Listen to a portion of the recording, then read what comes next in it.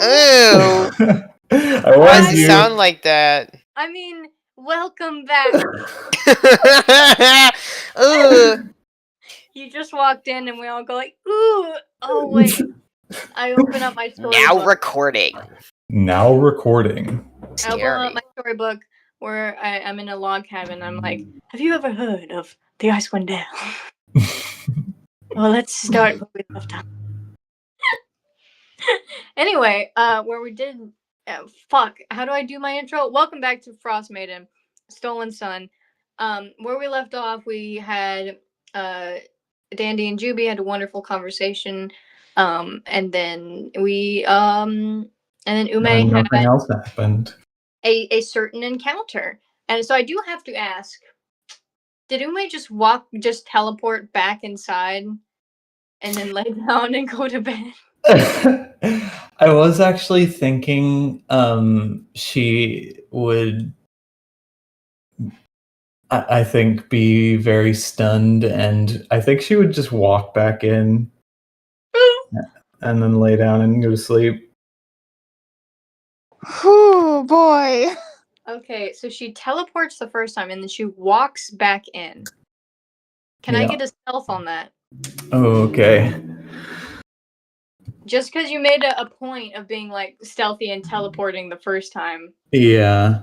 and everyone's sleeping in the same room. Yeah, This but she's dazed now. She's gonna. I hope I roll low, and then she's gonna like clang everything on the way back in to wake everybody up. and everyone roll Perception. Perception. yeah, I'd say perception. Always. With Or this, if we're sleeping, would it be passive passive. perception, or do you just want us to roll? I'd say passive perception. Oh, good. How do we calculate that? I think it's just 10 plus everything you would add to perception. Yeah, so 10 plus your God. wit plus if you have proficiency. Okay. And remember, everybody, when playing D&D, you're always one roll away from the funniest thing happening. I don't think you add your Proficiency? Okay. Then... You're right. I guess that's already added to your perception. Oh. Well, damn. So you do, actually. You can either add your perception or your wisdom and proficiency if you're proficient. Okay, never mind then. I was right the first time. Waste my time a little bit there. Sorry. Wow. Okay, what's your roll, Ume? Okay, well, Damn. you don't have to worry anyway. That's the 26. All right.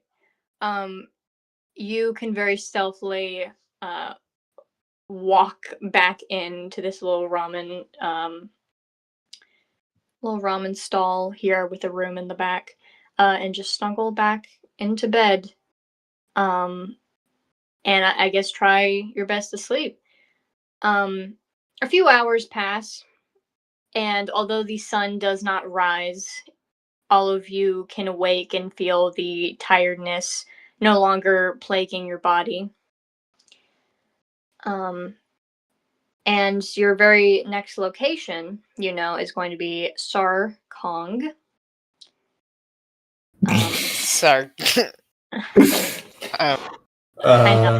Sarkong.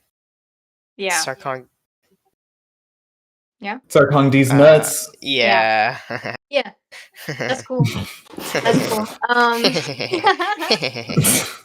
And you can see, although it is very dark out, you can see the walls of that city off into the distance, illuminated by many, many gigantic lanterns. But before we do that, you all wake, maybe can eat some breakfast and recharge and talk. Does anyone do anything?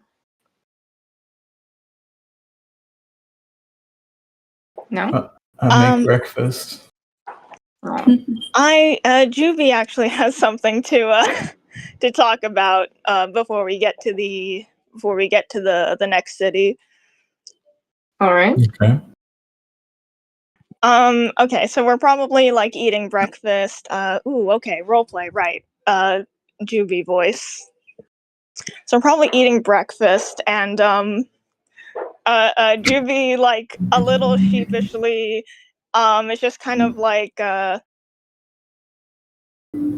hey, so I actually, I have something to bring up, before we get to the next town. Which is, right, so I actually do have some, experience with this town. I have, been to CoG before. Is that so? Yes, it is. It's not, well, it's not necessarily a good thing. I would say I'm in a little bit of, hot water with the, law enforcement of CoG. That is bad. Yeah, it's a little bit of a problem. I did get arrested and then I broke out of jail. That's very bad. That's actually worse than what I was imagining. Yeah, what were you imagining? I just imagined that you never got caught. I'm having a hard time imagining you getting caught now. Right. Yeah, no, exactly. The thing is, you know, I've had experience with law enforcement in most of the towns we've been in. It's just that I usually don't get caught. It was just this one time. Right. Yeah, you know, there's a lot of different towns in the Icewind Dale. You know, eventually you're going to run out of luck, but Well, one well-known thing about our group at this point is that we are also currently trying to evade law enforcement in regards to the death of a certain councilman. Yes. That in mind, it would be very bad if we were held up because one member of our party was already in jail at the time. Yeah. So it's a little bit of a pickle there, but let's see. I actually do have a spell for this. I can use disguise self before we get there. And hopefully we'll be able to pass through perfectly fine. Maybe not perfectly. They have a bit of a strong military presence, which is why I got a caught. But yeah, I'll cast disguise self. We can you should probably not be calling me Juby or Jubilee or B. Right. Okay, you will need a code name then. Yes. Your code name will be Wasp. They will Wasp. never see it coming. That's very, very good. Should we not pick something? Do we not want to let Juby pick? No, I like this. He likes it. It just seemed a little too related. Listen, if you were looking for a person named B, and then somebody named Wasp showed up, I would be a become little suspicious. immediately suspicious. Yes. Well, how about if you were looking for somebody named B like a few months ago? And then a few months later, somebody named Wasp shows up.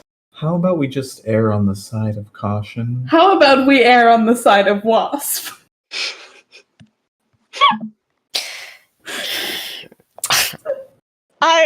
Haley, I have a question. Would the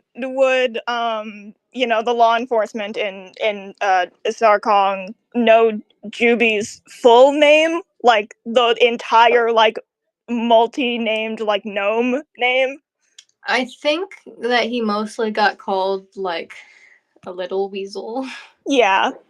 So I don't even probably Juby and Weasel is what people would know him by, because I think that he would have garnered a bit of respect from the other people who like go specifically to this town to commit thievery. So it would be a very affectionate name that the law enforcement would catch on to. So they would not know his full name. Okay. In that case, Juby's gonna be like, I don't think they know my full name. I can probably just, we can just use one of my other names. Slypuck.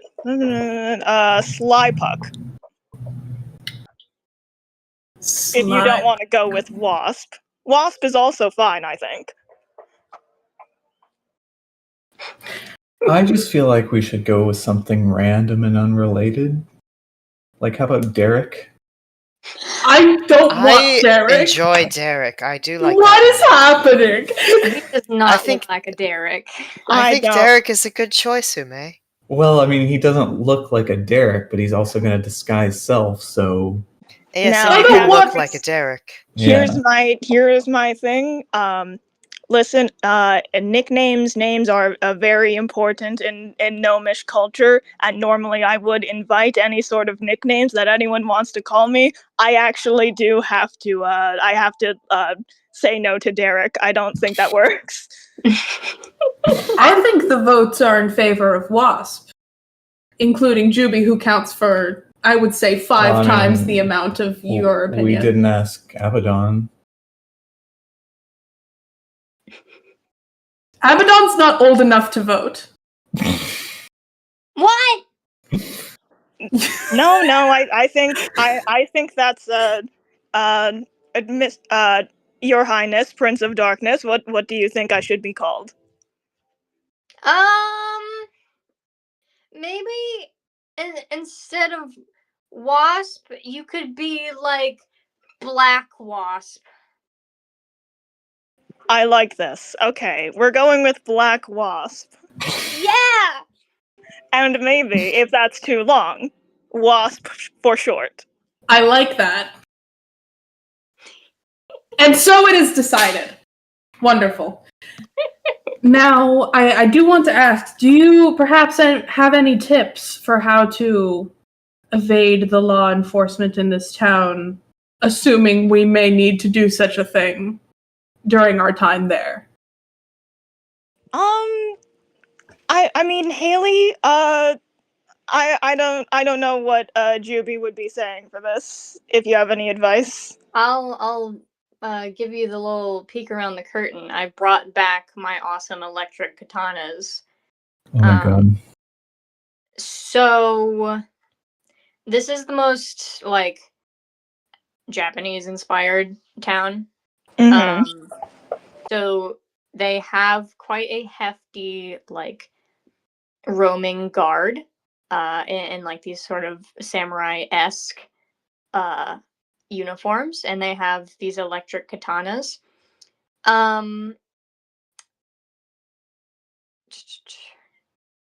They are,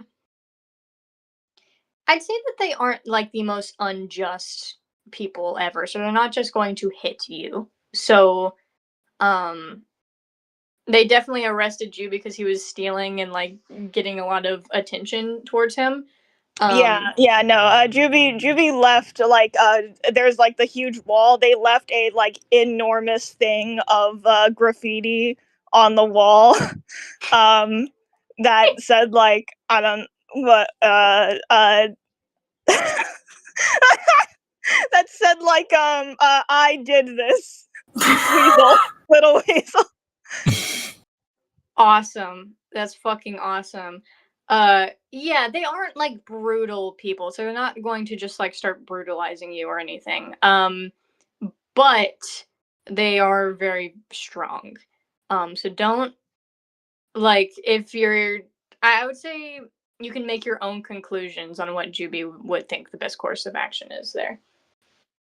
Okay, yeah. In that case, Juby would say something like, their police force is pretty well armed. They have these katanas with a sort of lightning magic aspect to them. And the people there are like fairly strong. Definitely don't want to get hit by the katanas. They do have a I have to admit, they do actually have a sort of honor, like a code of honor. So they're not going to go right out the gate swinging if they find you suspicious. They would, interrogate, ask questions first. I would say, yeah, they're not going to be overly suspicious of everyone as long as you don't do anything that seems very suspicious. Uh, in the event that we do like get caught for something or some blame gets placed on us, I would say probably try to avoid getting into close range melee with anyone. They're again uh big long swords with lightning magic to them, so probably want to avoid that. I think as long as we keep to ourselves, keep your hands to yourselves, we can pass through without a problem. Yeah, that seems like a good read of the situation. I'll have my dodge action ready. Yes, that's also a good read of the situation. Have a dodge action ready. Wonderful. Awesome. Thank you for your expertise in this situation. Of course, yeah. Yeah, I don't think we should get into too much more trouble. I mean, well, you never know. But yeah, for mostly everyone here, it should be it should be pretty much fine. Just probably don't try to be starting any fist fights with the guys with electric swords. And just be aware that there tends to be like quite a lot of guards around, although they are wearing armor, so they're fairly easy to spot. Yes. And if you need any help covering up your tracks or maybe making sure that your disguised self doesn't fade, we will, of course, help you as well. Thank you. I appreciate that. Of course, my good man. And then he hits your back at your shoulder. All right, yeah, Juvie, Black Wasp pats him back. Fuck yes. Also punches your shoulder. Yeah, Juvie hits him back. Ow! Juby, don't hit him so hard. Yeah, what the heck? Chelsea did not mean to hit him that hard, but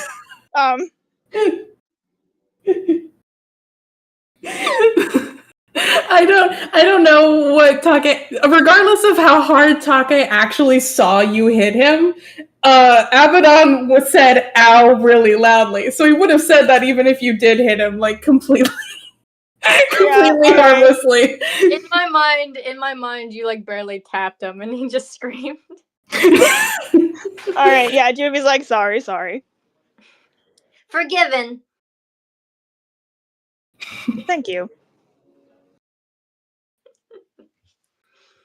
All right, are we ready to head off? Yeah, I think so. Take would make it very clear to Abaddon that they're doing a stealth mission, so keep his hands out of candy bowls and everything like that. Oh, he would do like he locks his mouth sort of motion, and then he gets on the ground to like bury the key. Amazing. All right. But before we yeah. get there, Juvie should probably cast Disguise Self, huh? Before we get to the gates. Sounds good. Yeah. Okay. At some point, like when we're starting to get closer, like sort of in range of the big wall surrounding the town, Juvie will cast Disguise Self, and everyone sees Juby is like enveloped in a sort of like dimly glowing golden light that like shines brightly for a brief moment, and when the light fades, Juby looks exactly the same as he did before, but he reaches into a coat pocket and pulls out a fake mustache and a pair of really thick glasses. Ruby, my friend, I'm going to hold your shoulder while I tell you this. You don't look like a black wasp. Whoa, who's that guy? If this is what you're going with, I'm going in separately.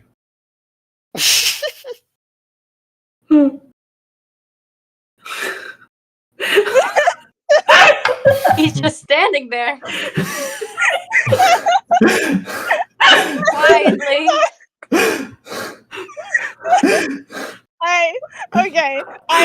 Haley, how I do want to ask, how much will you let me get away with doing the Bugs Bunny? It's clearly Bugs Bunny, but he's like wearing a wig. How much of that will you let me get away with, or should I actually like take this a little seriously?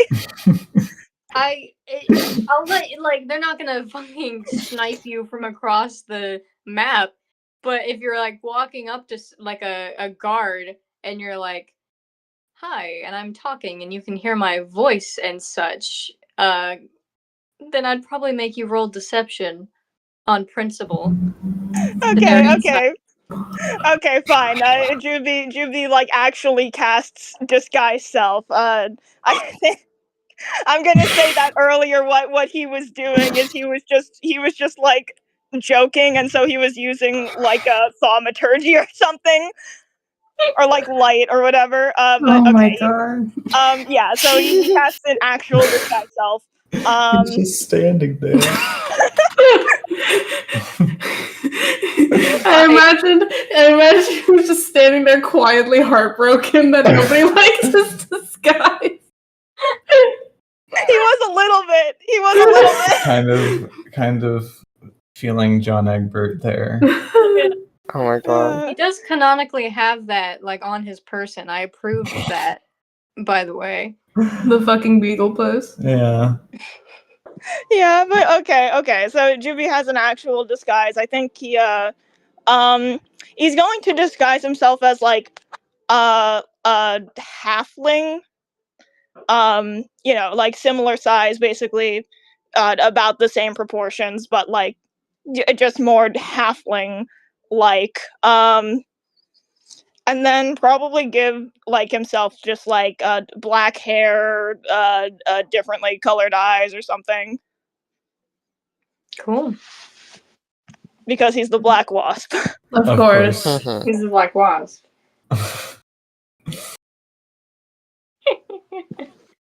Yeah, Taka would nod in approval and say, "And this is Black Wasp. This is good." I don't know. It's kind of reading Derek to me. I'm going to cry.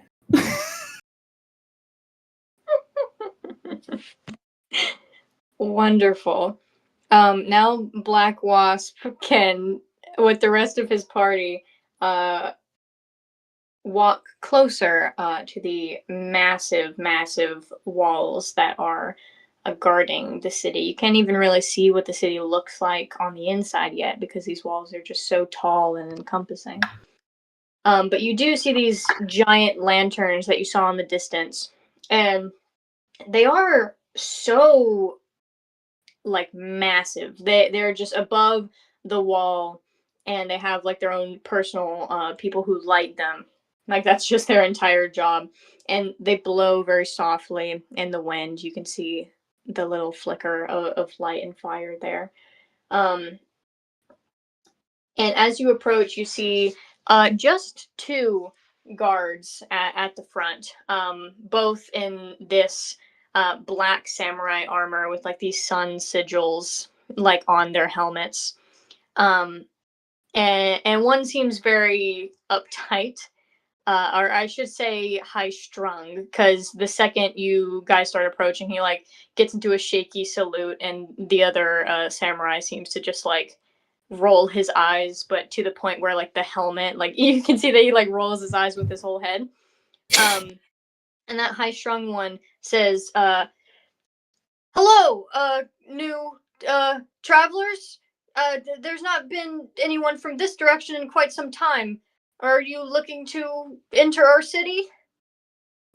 Yes, my good sir. We are hoping to spend perhaps just a few nights in your city as we move along on our way to the capital.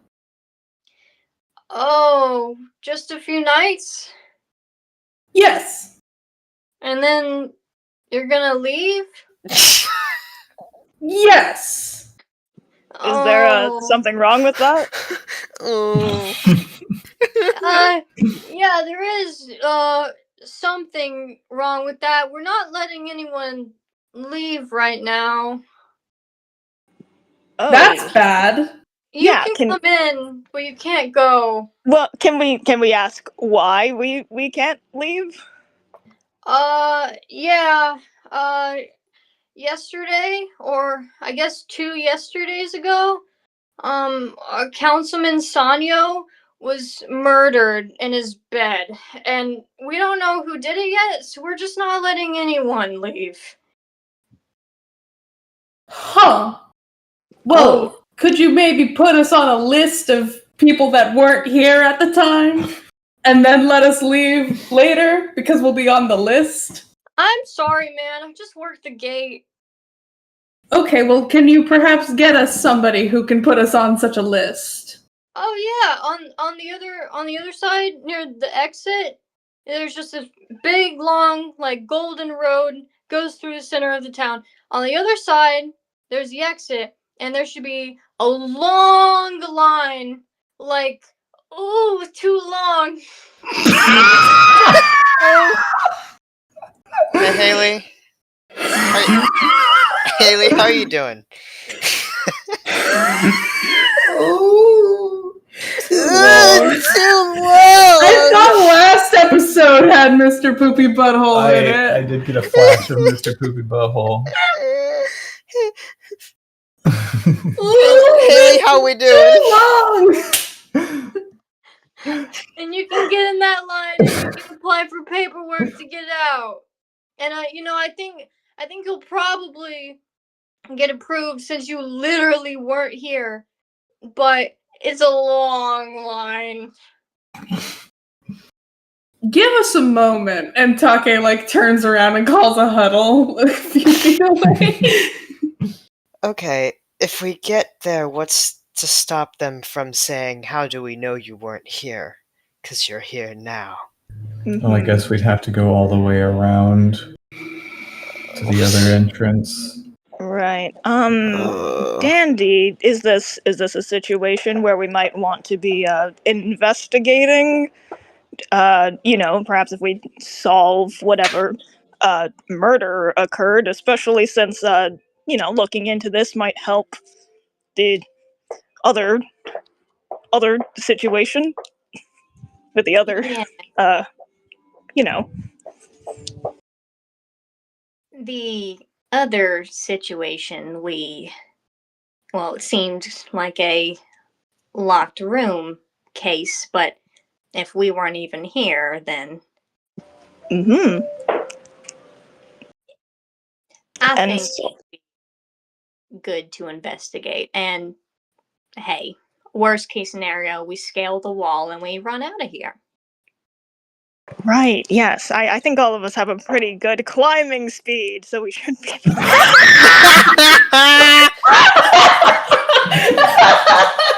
No fucking way. You heard him. Oh my god! Hold on, let me pull that up. It's official. Get this man on Wipeout. Oh, fuck. Okay. Yeah. Could we maybe send one person to go wait in the line and then the rest of us? Not it! And Take puts a finger on his nose. Oh no. Not it. Oh, not it. Not it. Well, I guess we're sending the detective to go wait in the line while the rest of us investigate the murder. Yes. I'll tell you how long the line is. On second thought, this might be a bad idea. No, I'm eager. Oh. But Well, we can decide who's going to wait in line once we see the line. And we can figure out what there is to do in the town first, and who would be best at what, and then we can draw straws. okay. I'm okay procrastinating on this decision.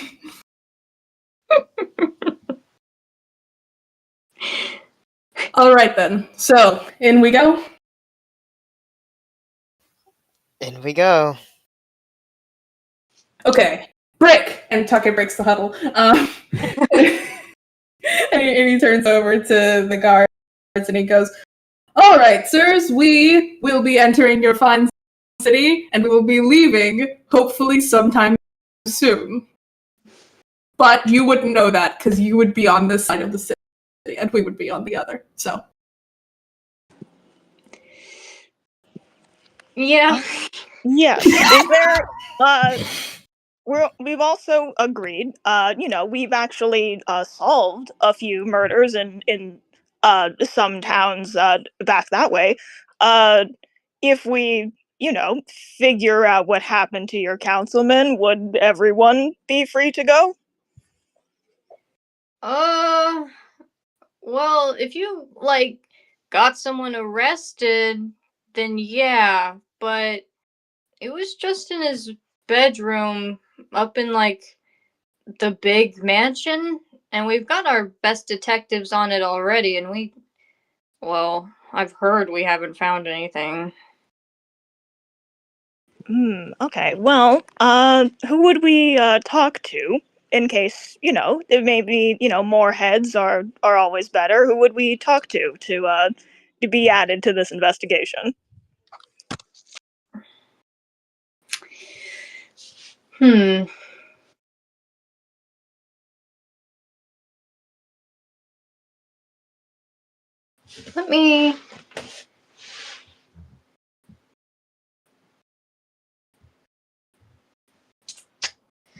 Let me think real quick. Yay! Yippee!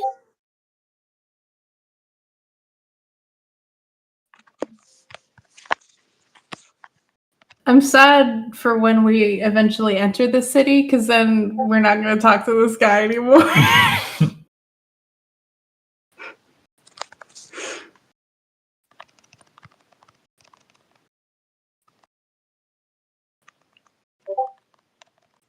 I need to fucking mute my shit. What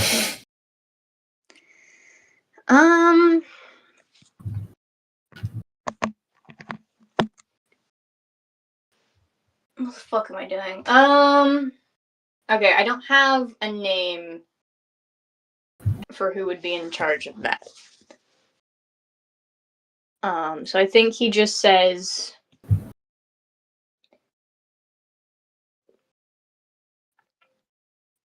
that's not really my department. I guess if you went up there, you could poke around, but we're kind of really on edge lately, so I can't guarantee they won't think you're suspicious, especially since you're not from here. Well, that's understandable. I guess we'll have to try our best. Yes, thank you for all of your expertise in the matter, sir. I said that's not my department, so that's not. Well, I'm yes, not really... but as a loyal guard to this town, your dedication to your work and your understanding of its inner workings is invaluable. Are you a guard? No, All right. Why did you ask? Well, you seem to have a lot of like admiration for me, so like if you're, I'm not really into. I mean, I'm not into guys. I'm sorry. Can we He's not- go in now? Yeah, also he's not flirting with you. That is how he talks to everyone. Oh, it made me feel special and stuff. Well, you are special. Everyone go is in now? special. There's something admirable about us all deep inside. Anyway, thank you, sir. That's it. I'm gonna go. All right. Bye, Goodbye. sir. Thanks for your help. We'll miss you. You guys can take like one step in, and I think one of you would probably like almost abruptly there's like a person there, just a random person, and they'd look behind them and be like, "Hey man, I'm waiting in line," and you see that there's just a giant line from the entrance of the town to the exit of the town. From the entrance of the town? Oh. Yeah. But Well, let me set the scene a little bit before I get too ahead of myself. You guys can walk through the town, and just in this little entrance here. In like right in front of the entrance is that giant line of people kind of centipeding through. There is the floor of the town is like this beautiful glossy rock, and every time you take a step, where you stepped has like this glowing sort of shoe print, and it disappears after a few seconds, but you can see people walking past and they have these glowing little footprints trailing behind them. And in fact, you look around and things seem quite bustling, and there's a bit of a juxtaposition here because it looks like a festival is occurring where there's tons of like you can tell that there's like a shopping district sort of area just right at this entrance of the town where people are selling different golden items. You can see just a chronic, like a crazy amount of gold and glow all over this place. And you see very aristocratic looking people selling these wares. And then you see very fancy looking people serving very high class food. You, Holland, for the first time in a while, can actually recognize like the smells of certain cuisine that are around, and it just seems like this place is bustling with wealth. At that same time, everyone seems quite sad, and I think that just to give you the context here, I think it's pretty easy to assume that this is a festival being held in the honor of their councilman who has passed. So it is meant to be a celebration of life, but it seems that no one is in the mood to fully celebrate. I will say that the most chipper person there, it looks like this little girl who seems to be selling like maps. But other than that, everyone seems quite sad. Along with that, the last little bit of information I'll give you here, and I think you, Juby, would remember this vaguely from the first time you arrived. There is this like scrawled like poem at the very entrance, just written in giant text at the very entrance of this, in like glowing red, not glowing red, glowing yellow ink almost on the floor. And some people are like stepping over it, so it's a little hard to immediately like make out every single word, but it is big enough that you can eventually read it. Along with this, I think it would be reiterated on like different plaques that are just placed around. It seems like almost a like cultural motto, but it is in the form of a poem, in which I will read it to you now. It says, Welcome to those who seek the sun and shy away from dark lit days. Shine a light, and those who won will find a way to golden rays. Rich as the soil, fertile as the land, shine a light, shine a light. Less than a god, but more than a man, shine a light, shine a light. I like this poem. Haley, can you send that in chat? Yeah. Thank you. Yes, please.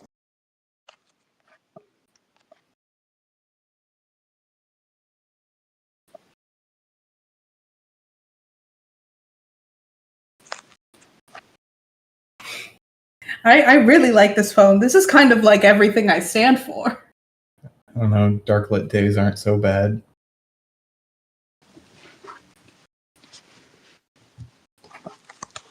No, because they can be overcome. Less than a god, but more than a man.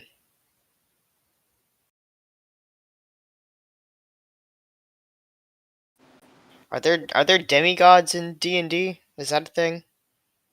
I mean, there's lots of like creatures that are very, very powerful. Lots of planar entities like genies and fae people. What they're called? Like people, members of the fae court, technically aren't gods, but they're very powerful as well. Things like that.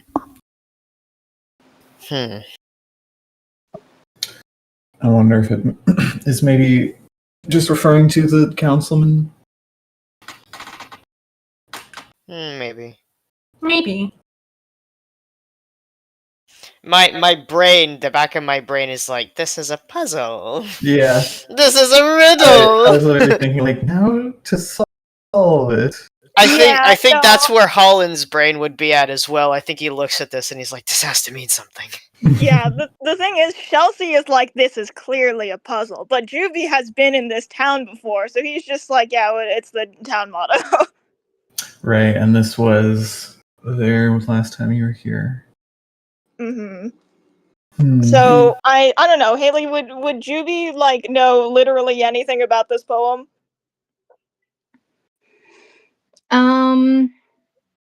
Or should I roll like a history check if to see if he remembers? Yeah, roll a history for me. I wrote a poem and I have art for this fucking town. Yeah. I can see why, honestly. We just got here and Take's like, wow, I should really visit this town sometime when they're not on total lockdown. Okay, that's 16. 16.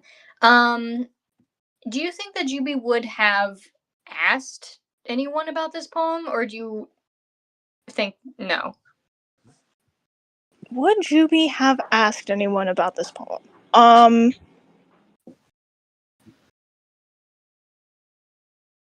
I think I actually do think Juvie would have asked when he like initially got into town. It was more of like a small talk thing, to like start conversations with people because the reason they would have been traveling is because they were trying to like find find a way like up to the mountain, past the gates, up to the Frost Maiden, and like see who would be like interested in doing that. So they were probably like making small talk with people, and they would have asked about this just because they're a cleric and it like mentions a godly being.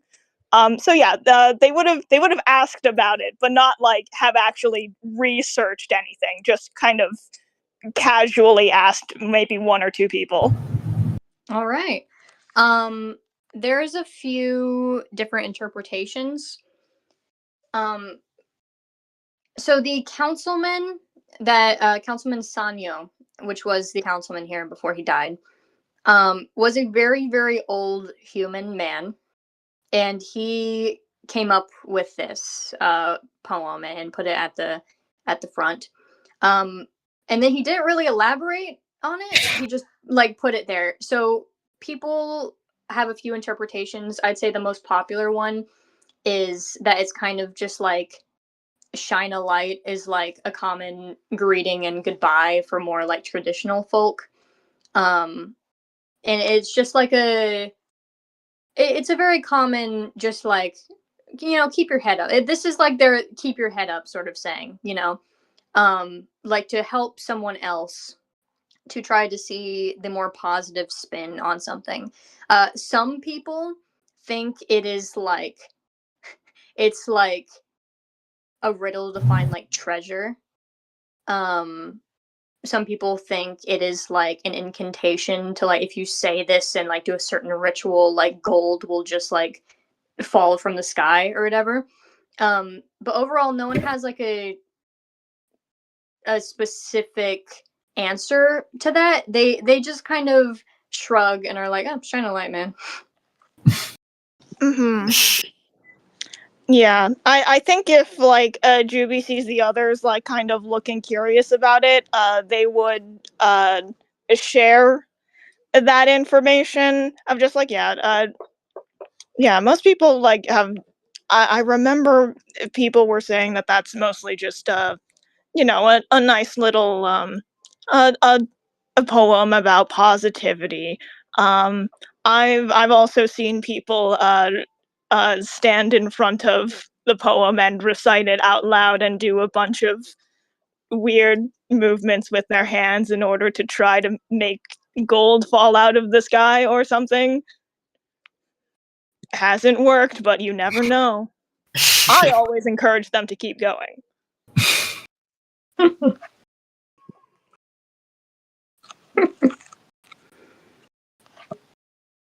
That is incredibly funny. If anything, I would imagine that the poem is encouraging one to pursue their own wealth in their life, not to incant it in front of their very eyes. That's very humorous. Thank you for that anecdote.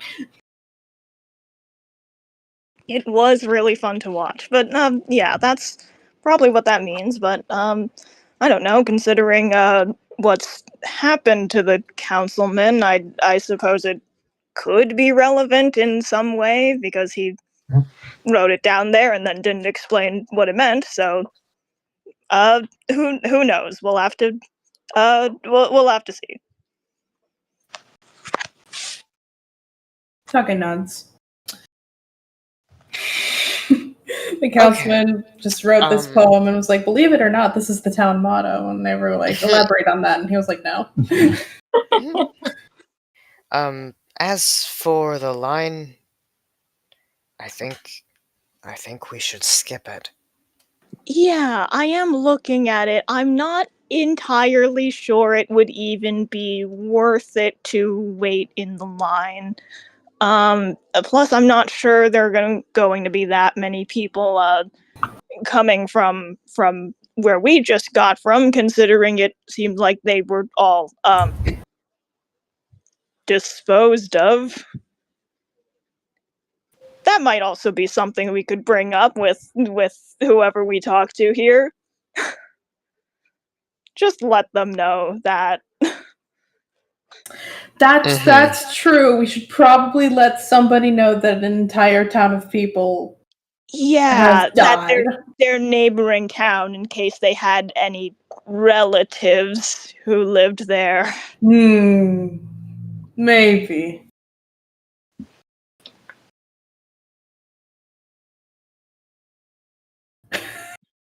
All right then. Where to? Is the line even moving? Like, if we look at it, is it moving? We stood here a little bit, like looking at the poem. Has it moved at all? No, like the line. Yeah, the line. We took Has some the line moved? time. Oh yeah. While we were looking at the poem, yeah. I'd say it has moved. Things are happening. Okay. Yeah, it is a question of like, are they moving because like, well, actually, no, never mind. That doesn't matter. I was gonna ask, like, are they moving because like there's actually things getting sorted in the front, or is it just like, okay, here's the paperwork, come back later? That's also a good question.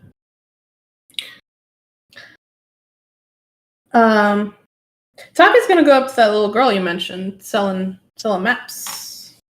All right. You walk up to this little girl. She does seem quite small, about like maybe 9 years old. And she's like missing a few teeth, like a little human girl with like little braids and like a makeshift like bowl as a hat. She seems like a very scrappy type. And you approach, and she says like, she goes like, "Hear ye, fair sir. Would you like to buy a map? I made it myself." Oh my god, that little girl sounds exactly like Like, our friend the dear Prince of Darkness. That's how Very. kids sound. That is just how kids sound. Take would say, "Oh yes, little one, I am very interested. How much are you charging for your wares?" I made them myself, so I would like 1 silver, please. Well, if it is 1 silver that you want, it is 1 silver that you shall receive. And he holds one out for her. Wonderful. She snatches that up so quick, and she gives you her hand-drawn map that I made. Oh shit. Fuck. Yes. He doesn't say that. Take takes the map and he like holds it up and he holds it up towards the light and he's like, "Wow, would you look at this? This is wonderful. And you made this yourself." I did. I ran around town and I made it myself. Do you like it, sir? I love it. This is the best silver piece I've ever spent. I drew the tigers outside. I was gonna ask about that. There's tigers outside. It's a very nice tiger. There's tigers outside? Well, nobody's ever seen them, but I know that they're there. Oh wait, how do you know they're there? Well, since this is the town of light, I was thinking we'd probably have these walls for some like shadow monster, so I think that there's shadow tigers outside the walls. Oh, that is a very smart inference. Okay, thank you for warning us. And I've studied a ton of maps before, and every single time on like the pirate maps, they always draw like the Kraken or something, Yeah, so you know not to go there. Right, yes, the here there be dragons. Mm-hmm. So I put a tiger so you know not to go outside. That's wonderful. Thank you so much. That is a wonderful tiger. What about the star? Oh, that's where the councilman used to live. He has a big mansion, and they do big important meetings over there. Interesting. He has a moat. I drew that. So you're saying we might have to use our swimming speed God. across it? I guess you could say it like that.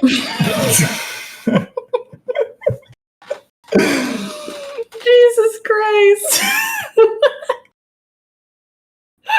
It's a good thing I just realized, I think Andy, did Andy, like, even say that he didn't, like, update those stats, like, Not on the recording? No. So he's just been joking about no context. Oh my god.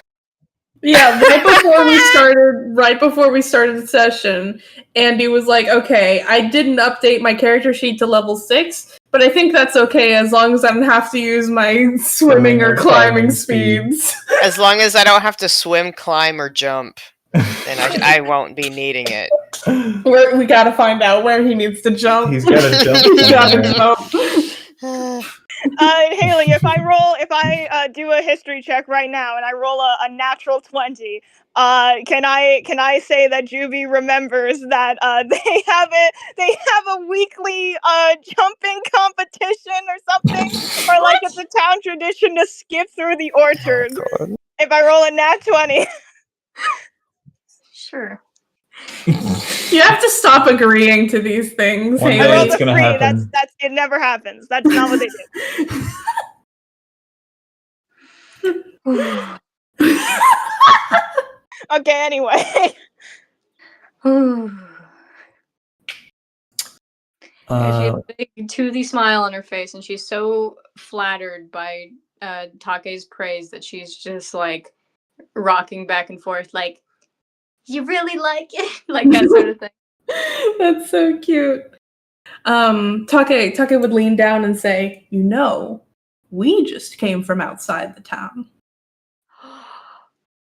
And what was there? Do you have a map? No, because there was not a little girl like you who was so good at drawing maps in any of the other towns I've been in. Well, sir, I hope to fix that one day, because I'm going to be an explorer. That sounds wonderful. I just know you'll be good at it. Thank Although, you will have to get good at defending yourself against Shadow Tiger. I know. I have to find the mythical sword of light. The mythical sword of light! And now what is that? I don't know. I just feel like this kind of town would have that sort of thing. You know, I do get that vibe. I think you might be onto something. Mm-hmm. I'm really good at figuring out stuff that no one's even thought about. That is a wonderful skill to have. And I'll tell you what, if I hear anything about where this mythical sword of light could be, you are the first one I'll let know. Thank you so much, sir. Of course. Now, have a good day, and I hope you sell many more maps. Thank you. You're my first customer of the week. I did want to ask about, is there some significance of the sewer near your house?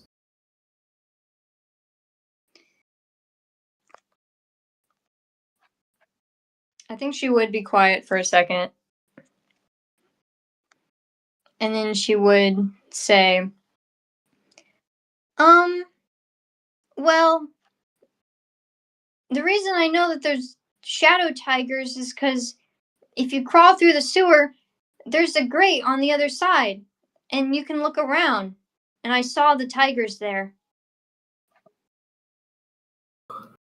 In the sewer?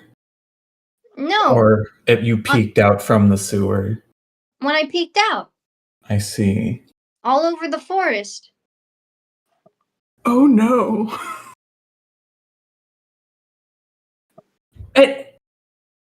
You know, probably shouldn't be crawling around in the sewers. Something bad could happen to you. I would hate for your adventuring dreams to be prematurely delayed by an accident in the sewers. Well, I don't know. I think children crawl around in the sewers all the time. I mean, as long as someone knows where you are, it should be fine. I could take that compromise. Yes, next time you take a crawl around in the sewers, let someone know. Yes, sir. I will let my mom and my dad know. That sounds good. Well, thank you for the map and thank you for the warning about the shadow tigers. You've been extremely helpful. Stay sharp. I hope you sell a lot of maps, and I'll cast guidance on her. Aww. She's invigorated with power. Wonderful. And what's your name, young miss, so I don't forget it in case I need another map? Emily? Emily. Now that is an adventurer's name. She has a big ass, toothy ass, missing tooth and ass. That's awesome. All right. Well, thankfully, she did mark an inn on the map, which is good and helpful. Mm-hmm. The important inn, orchard, graveyard, my house, jail, sewer.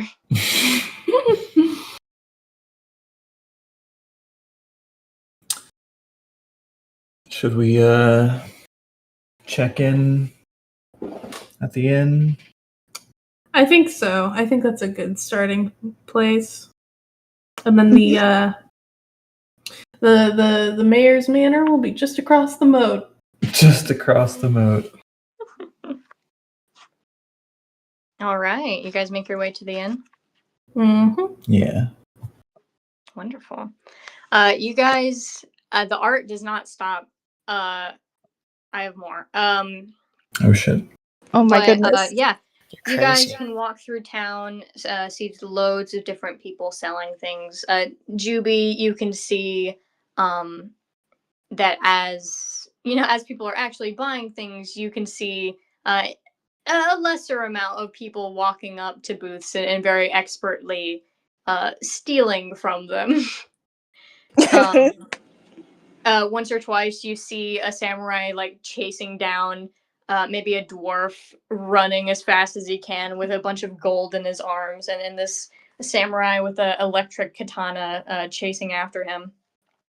And they almost always get caught, but a few bit more slippery people, perhaps druids who turn into rats and then just run away with like the necklaces all over them. They can make it out, but it seems that people who are less clever or less magically inclined get caught pretty quickly.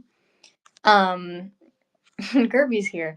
But yeah. And you guys can still see that giant line.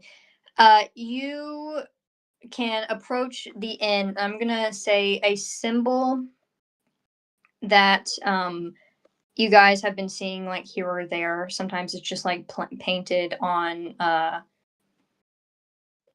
wall. Sometimes it's like, yeah, no, these all seem almost like very professional graffiti that seem to like enhance the sort of vibe of the town. And it looks like this.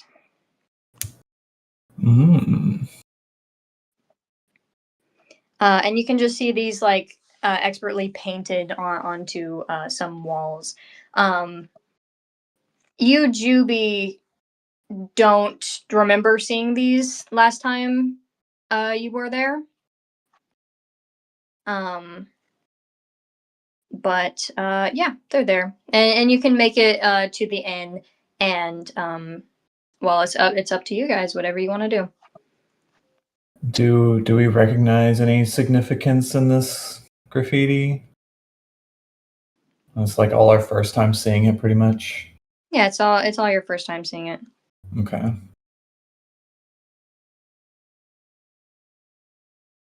I don't know. Could we?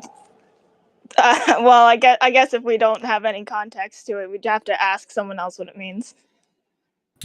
That's true. Maybe we could ask the innkeep if they've heard any rumors around town lately. Yeah, probably should go to the inn. Go inside.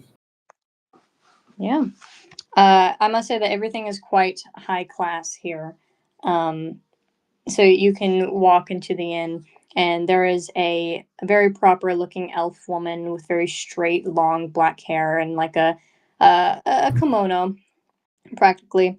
And she speaks in a very soft, but well enunciated voice. And she says, 5 silver for 1 room. How many rooms do we usually get again? Like 2, 3? I think 2. 2.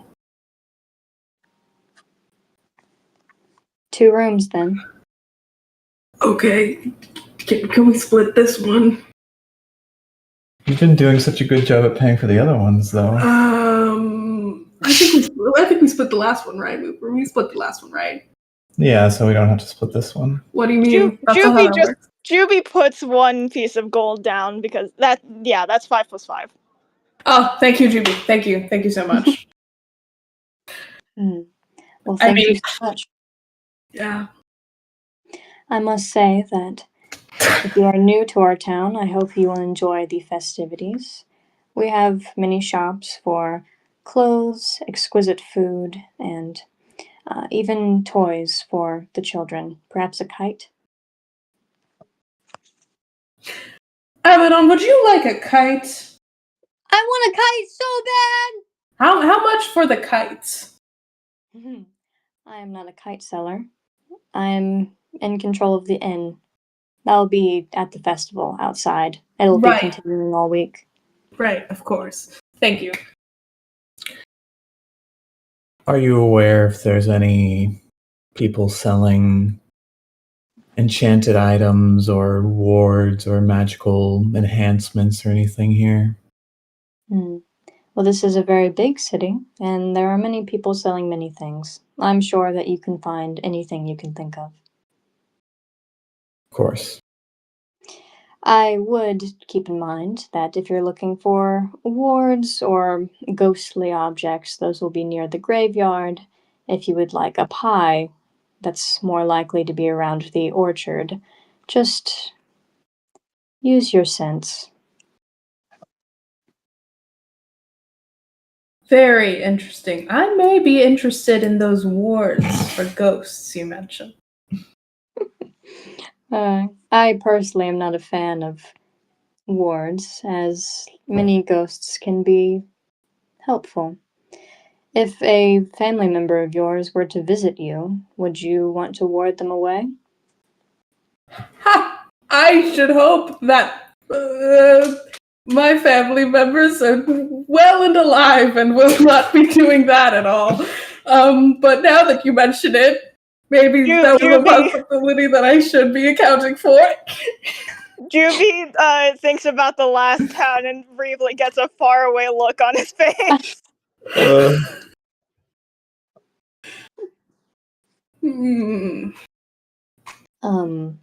There are energy purifiers, though. I find those a bit more friendly with the undead. Interesting. All right. Thank you very much. I will definitely make a note of that to check out later. Please enjoy our town. Yes. And thank you very much for your hospitality. She bows and doesn't say anything. Take dips his head a little bit as well. Okay.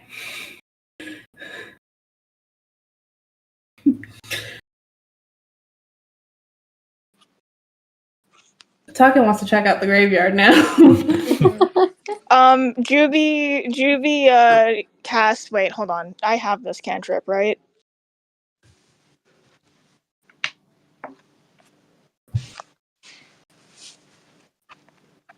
Never mind, I don't. Alright. Okay, sweet! Alright, I think when we're a little bit away, Juby does like whisper to Take, hoping that Take's like big bunny ears will pick this up, like and just whispers like, alright, you can't be calling me Juby in front of the innkeeper. I know. I'm so sorry. I immediately remembered it. I'm so sorry. It's okay. I don't think I didn't give that many people my name here. Mostly they used a different name, but I did steal like 3 vases like from the main room. Like all of those vases out there, those are replacements. Okay.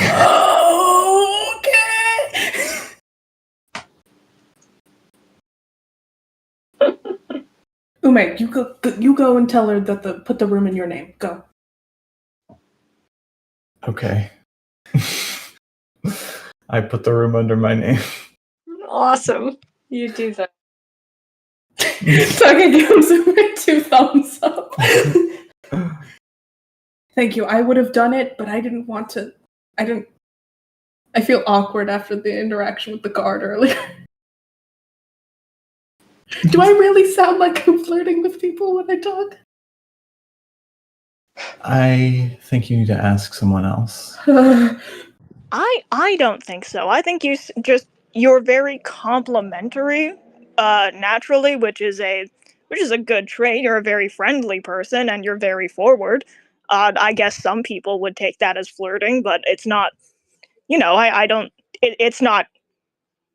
It's not extremely flirty or anything. You're just sort of forward, and you like complimenting people, which is also just a nice, friendly trait. I'm gonna make Take roll for something really quick. Okay, Take remembers seeing Juby and Dandy interact, and then he says, "Okay, I'm gonna need to ask someone else."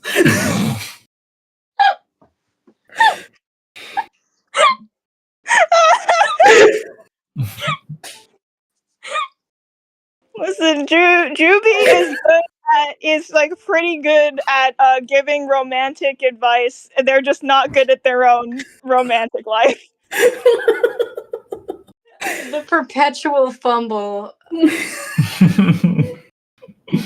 Oh no. Dr. Fumble's back.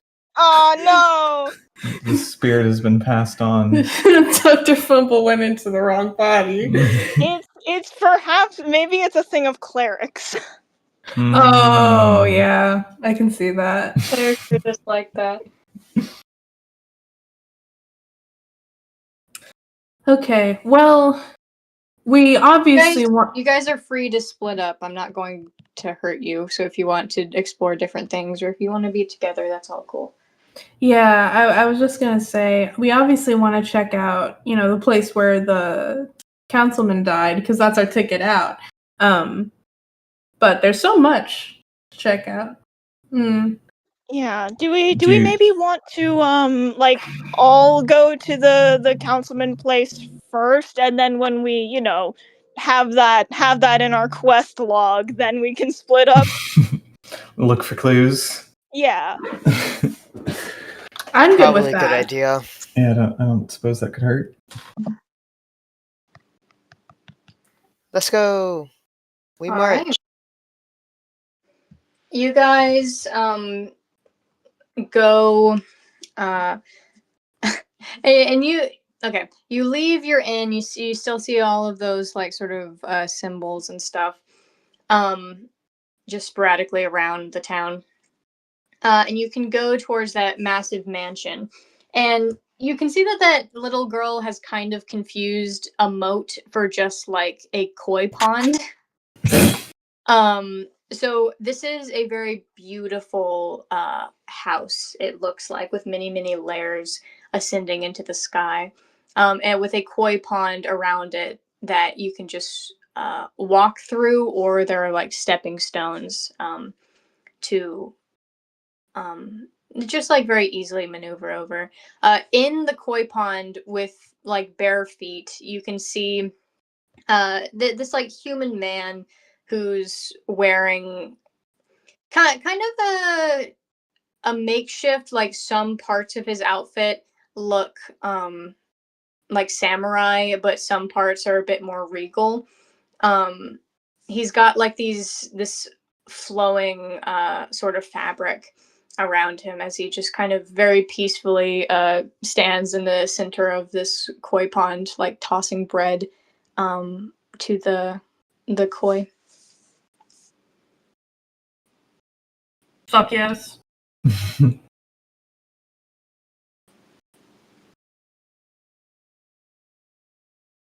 I don't know if we have a reason to address him right now, but maybe if we don't have any luck talking to somebody to get into the investigation, we could ask him what he knows, maybe. Yeah. It doesn't look like there's anyone like else nearby the mansion.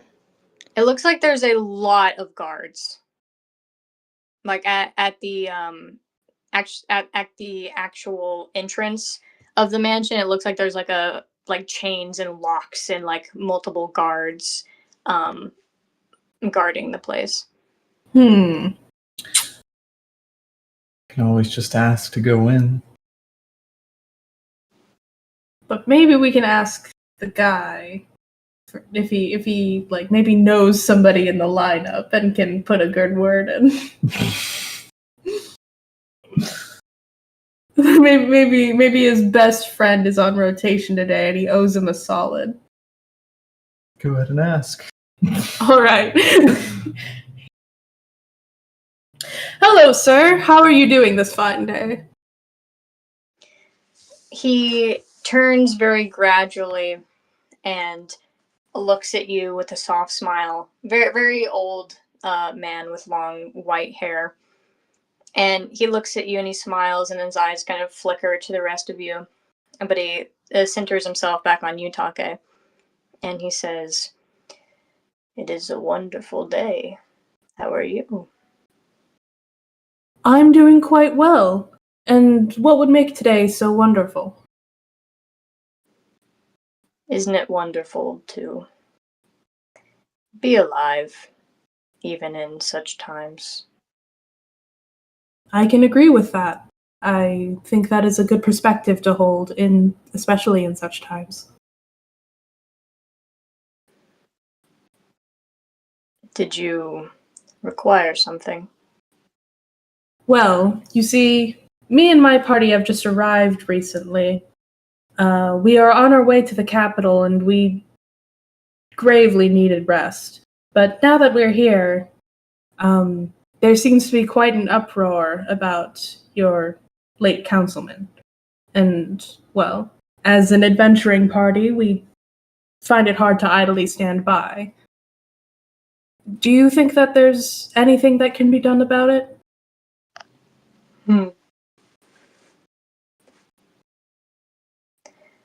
I would find that you're in the wrong place.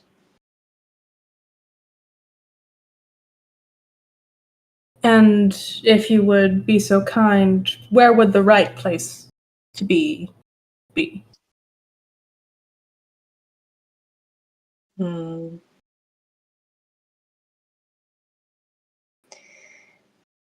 To go inside the mansion is to see the gore left behind, but not the weapon that killed.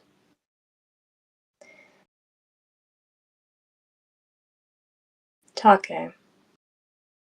That's her name, right? Did you say your name? I did not. Yes, although, unfortunately, I don't have the privilege of knowing yours.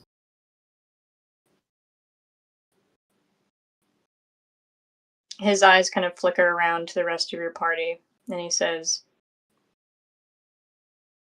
"We mustn't speak now. Later, we will speak. But you're in the wrong place."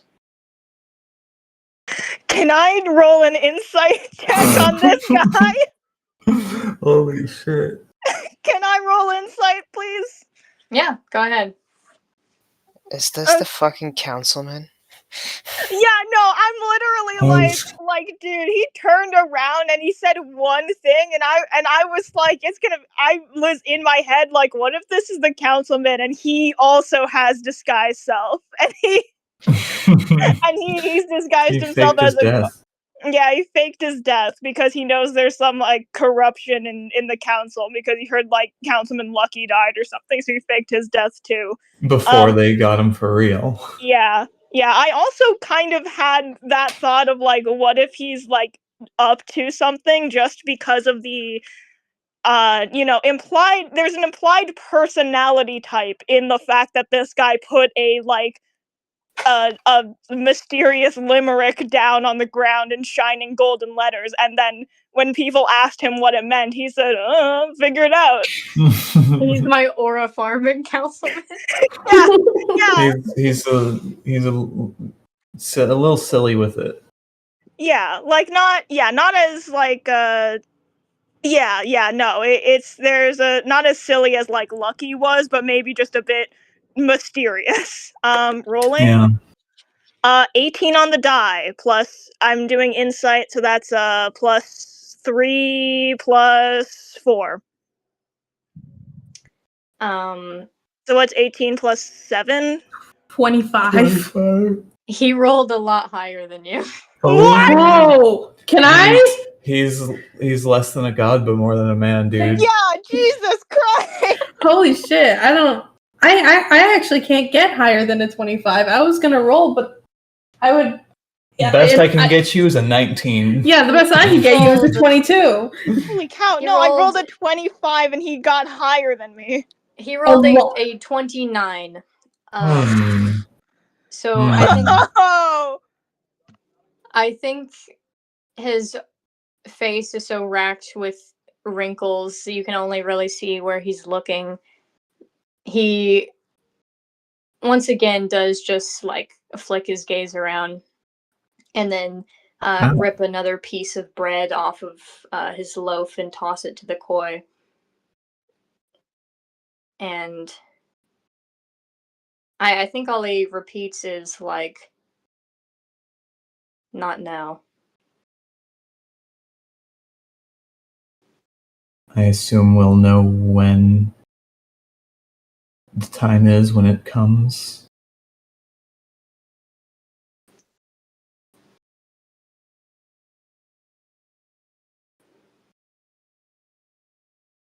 Question mark?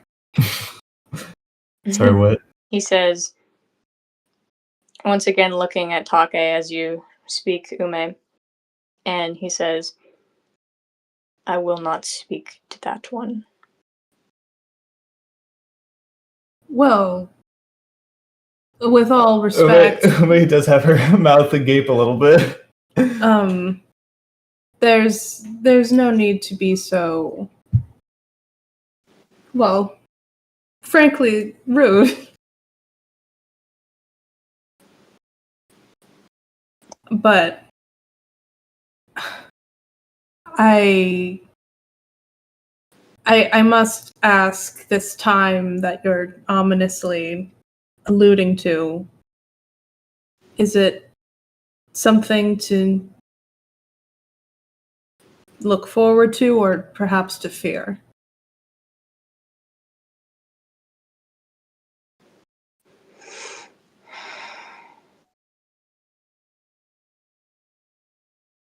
I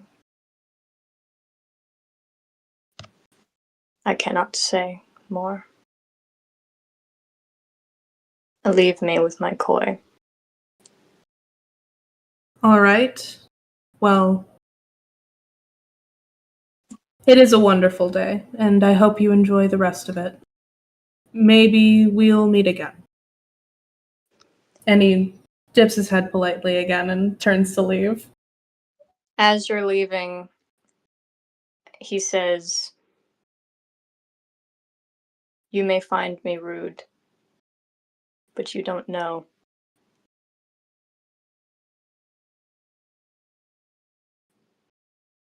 Tucky fucking whips around. He's gone. He's gone! Okay, like, we stand there for like a second, and then Juby is just like, okay, that guy's magic. I don't know what. Tucky grips Jimmy by the shoulders. That guy's a ghost! That guy's a ghost! That was a ghost! Listen, I'll be honest. Normally I would not agree with you, or I would be humoring you for the sake of comedy. That guy might be a ghost. I have no idea. I could not get a read on him at all. I'm pretty sure I didn't hear you introduce yourself by name, and he still called you by name. He seemed to infer some sort of magical thing happening with Ume, and then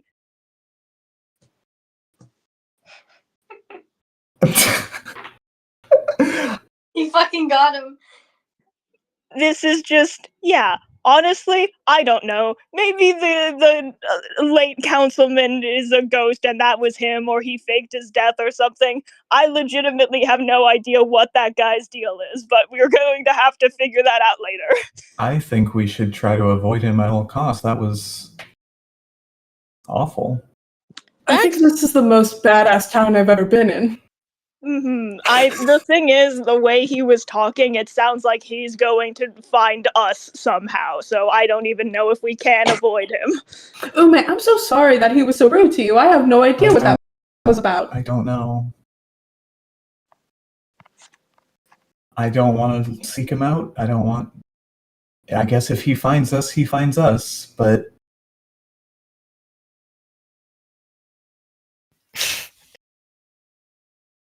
I think Colin's looking at you, all of you guys, really confused. What is your take on the situation, young Holland? I'm forgive me.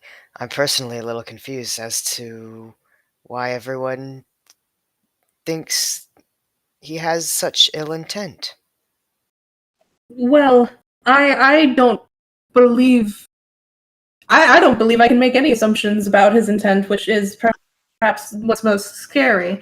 I don't believe that the feeling I got while interacting with him was not hostile. However, I'm not sure it was much of anything. This event that he's foreboding could be one of great tragedy, and I would have no idea. I would have completely no idea, and that is what is disturbing me, if anything, about this situation.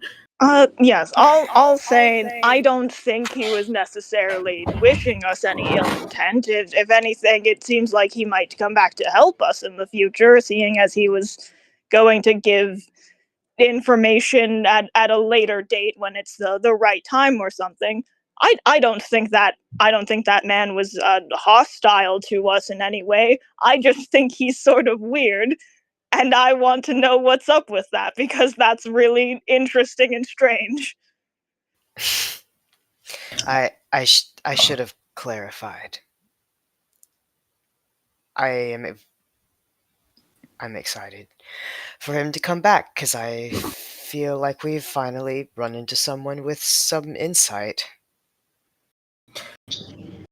Yes, however, the way that he chooses to share that insight is, well, it's less than entirely helpful. Mm-hmm. Yeah. I think Holland kind of laughs to himself and says, "Well, not everyone is as forward as you." Ha, perhaps not. if you all want to meet up with him and get the answers to his intrigue, go ahead. I'm not interested. Maybe you need one of those wards from the graveyard that were mentioned. Maybe that's something you need. Maybe. There has to be a reason that he was not fond of you, Ume. I guess we didn't test it out on everyone. Maybe he wasn't fond of multiple people, but just didn't say. Could be. Well, then I think it would be good if you were there when he shows up again and we can test it.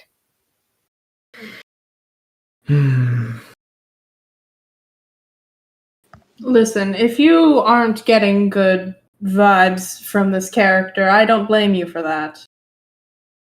However, it may be necessary. I suppose. Don't worry. Your brother isn't going to let anything happen to you. She rolls her eyes. I mean it. She backs away from him. He grabs her arm.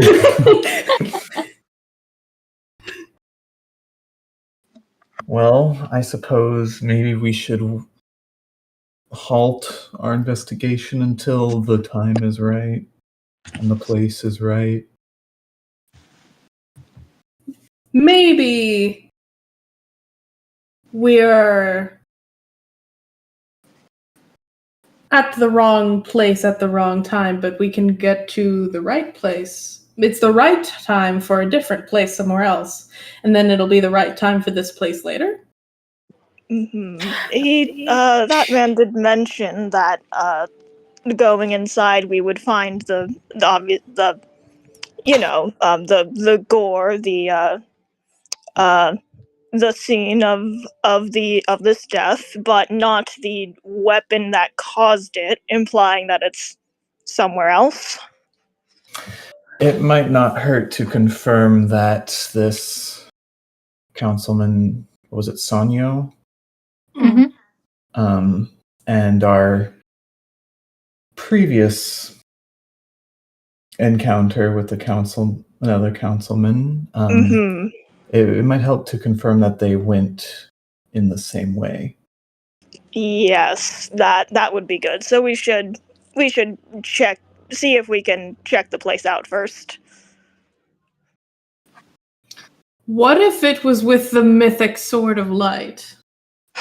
I guess we Then- should go confirm that. Yes, if it was with the mythic Sword of Light, then unfortunately I'm not sure we should be giving it to Emily.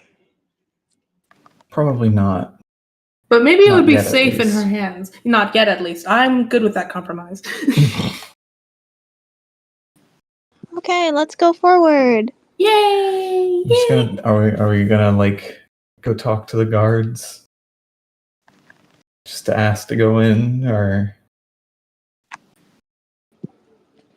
Sure, I think mean, so. we're here. okay. Wait. Okay, whatever. I mean, unless anybody thinks that would be a bad idea, the possibility of drawing too much unwanted attention to ourselves is real. Yeah, I think someone takes a step like towards the mansion, and Holland literally like tilts his head to the side like, weren't we specifically advised not to go in there?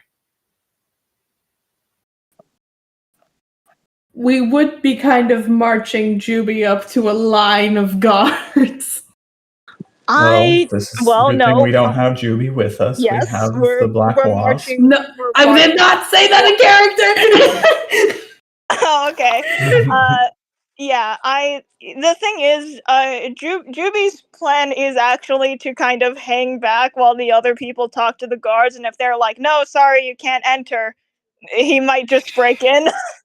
Oh. Yeah, my thought process is, can't hurt to ask, just to see if we could convince someone to let us in. But what if it could? What if it could hurt to ask? Well, then we'll roll with the punches. I think it would be good if some people hang back. Yeah. Like if some people think it's a good idea to try ask the guards like at least what they know, then some people can go do that and the others can like look somewhere else. All right. I could go either way on it, to be honest. What? You should go talk to the guards. Oh my God. You have a way with them. Oh no. No, don't say that! Was that in character? No. Don't say he has a way with them. Then, if that's not in character, then Holland says, you should go talk to the guards. You have a way with them. Don't say that. Too late. All right, let's rephrase this then. Take, go flirt with the guards. No, I don't want to. Well, I mean, you don't even really try. It just happens, so... No, don't say Just that go either. strike up a nice conversation with them and see what information you can get. Okay, I'm going to do... Engage in a completely platonic conversation, and what happens, happens. Holland, you're too young to be embarrassed. Holland, you're too young to be embarrassing me so. He winks at you again. Why are you 3 times? Too much. Okay. He winks with the other eye. What? It cancels it out.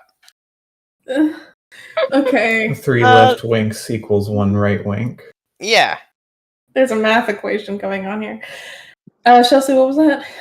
Black Wasp is going to cast guidance on you also. Oh, sweet. Thanks. That's a D4 to whatever roll I make next? Yes. Sweet.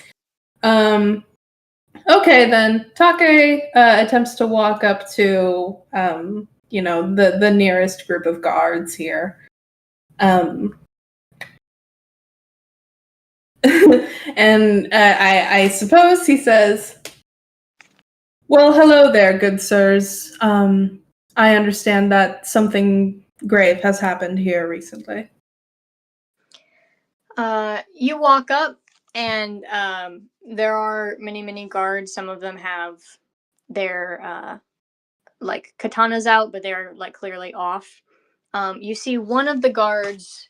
It seems like casting a light spell. They seem to be holding like a ball of light in their hands, and they're holding it in front of a piece of paper that they seem to be reading. And as you approach, they turn the light off, and you can get a glimpse of that piece of paper, and it looks like it's completely blank. But they quickly like shove it into one of their pockets, and they look at you, and they say, "Yes, I don't think there's anyone in the city who hasn't heard of the tragedy yet." Well, that's the thing. Myself and my adventuring party just entered the city recently, and, well, in all the confusion, we were trying to understand exactly what happened, just to make sure that we can stay safe. Well, this is dealing with some stuff that any commoner wouldn't have any knowledge of, and I'm not at liberty to share. Sorry. I understand that. However, well, we've also heard that in some other towns, other councilmen have been assassinated, and, well, it's all just a very scary time. I hope you can understand. I certainly can. Shit, what am I supposed to say?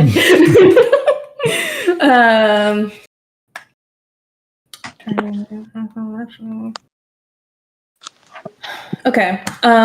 Yeah. And Take says, and on top of all that, with very few people being allowed to even leave the city, it sounds like a list of suspects is even beyond this case. Well, rest assured that we'll find an answer to this shortly, and you won't have to worry anymore. Is that so?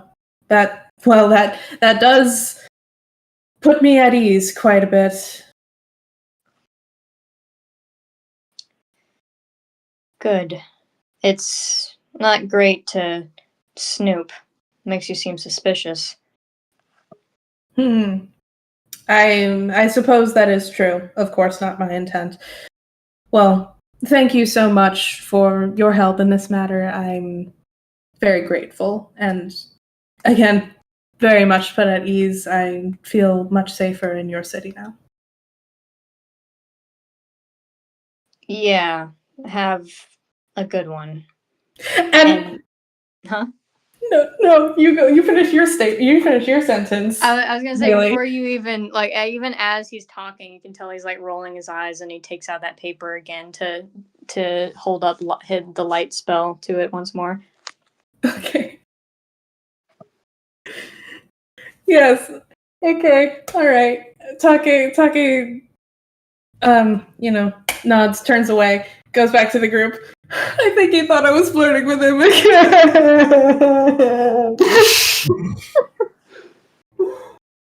Why do I come on so strong?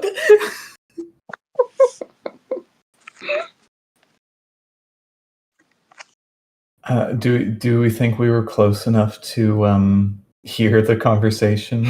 Yeah. All right.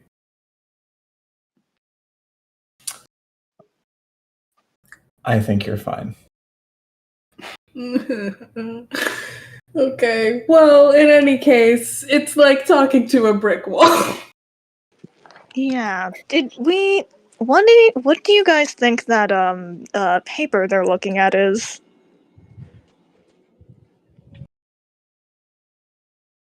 I have no idea. Maybe it's like orders from their captain or something that they're reading. But when I was there, I didn't really see anything on it, but maybe the light spell that they were using illuminated its text in a special magic way.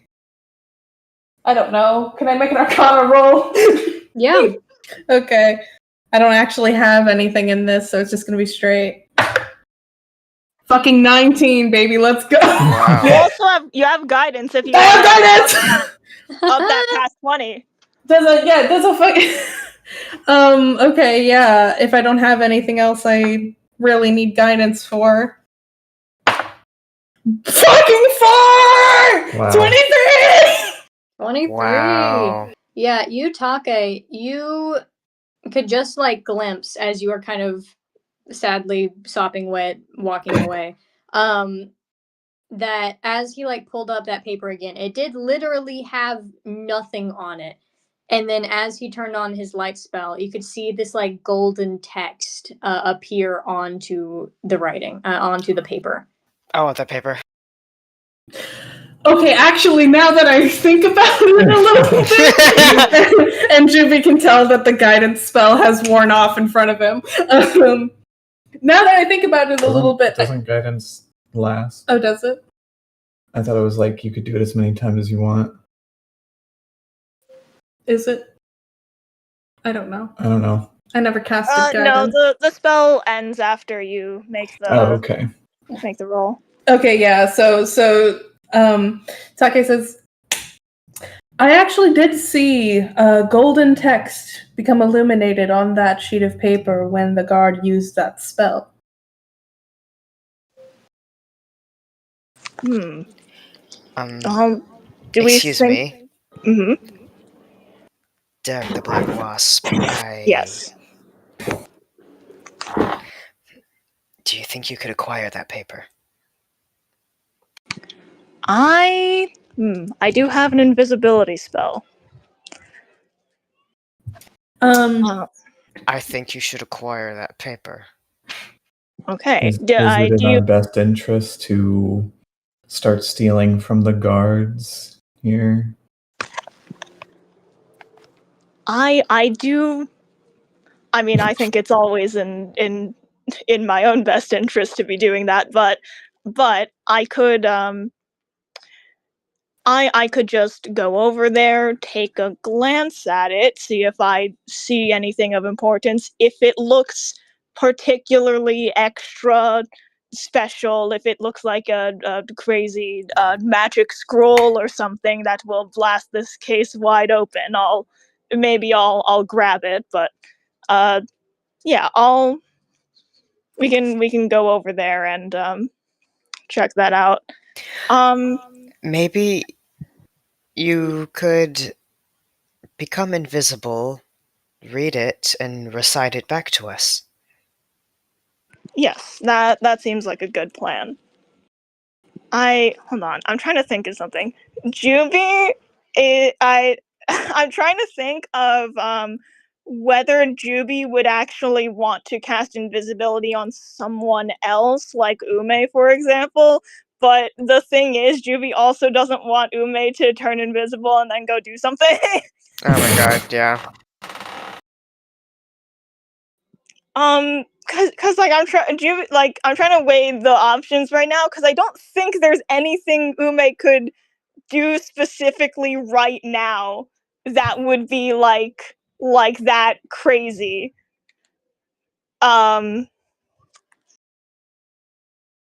But that's the thing, isn't it? You never know Yeah, you what never she's know. gonna do. You never You're know. gonna Maybe turn me she'll turn invisible and I'll run off in the other direction. You'll never know. Yeah. Let me just double check how invisibility works real quick. Yeah, with my Arcana roll, could I tell that he was just using a normal light spell, or was there anything specific about it? Okay, He was just casting light. Okay, that makes sense. I'm gonna be extra kind and say this would probably also work with like a lantern or a flashlight. A flashlight. Is that real? What's that? With like a gem of light within it. Instead of batteries. Gravity Falls. Never mind, that was just a That flashlight. was just a anyway. normal flashlight You again. said gem though, and it made me think of that. Anyway.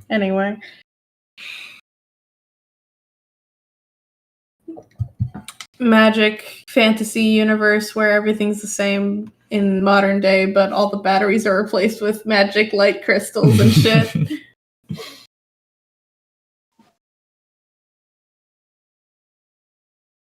Yeah. Hmm? I was gonna say I won't say anything as to not influence your decision here. Oh, that's funny because I was about to ask you what you think. If you want me to say, I can, I guess. Actually,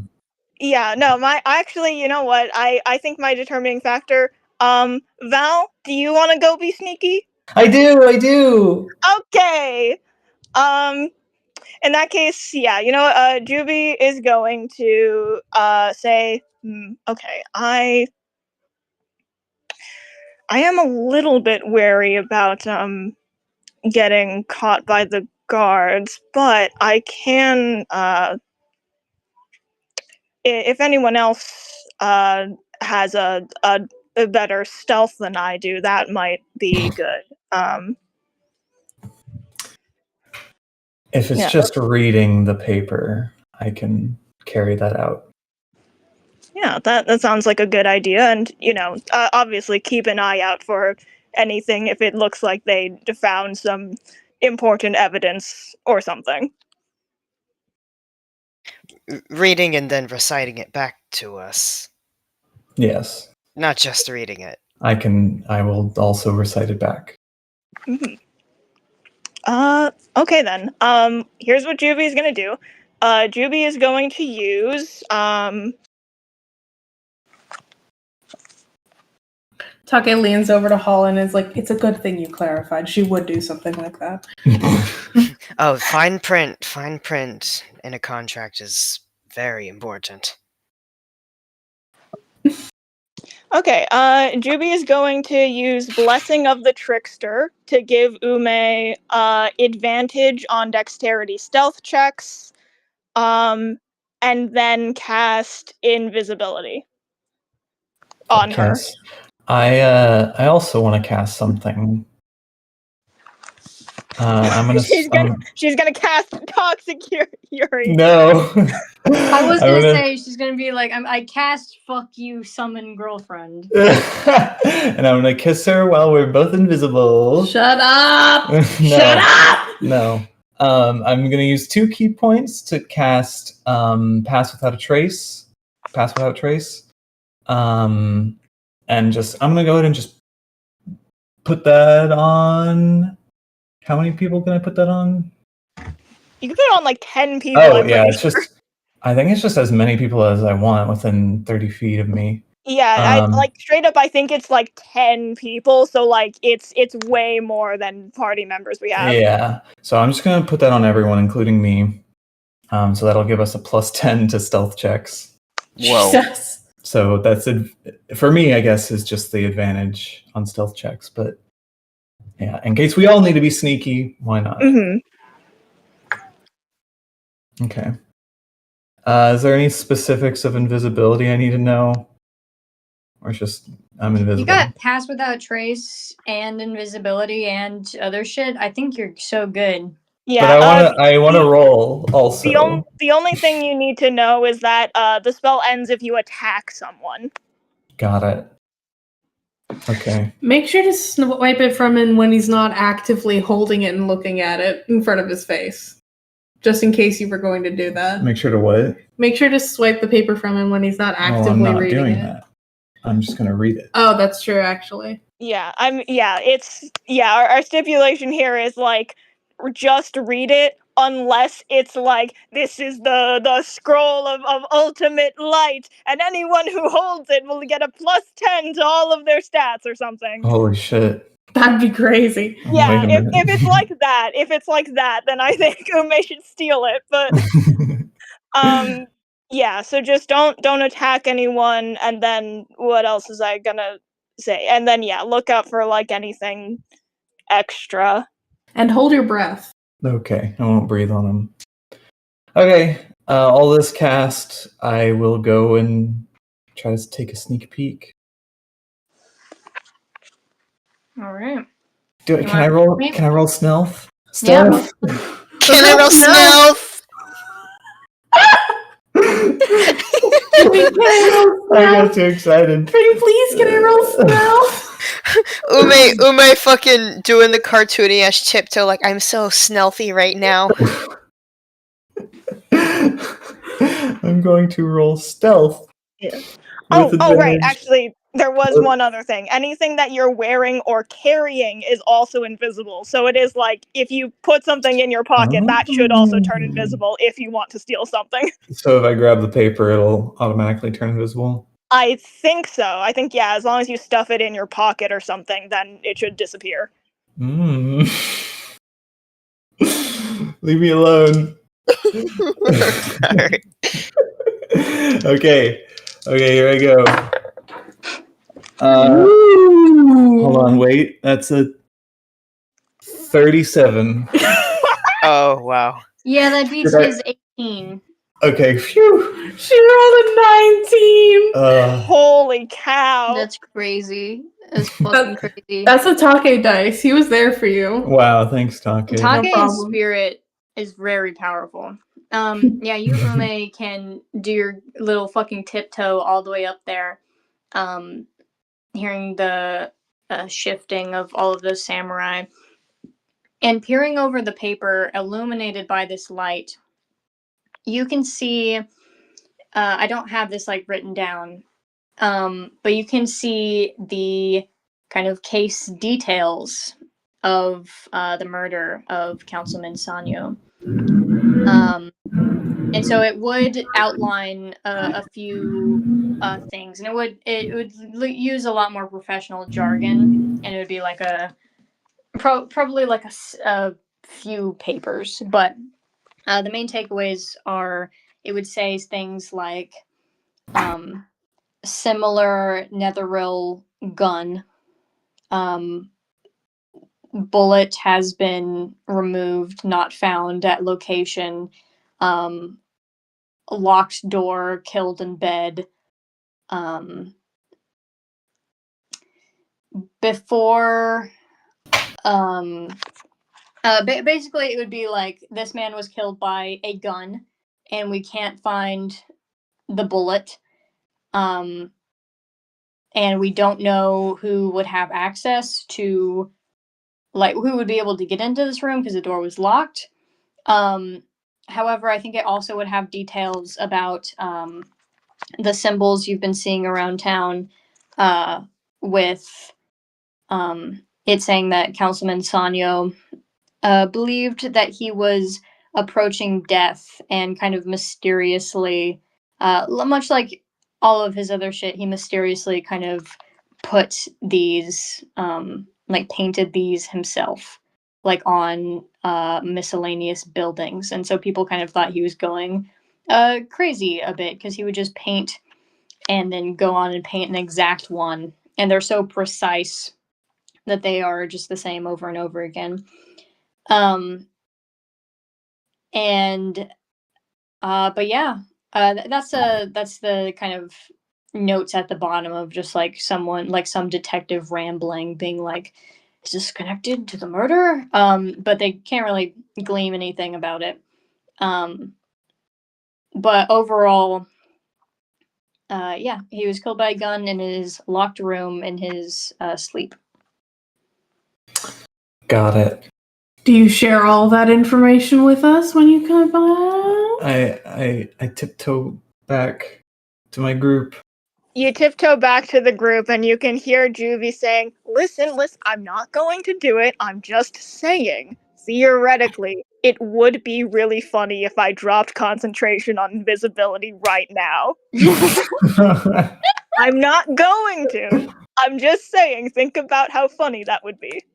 I can think about how deeply that would screw over everyone. I but we'd get a flicked laugh Juby out in the of it. head. Yeah. Oh. Well, I think your sister came back, or else we're being haunted by more ghosts. Wait, what did you do? I flicked Juby in the head. Oh. Tucking lips around, looking for a ghost or his sister, in no particular order. Hi. Oh. I don't know how to stop being invisible. Juby lets go of the invisibility. Okay. I didn't need to take the paper. It confirmed what we were suspecting. It was very similar to the previous case. Same weapon, locked room. Couldn't find the. Can we just establish we know what bullets are? We know the word bullet. They did say netheril gun with bullets. Yeah. So if Ume sees this and is like, okay, netheril is implying it's the same weapons that we know already. So that means that the hand cannon is called a gun and that the ammunition is called bullets. And we're good. All right. Gun, bullet. No bullet, no gun. Gun, bullet. No bullet, no gun. Fuck. There was also some extra information about that symbol we saw outside the inn. That was apparently drawn by the councilman himself. He went on a bit of a spree and painted the symbol on multiple buildings and very precisely recreated them. Did the paper... And he suspected his death was approaching. That's interesting. Okay. Did the paper outline what buildings that this symbol was drawn on? Maybe that's important. Did it say the specific buildings, or did it just I think it would say like just random, like just miscellaneous buildings. It seemed to they seemed to believe it was just random buildings. But who knows? Maybe we could find a pattern.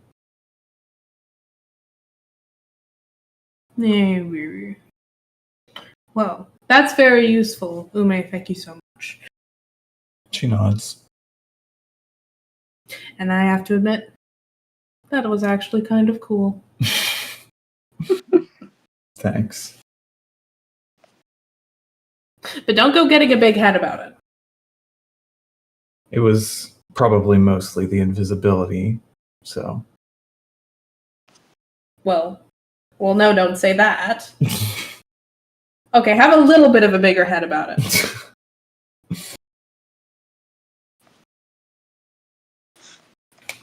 Well, what are we going to do now?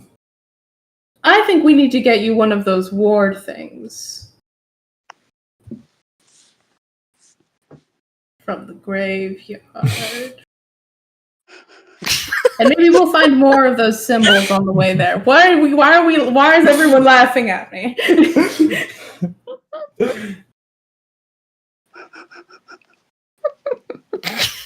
Why is nobody saying anything? I'm sorry. What did I say? Graveyard. Haha, get your laughs out. But I still think that we should go to the graveyard and get you a ward and maybe look for more of those symbols, see if there's anything that we can glean. Right, yeah, okay, that's a good idea. We can all split up, look for any clues around town, look for where all of the symbols are, and maybe we could come back, draw them on the map, and see if they form a secret message or a magic circle.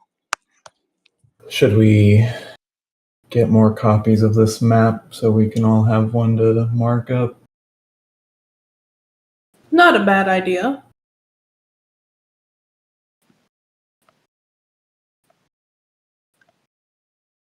All right, yeah. So that's 1, 2, 3. Okay, so that's 3 silver pieces. Yeah. What was it? It was It one silver? was 1 silver for 1 map, so that'd be 3 more silver pieces if you were getting one of your. Wait, no, we're sticking together. We can use the same map. Would prefer to have some time to myself. Okay, then you can buy it. Okay. Fair enough. Wonderful. Okay, you guys can go back to Emily and buy more maps. They all are about the same. She did just like draw them in like an ink pen. But she cares very much about her maps, so they would be as samey as possible, and you can hand over that money, in which she would be like, "I'm filthy rich." Now we're not just your first customers of the week, we're your best. I can buy a whole store now. Well, make sure that you mark the address of your store on these maps so I can find you later. You'll have to come back to update it. Ah, well, I'll hopefully remember that, although it would be hard. I wish there was something like a mental map, and I could put everything I want to remember on it. That'd be good. Sure. That's called remembering. You're such a smart girl. Has anybody ever told you that? Yeah, I get called a little bit too smart. Ha! I don't think there's such a thing. Big smile. All right. Okay. I've bought my map. I'm not Yay. buying anyone else's. Juby also buys their own map. Wonderful. Holland goes, guys, I'm hungry. Oh, right. I'm also hungry. Yeah, I was gonna ask that we take a break right after we get the maps. Yeah, let's give Craig a break here. Yeah. Craig, take 5. Craig, Yeah, take 5. get us out of here. Bye. Bye. Bye-bye.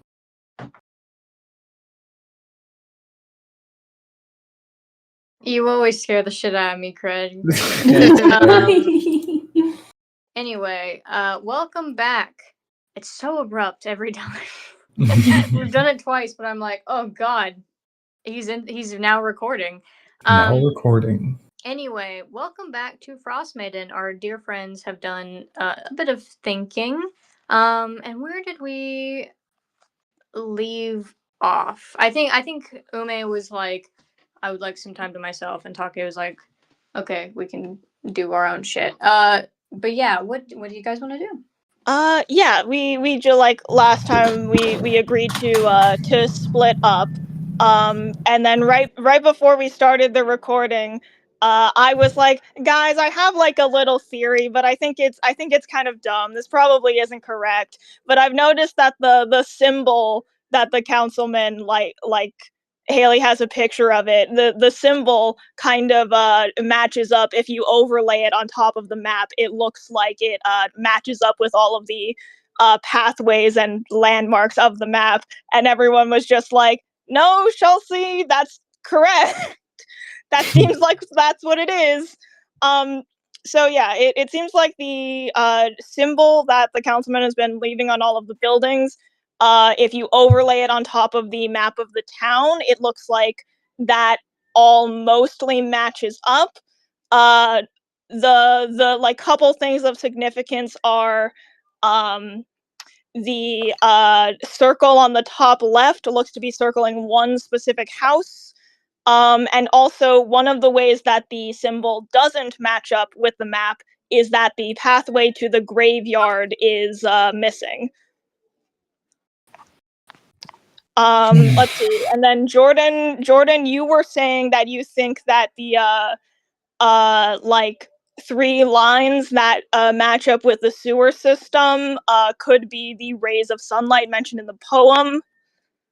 Mm-hmm. Yeah, and then Andy, you were specifically mentioning like that, yeah, we have to go check out that house because one of the circles is if one of the circles is the mayor's house, then the other circle is probably also significant to that. Yeah. Whoever lives there probably has something to do with the Mhm. councilman. Okay, yeah, did I miss anything in our recap? No, I think you got it. All right, good. Yeah, we spent like a significant amount of time talking about Mount Rushmore and YouTube, and then I was just like, I have a little pet theory, and then it's like, no, actually, that's a good theory. Mm-hmm. Okay, if But that's the our characters probably have not realized all of this yet. But yeah, the house in the top left is still kind of, conspicuous. So mm-hmm. Yeah, I think it'd be fair to say, I don't like having too much of a disconnect between player thoughts and character thoughts.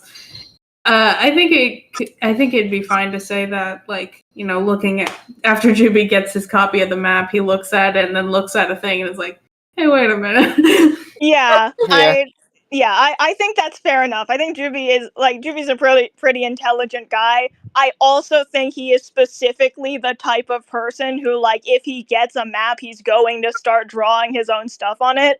So, like, yeah, I do think that, like, Juby would have a similar thought process of, like, he's going to try drawing the symbol on top of the map, and then he notices that it matches up pretty well, and he'd explain to the others that he thinks that that might be something, except that, the path to the graveyard is not there, which could mean something significant. Yeah, I don't know about the graveyard being too significant because again, there are quite a few roads that aren't accounted for by this symbol.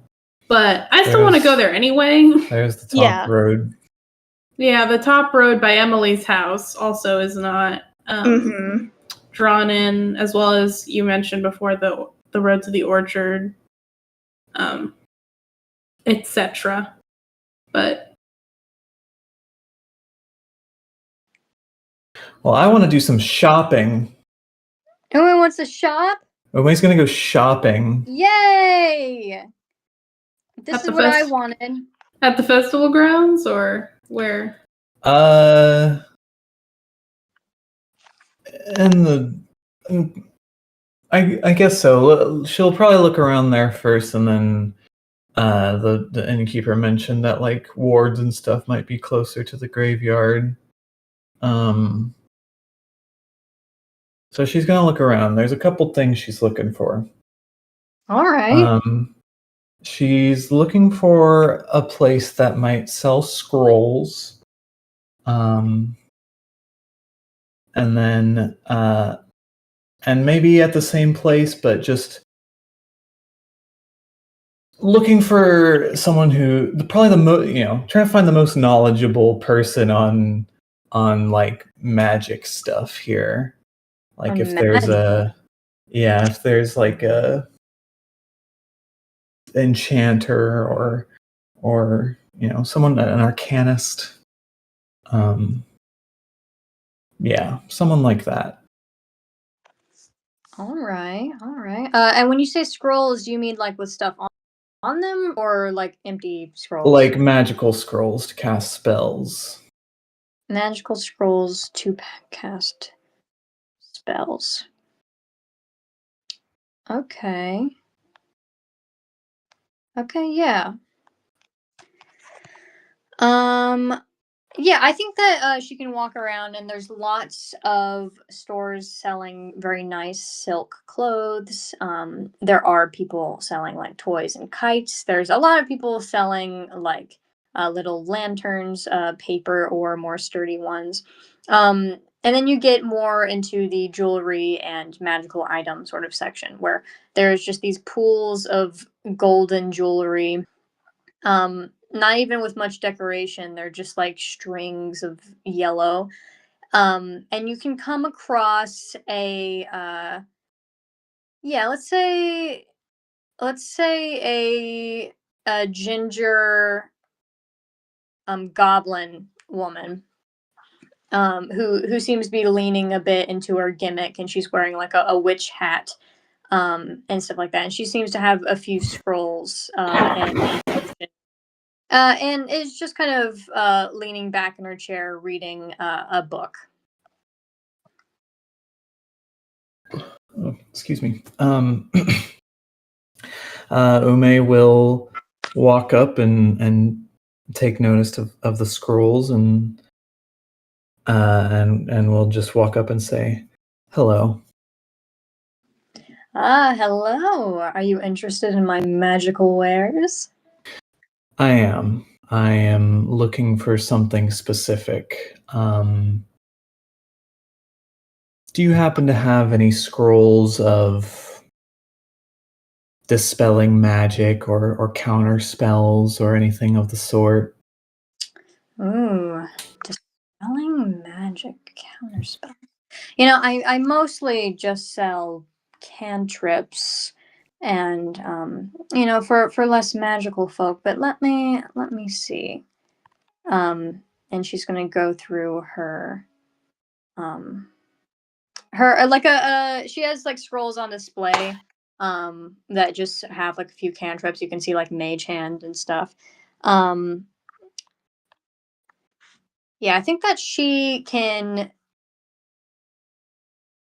kind of wiggle out a scroll in the back and blow some dust off of it. And it is it says dispel magic at the top, written in a few languages. Actually, you can recognize some of them and you can't recognize others, but it looks a little old. And she says, all right, now like I said, usually just do the cantrip thing, so this would serve you 1 gold and can be used 1 time. But it works a bit different than normal dispel magic. You can choose multiple sort of targets when you use this one. I see.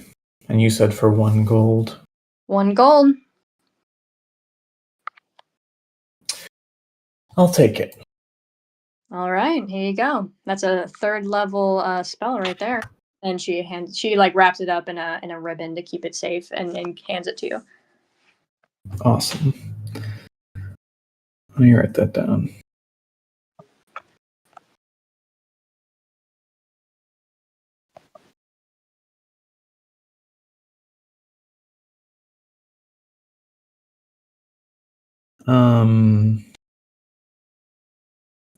Okay. After the exchange,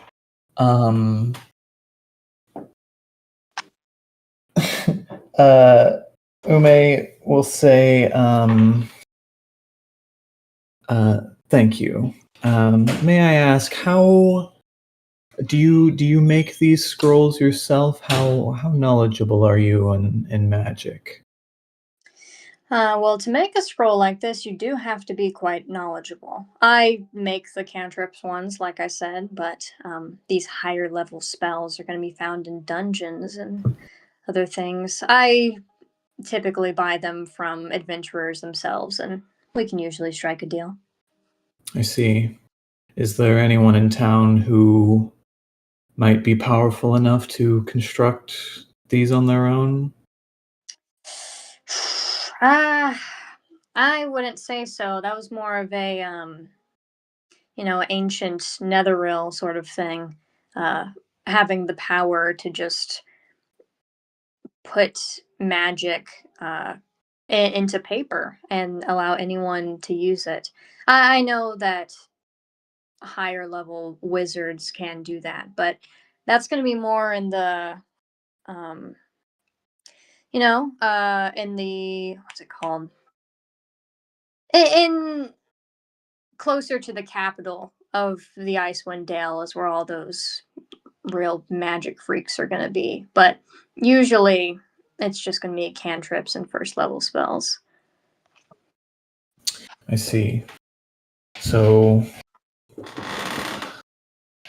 Who would you say is the most powerful magic user in this town that you know of? In this town. Um. Well, there is I think his name is Daichi. He's this tabaxi guy. He sells lanterns. He's a came from that druid sort of settlement just outside, and I think he's pretty powerful. I mean, not a wizard, but druids are like, you know. I think if anyone knew the most about magic, it'd probably be him. I see. Well, thank you for your time and answering my questions. That will be all. If you don't mind, might I ask what you're looking for? No. And then she walks away. She laughs and she goes, "All right, thank you for your business." As she like waves you off. Awesome. I guess I probably should have asked where Daichi is, but I'm already off. I'm gonna go seek him out. You can't lose your aura. You've already walked No, away. I can't. You're You right. can't walk back and be like, I actually have. Oh, actually, sorry. No. I'll find him on my own, or ask someone else. I don't know. All right. Do we want to? I think it'd be fun if we would skip around a little bit. Yeah. So does anyone else wanna do something? George's in the bathroom right now. I'll yes and the shit out of you. Anything you want. Let me check the goals that I wrote down.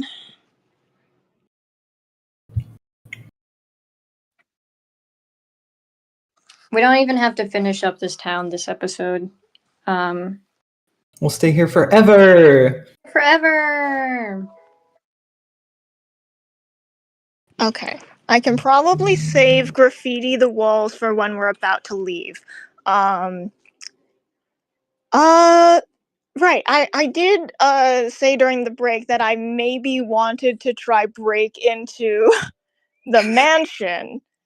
But there does appear to be a couple things around town we can check out. So Juby will be like Juby will explain that he's thinking of maybe going on a little stealth mission and checking out the place they were just at, but heading inside. But he'll say like he'll basically like just be like, but if there's anything else that we think takes priority in terms of investigating, uh he's like open to ideas or tagging along with someone else. All right. What's Holland doing?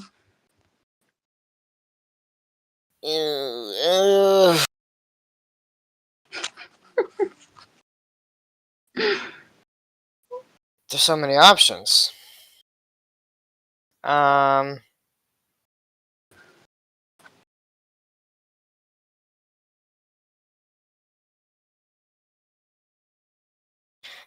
Whatever, man. I'm gonna go to the orchard.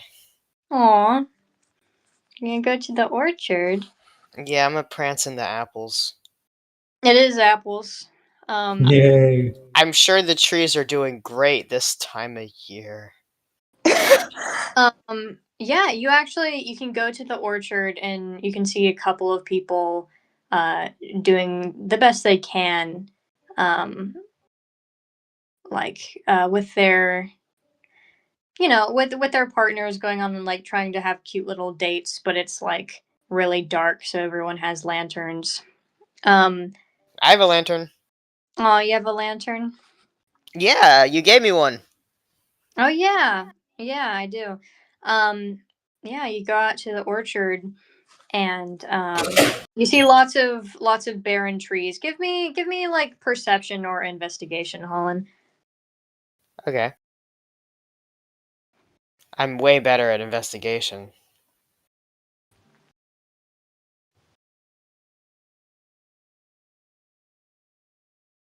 Yeah, 24.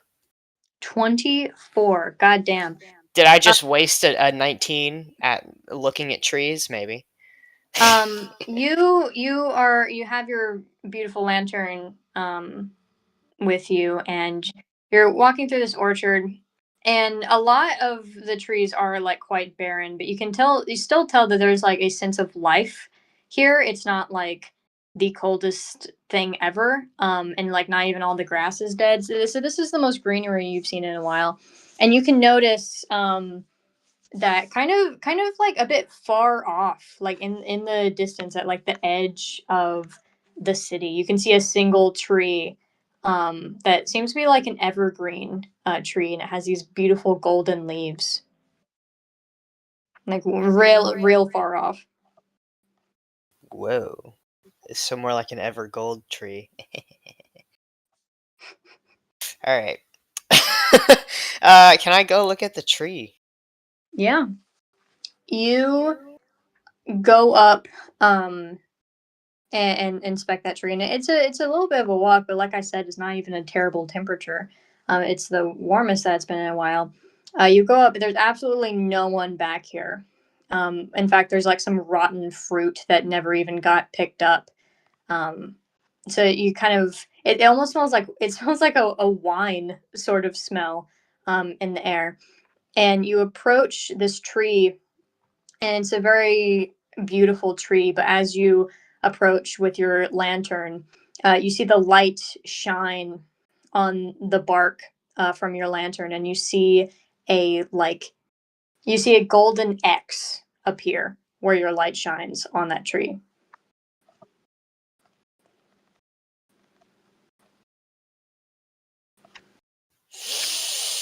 Okay. Hold on. Scrolling up to the poem. Damn it. It just says shine a light. Shit. Can I scratch at it with my claws? You can. Do you just want to like scratch at the bark? Yeah, where the X is. Just like, does it react? It doesn't react. You kind of just chip the bark off of it when you're just clawing at it. Hmm. Let me think.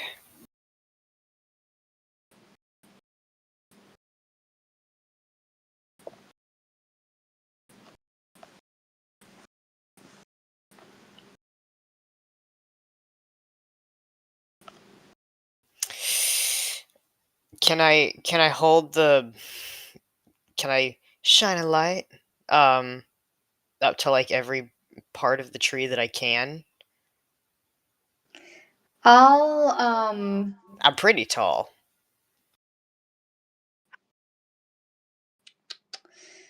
Yeah, you can do that. I don't think I do think that there is like a golden glow that kind of glows at like the roots, like the base of the tree.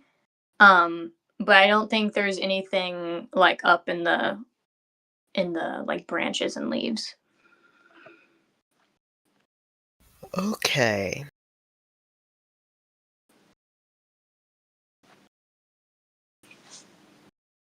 Hmm.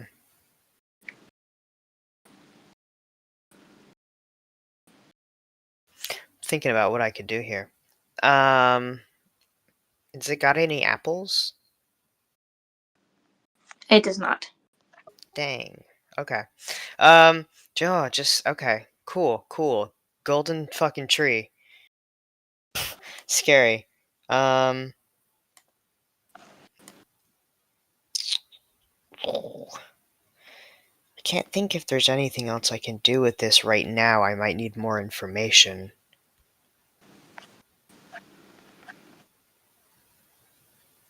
Hmm.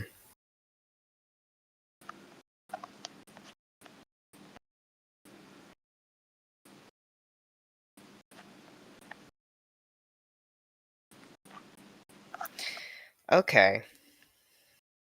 Um, So it's just the tree and with the X on it. I should probably let me. I should probably say that I wrote down in my notes. I kind of displayed this wrongly to you. I apologize.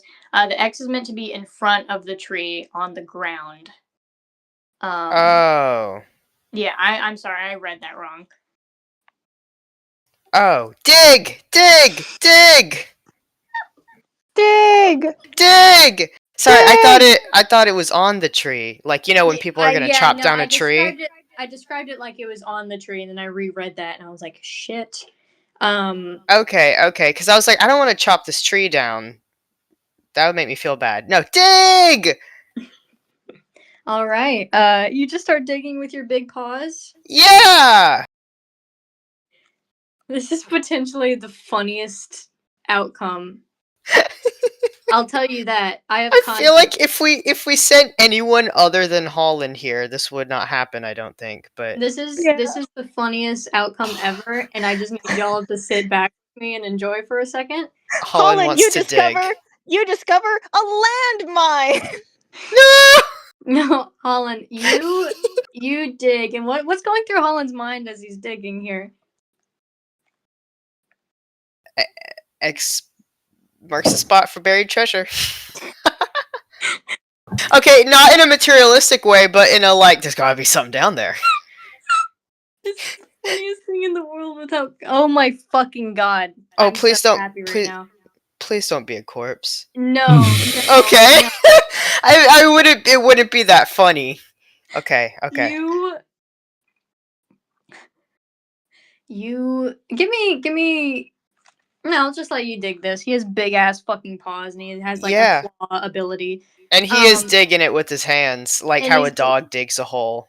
Yeah, is in his claws. Yeah, you dig and dig, and you hit what feels like a hilt of something.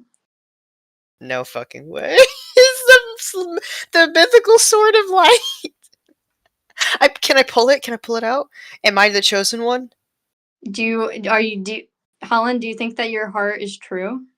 I think Holland's heart is true. In the middle Truly, I think so. In the middle of this fucking orchard where nobody is around, this is Holland's first little solo excursion that he goes on. You reach down to grab this hilt and pull up a beautiful sword of light. What the fuck? Oh my god, he got the mythical sword of light. He is not gonna give that to a sweet little girl. Raise it skyward. There's no way. He's raising it skyward. It is like the blade itself is made out of light. And Holland, deep in that hole, you see a glimmer as almost like a geyser, gold coins start spurting out of this hole in the What?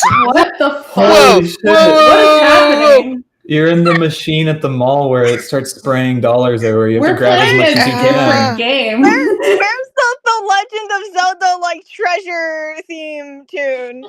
Oh, I got it. Wait, I got it right here.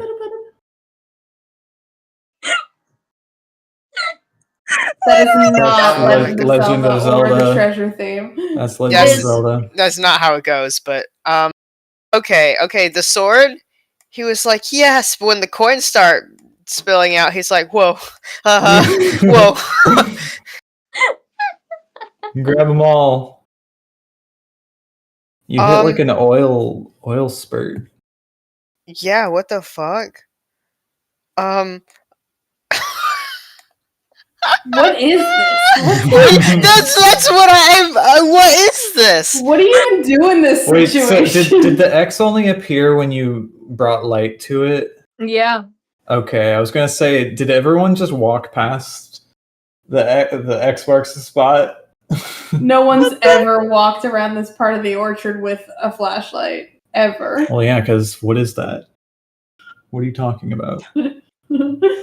I guess it is if the orchard is dying because it's eternal winter, no one's going in the orchard, but that's That's so funny. That's so funny. The poem on the ground was legitimately an incantation to summon like thousands and thousands of gold pieces. Oh my god. Rich as Oh the my soil, God. fertile as the land. So is it just like it's just still going? Yeah. Grab it all. Oh, You wanna yeah, know but the amount? can I grab all of it? 10,000 gold pieces. 10,000. We need a bag of holding, guys. What is fucking happening right now? You need to come tell the others because like there's no way you can pick this up all by yourself. Also, like it'd be good for us to have gold. Also, Juvie is going to like just redistribute a bunch of it because that's too much gold for one person. Well, yeah, it's just enough for 5 people, right? How much is 10,000 gold pieces in US dollars? $100,000. No, that'd be like $1 million. Oh yeah, yeah, yeah. $1 million. Okay,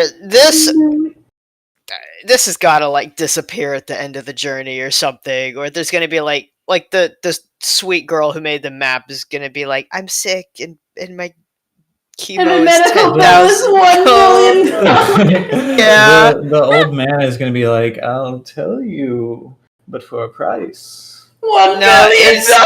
The old man is gonna be like, I'll give you all you need to know, but only for someone whose heart is pure. And if Holland keeps this money for himself, his heart is ain't tainted. pure. Yeah. Oh. What the fuck? Okay, are Just you gonna like You can carry that all. I genuinely don't know how to react to this situation. Yeah, I think you need to like pick up as much as you can and then go find everyone else and say, "Hey, I found the mythical sword of like a little girl was talking about, and also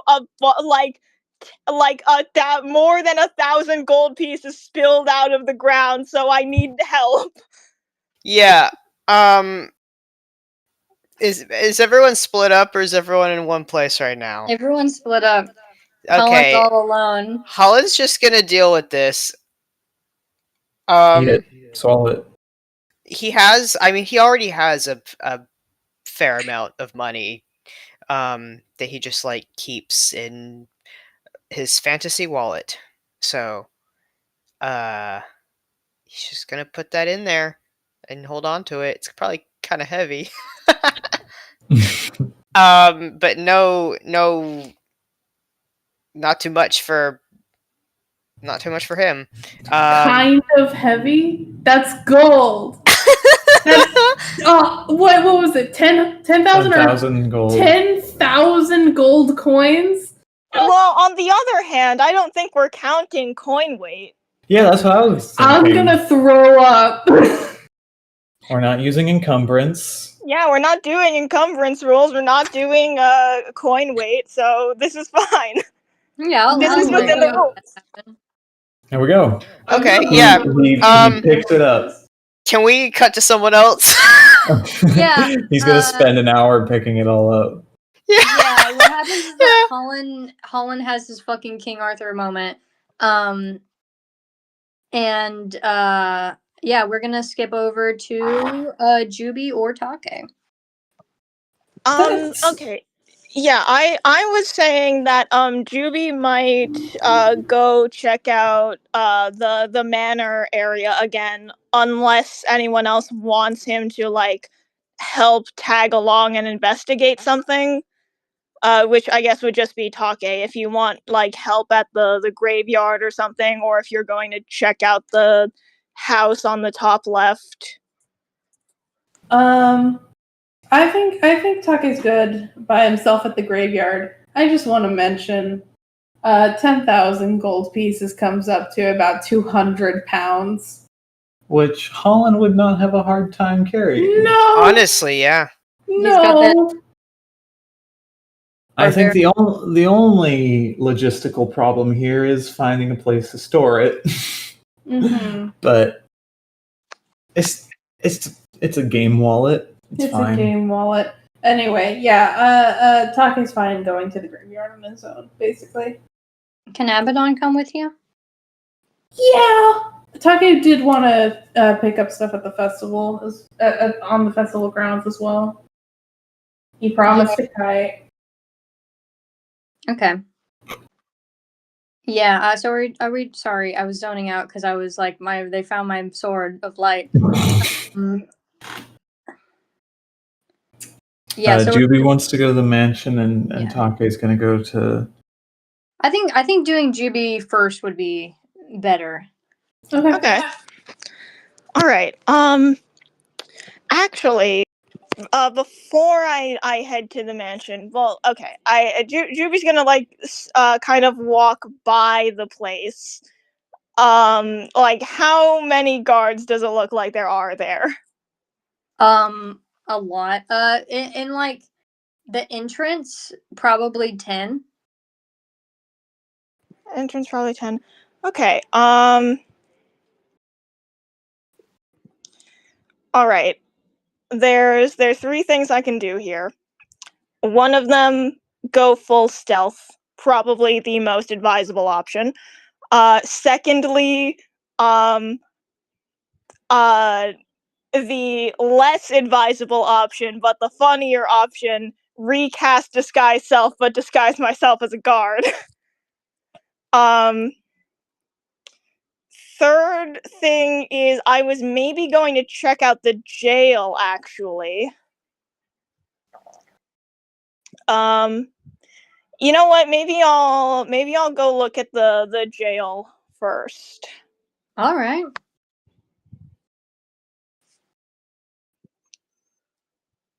And he's still disguised? Yeah, he's still disguised. Okay. So you can go to the jail. It is quite a big sort of building, but it doesn't look like there's a lot of guards outside. It looks like you can just like enter. But you could probably guess that there's plenty of guards inside. Yeah. There might be less guards than usual because they're dealing with the councilman situation.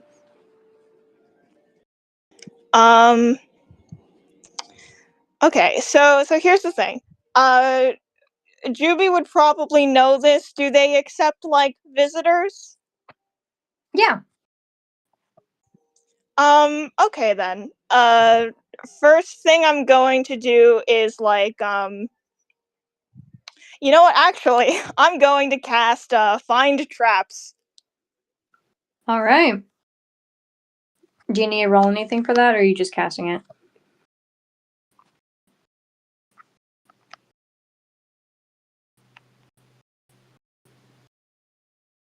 As soon as this web page loads, I'll tell you.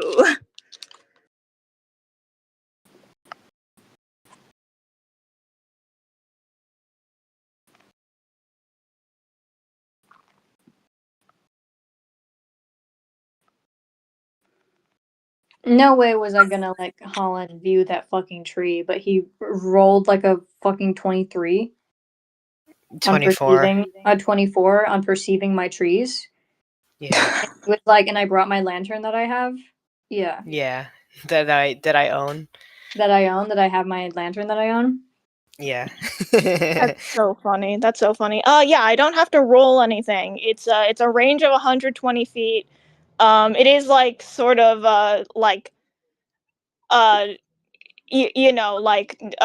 within sight. So it is like Juvie, is kind of like at the entrance of the place and subtly like casts this little spell. He doesn't know the exact location of the traps, but he knows whether the traps are present and generally what they do. All right. Yeah, also like trap includes like both mechanical traps and like spell traps, like snare or like glyph of warding or like basically anything that is intentionally built as a trap, and so it wouldn't include something like, oh, there's a crack in the ceiling that'll fall on you. It's like whatever was built with the intention of being a trap, or like if it's an abjuration spell or something. but again, he doesn't know where it is. He just knows that it is there and generally what it would do. Yeah, okay, yeah, no, he would know that there are. I guess I would describe it like a glyph of, and he would probably assume that this is like inside the like cells themselves.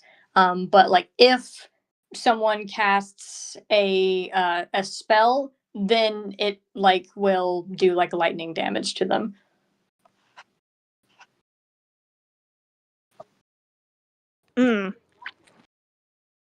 Not good. Okay, yeah, okay, knowing that, if Juby doesn't sense any other, like, traps or spells or anything like that, I mean, do they have to ask for permission to go, like, visit someone? Yeah, I think that there would be like a orc woman at the front desk who's like taking like, okay, which like who do you want to see, and I'll bring them to like the visitor room sort of thing. Okay, so Juby was in jail for a bit here. Mhm. They were in jail. I guess what I'm looking for here is like, Juby has the criminal background, and usually within that sort of thing, there's a thing of like criminal connections. Basically, what I want is there anyone that Juby thinks would possibly still be in jail that he would know? Like a criminal contact that would probably still be in jail or had likely been arrested. I think that Juby was quite popular, so I think that there would be some people that probably Juby and Dandy would both know.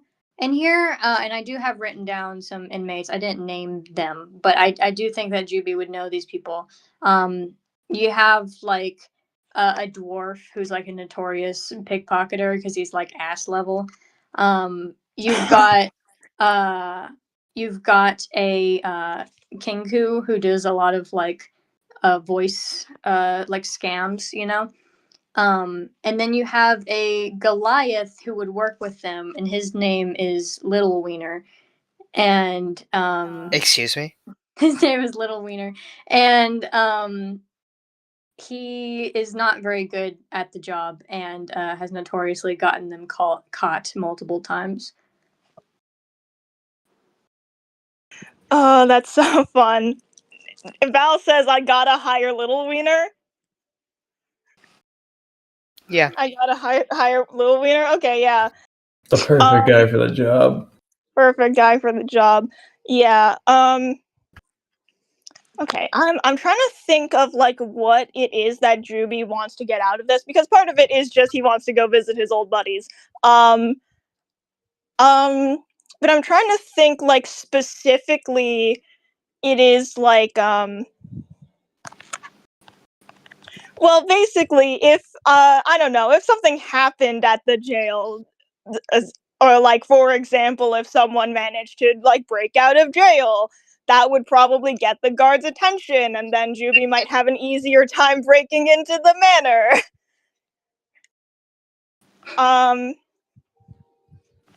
Yeah, okay. Yeah, in that case, Juby is going to like walk up and ask if he can visit like Lil Wiener and maybe that Kenku guy. All right. Yeah, I think that they're a very code name based group. So I think that the dwarf would be named like like Soft Hands, and then you got Little Wiener, and then the Echo. I mean the Kinku is probably just named like Copy. Yeah, and then they'd all know Juvie as Little Weasel. Yeah, they'd call him Lil Weasel. and you got a little weasel, and you got a little wiener. And they I think that they also would call Sarkong like Sarkong my balls, so they're aware. Um, but yeah, you want to talk to Lil Wiener and Copy? Yeah. Maybe Soft Hands if he's also like there, but I'm not sure if I can ask to see all of them at once. They, I don't think they get many visitors, so I think you can talk to that orc woman, request those three, and those three would be able to show up for their own enrichment. Okay, great.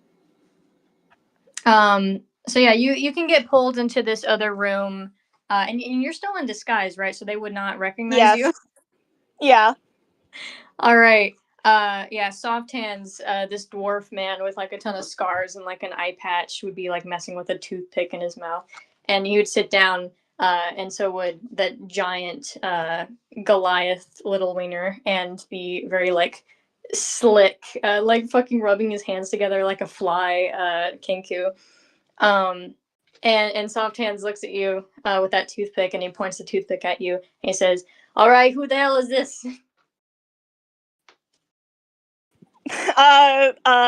Juvie grins, and he says, like, "Oh, yeah, hi, sorry to bother you. My name is, Black Wasp. Some people unfortunately call me Derek. Uh, Juvie kind of, like, goes to shake his hand and then, like, leans into all three of them and and says, and, like, kind of whispers, you guys probably remember me as Little Weasel, though." They And all he winks. they all look at each other with like big smiles and they go and Soft Hand goes, "Hey, little weasel, hey!" And he's like grabbing your hands and shaking them. Yeah, good to see you, buddy. You should also be quiet because I'm not, yeah. You know what? Right, you know the guards usually let us have our privacy back here. How you been? And are you still messing around with that fox that comes by?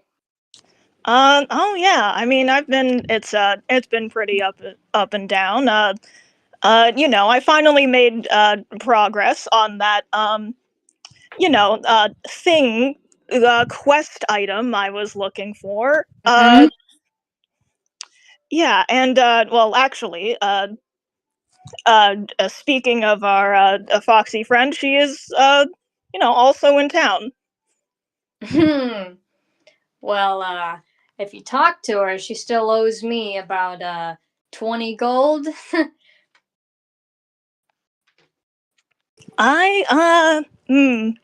Well, I'll see what I can do about that.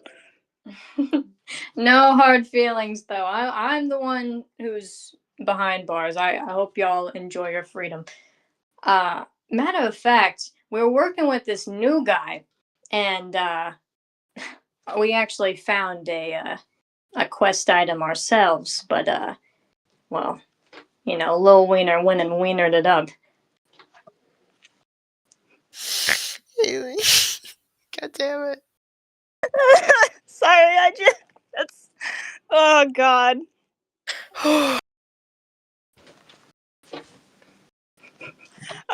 Yeah, Juvie like chuckles, but it's like, oh, okay, come on, hey man, I'm sure you tried your best. Yeah. Well, new guy was really promising, but ran off with that quest item in the end as us three were being carted off. Really? Yeah, which new guy? Like someone else who got thrown in the slammer with the rest of you? Ah, shit. No, he already had. We called him Chip, cuz his mask was chipped, you see? And yeah, no, he already had that quest item.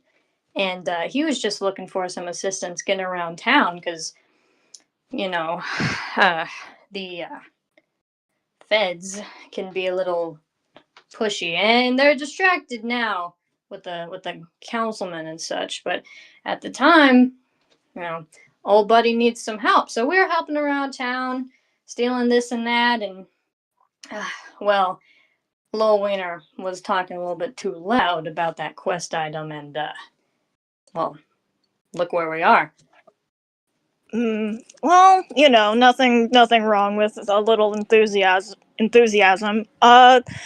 Right. Okay. I'm trying to remember if this is information that Juby heard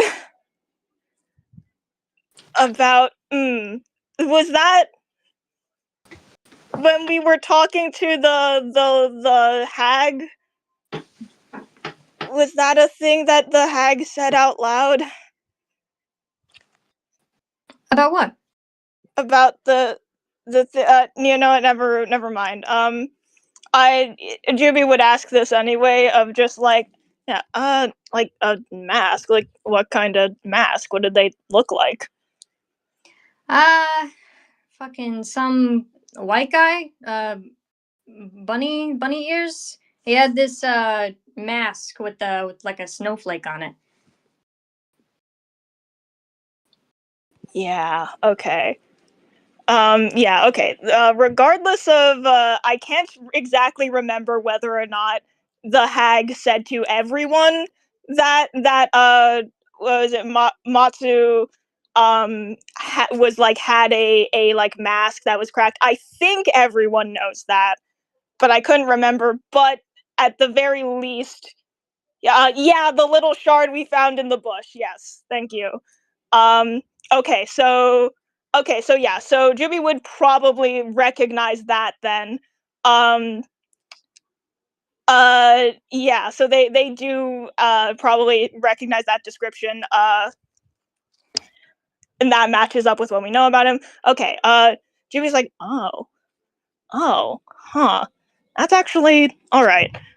Where did you say this guy was heading? I think I know a couple people who are trying to find him. I mean, towards the gate, like anyone else with a key. I don't think he was planning on selling it. Right. Okay. Oh, that's actually really helpful. Okay. Thanks, guys. Juvie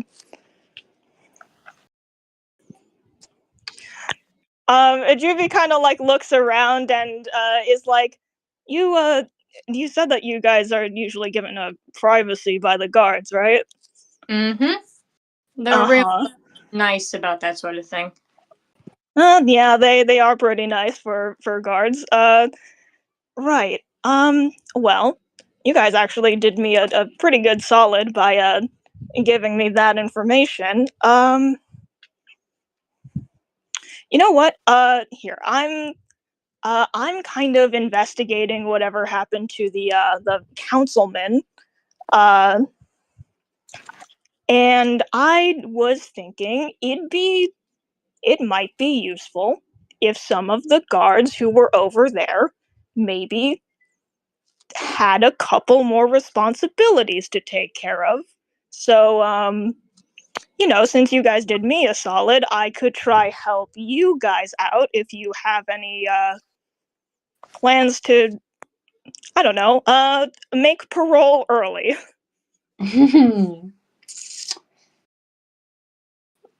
You're an inspiration, Weasel. I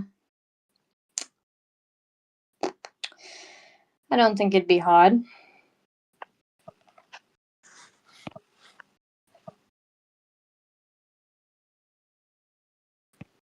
Okay, yeah. What were you guys what are you guys thinking?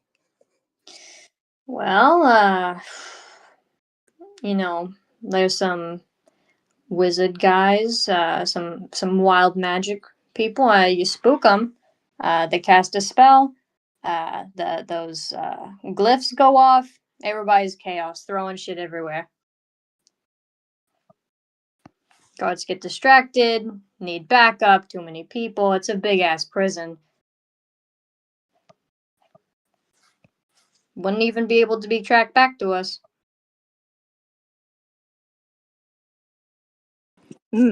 That's true.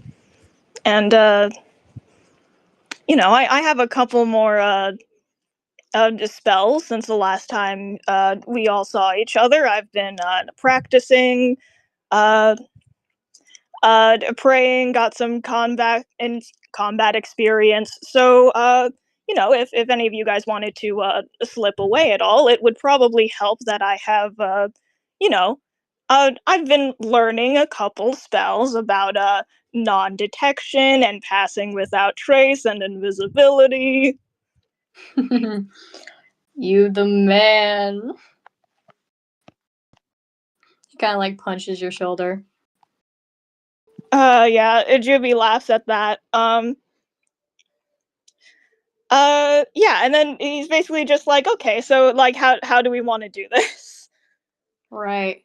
I think we can leave them to their Yeah, discussing. specifics, Mm-hmm. And Lil Wiener's like, I really hope I don't mess it up this time. And Great stuff, Haley. y'all fucking laugh. I laughed.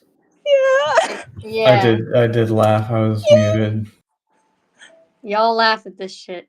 These are the jokes, people. These are the jokes. I write them. I perform them. I'm a performance artist. I believe in Lil Wiener. All right. Yeah. So what? Talking to Chelsea, does Juby? Does he just want like chaos so these guys can escape and also the guards are like distracted? Yeah, pretty much. I guess there would also be, Juby doesn't, no, we already got, like, I think all the information we need about the like, councilman case from that police report, so I don't think there's anything in particular that Juby would want to swipe from the police station.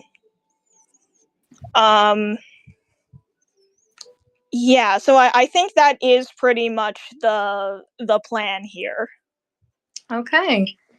Yeah, and does Juby want to be like in the building when this happens, or does he want to be closer to the mansion?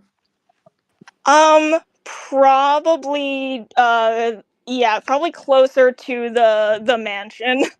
Okay, I'm gonna roll for each of these three to see if each one can escape.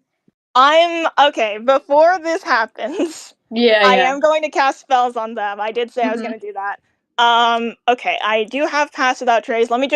I need to double check all of the spells that I have and which of them I can cast at the same time. Give me a moment.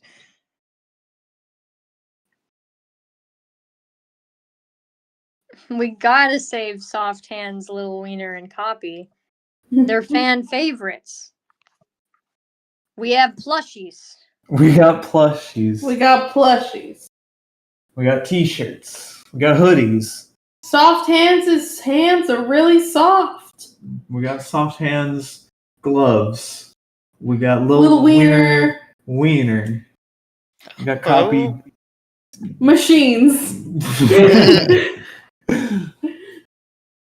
And there's so many TVs. I can't believe unwienerable. You think you're unwienerable? Wiener's you. Hey, Haley, what's up? I can't believe our brother was friends with someone named Little Wiener. He used Lil Wiener. He used the Little Wiener. He used the Little Wiener and then Gross. got away. Bro uses his Little Wiener. Don't talk about his Little Wiener. This episode's really funny to me because every piece of information is completely optional. We're gonna get them all. We're gonna get it all. This episode's really funny to me because Holland got the mythical sword of light. Yeah. Yeah, I don't even know how that happened. That's so funny. Okay. Here's what I want to do. Pass Without Trace is a concentration spell. So I cannot cast that and invisibility at the same time. However, since like invisibility, like starting to cast spells would start to like trigger stuff. Yeah, it seems like I think the thing I want to do here is Juby is going to basically like walk out and be like well actually how cool oh wait, sorry, I need to look at this again.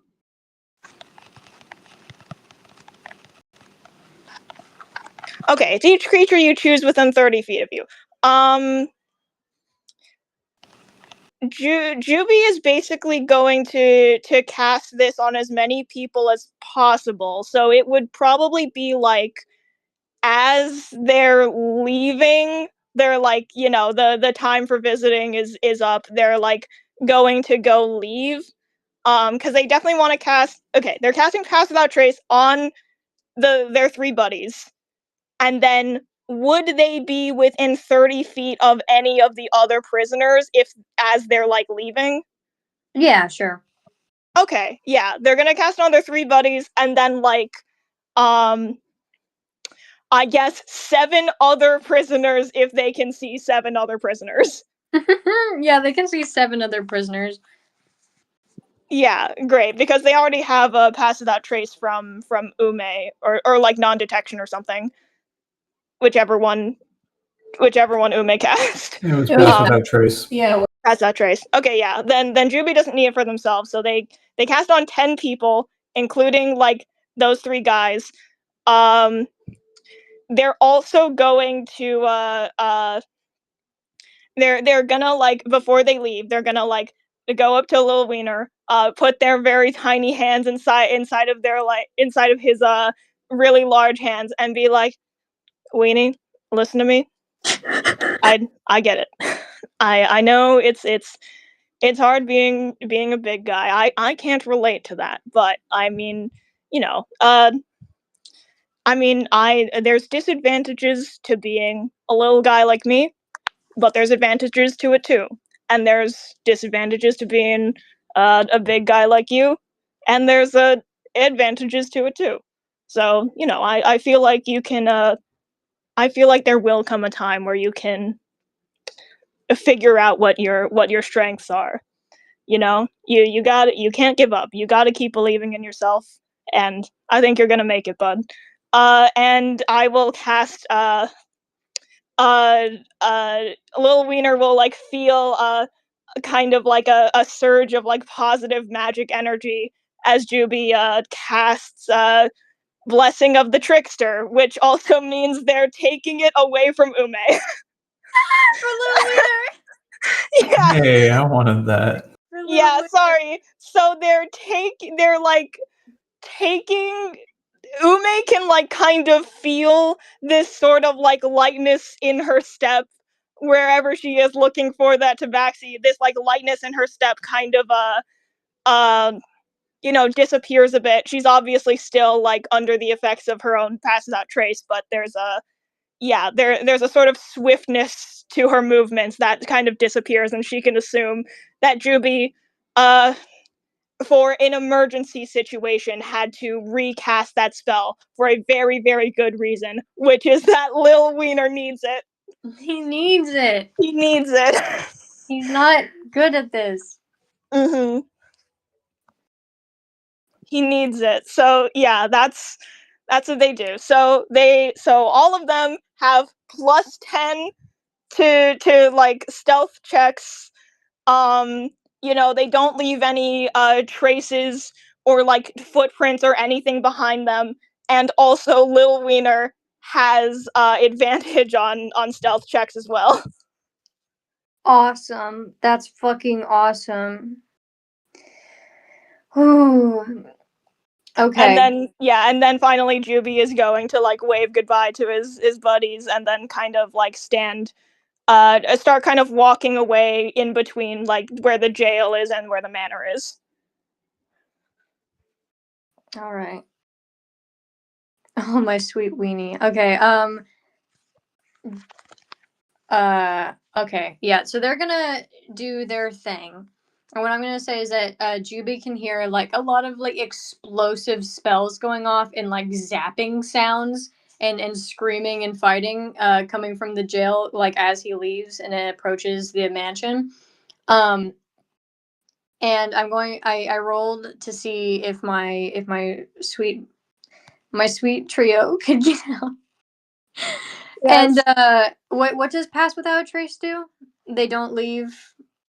They don't leave like footprints or any trails behind, and they have a +10. Okay, all three of them can To make it stealth. out. Little Wiener originally rolled a 3, and then he rolled because he has advantage. Cause he rolled an 18. Thank God I gave this guy advantage. You My see, man he needed Weenie. That man Weenie. He almost fucking wienered it, dude. Yeah, the thing is, I think he he's so like big, he like knocked into someone as he was leaving, but like the blessing of the tricksters kind of like gave him this like extra swiftness, so he was able to get out before whoever it was could see who bumped into them. Yeah, I absolutely. He was like trying to escape and being like, "I'm just gonna big wiener it all over again." And then he remembered your words, Juby, and he was like, "No, being a big wiener is not so bad." And he can escape and run away. What do you And he- fucking mean being a big wiener ain't so bad? And then he runs away. And then This he can happens. escape without leaving any trace behind. So you can see in the distance your three buddies fucking silently hooping and hollering as they just like sprint off as fast as they can. A few prisoners also get in the way. Seeing this, many of the guards, I'd say like over half, to where there's only like 3 guards still sitting at the entrance of the mansion. One of the guards who remains is that one who is reading that paper and being very brick wall passive aggressive. They all sprint off to go assist at the prison. And 3 guards remain. That's wonderful. Juby can't wait to break them out next month. Yeah. Yeah, they're not like Juvie has like a record of like one. He got arrested in like all of the towns that he's been in. He's probably stolen stuff or like done something illegal in all of them. He's only gotten caught in this one. Those guys get caught like all of the time. They get caught every fucking town they stomp into. Those guys straight up have like they have like specific rooms, like that's their cell. But yeah, Juvie likes that. Yeah. Oh, awesome. I think it'd be nice to cut to Take, and then we could cycle back to Ume and see if Holland wants to do anything, then circle back to Juby. If that's okay. Yes. Yeah, I was gonna say I think now's a good time to see what Take's up to. All right. Let's go to Take and Abaddon. Yay! Yay! What's Take doing? Yeah, Take would take Abaddon to the festival grounds for also a little bit of shopping, probably around the same time Ume did, but they're not hanging out together because Take was like, "Oh, well, let's go. If you're gonna go shopping, we should go to the festival grounds together." And Ume was like, "No."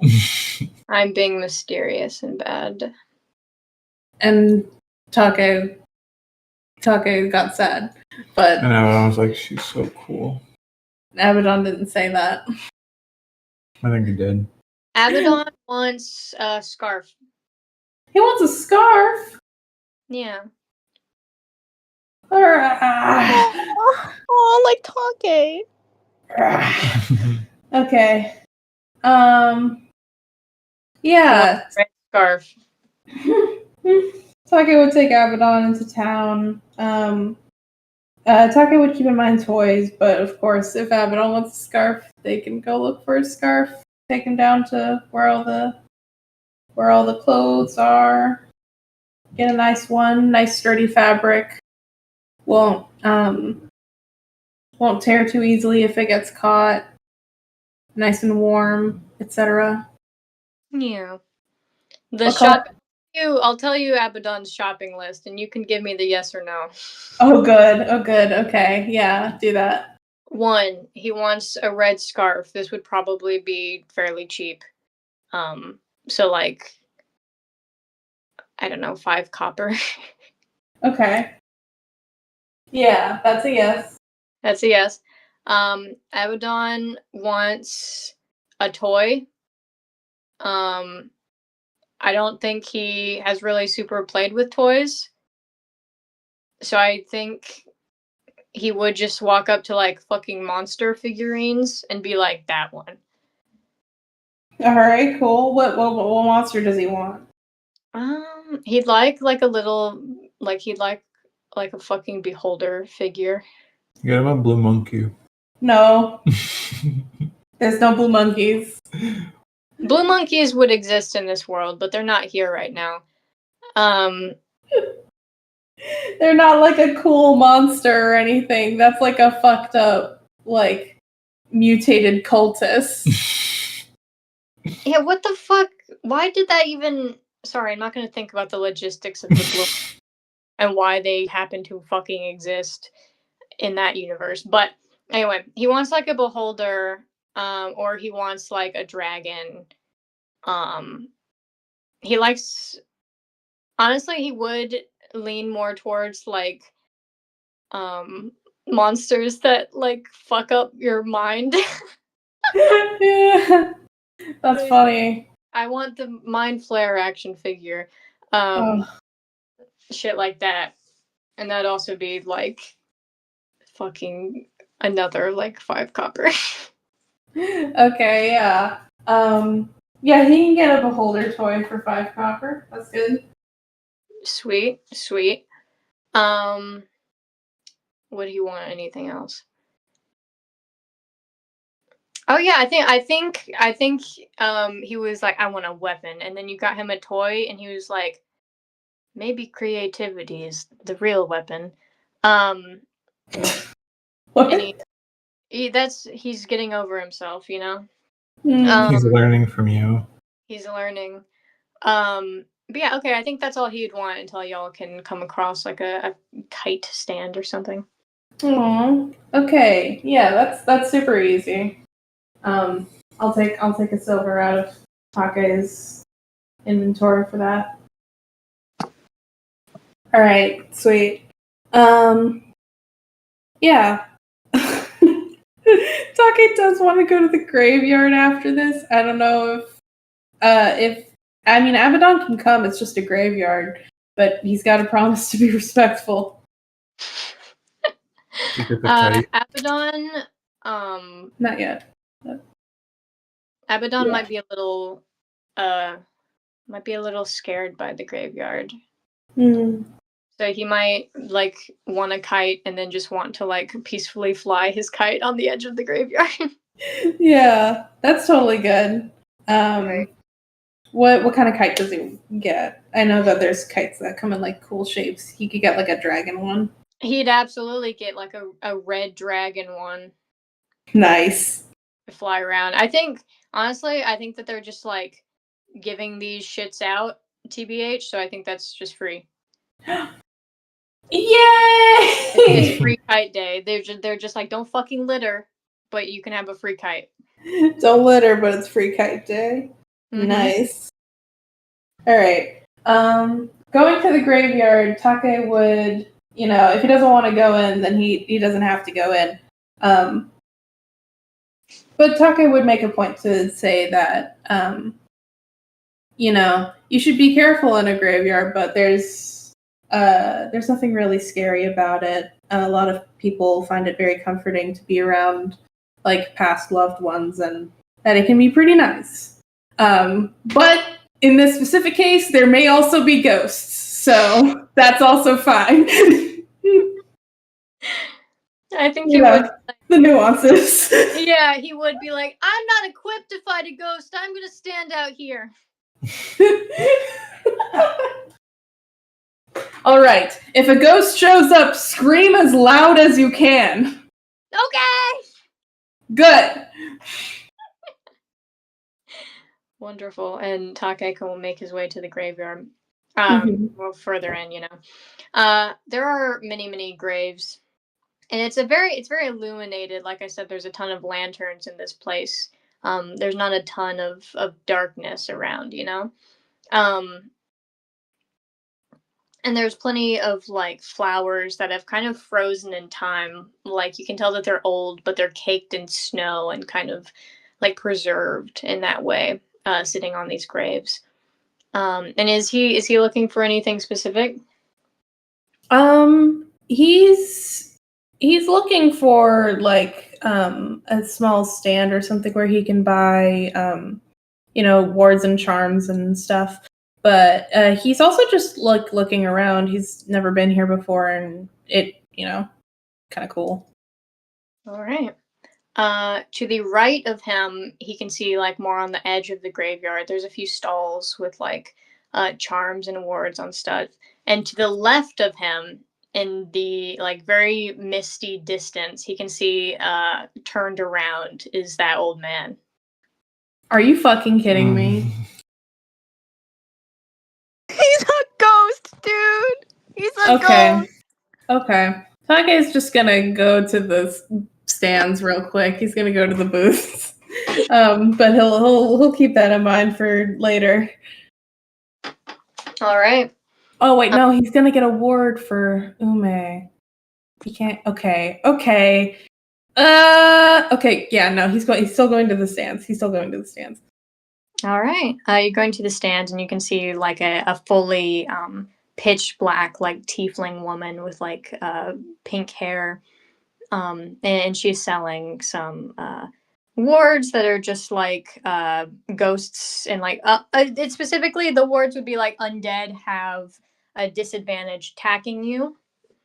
I'm sure that there are like some charms that have less concrete impacts, where it's just like this is believed to increase your luck, or this is believed to like purify like spirits or calm spirits around you.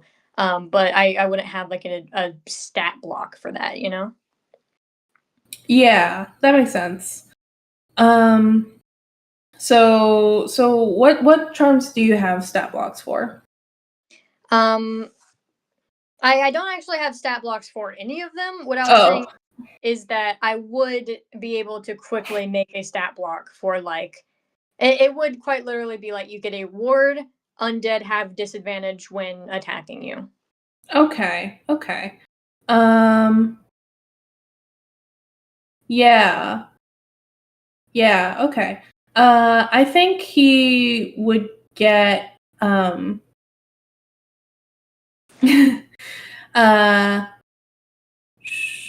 like can he get one charm that's like, undead have disadvantage on attacking you, and then another that's like undead like can't willingly go within like 5-10 feet of you, maybe? Yeah, that sounds perfect. I think these are like novelty items, so they'd be a bit more expensive than a scarf and a toy. So let's say for both of them, let's just go 4 silver. 4 silver for both of them. That's doable. Yeah, they're not crazy. I don't know how much like use specifically against undead you'll have, but yeah, one of them they'll have disadvantage attacking you. The other, it's a like 10-foot radius, they cannot like enter for you. Okay, let me just add those real quick. I do want to say Take would buy both of them, but then ask this tiefling to you said they were a tiefling, right? Yep. Okay. He would ask the tiefling to hold on to the undead can't come within like 10 feet of you one for a second. He'll be back in like a couple minutes. That's so funny. I imagine that this tiefling woman would talk like, "All right, bitch, I'll be waiting here, bitch." Awesome. It's the karma soul reborn. Yeah. This would not change the way that Take talks to her at all. He would just be like, "Okay, thank you very much." Bitch. No, no, he wouldn't say that. I wish he would. It'd be so funny, but he Yeah. wouldn't. Take, just the idea of Take talking to a woman like this and being like, "Ha ha ha, okay, bitch." No. It wouldn't be the same. It would not be the same. Okay, hold on.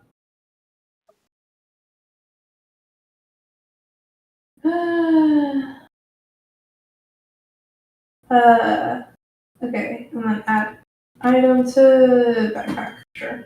And then charm undead have disadvantage on attacks. And there. Okay, good. Okay, so yeah, after asking the tiefling to hold on to that for just a second, he's gonna go and see if the fucking guy's still there. Yeah. You. Oh gosh, sorry. I have like a. God, I have like a burp that's like in my chest that's not leaving. Oh god. Oh, help, God. Oh, I hate I that. hate that. I hate that. Shut up. Okay. Yeah, you, and the graveyard's a little foggy. You can, you can spot that old man and walk closer to him, the fog getting a tad bit thicker. And he notices you quite quickly and kind of bridges the gap. And I think like before even greeting you, like he gets to where you are and then instantly like he like walks up to you and then once he reaches where you are, he turns back around and starts walking again. And he says like, "Let's go on a walk." Okay. Take walks alongside him. He says, "I apologize for my earlier behavior, but I am further at ease with just your presence now." I'm appreciative of the comfort that you feel around me, but I am confused by it. Your soul, it is one of light, of the sun. There is a purity within it, not necessarily morally. I'm not saying you will always make the right decisions, merely that your soul is one of light. It earlier appeared to have specks of darkness on it, but now they seem to have wavered, and I am more at ease. I'm not sure I understand.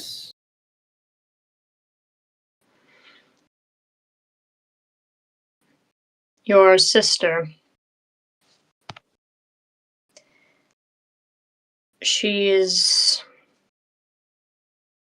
her soul is smothered in a familiar darkness to me. One of a woman who I have had complicated relations with. That is why I wanted to speak with you, Take, to tell you of this woman.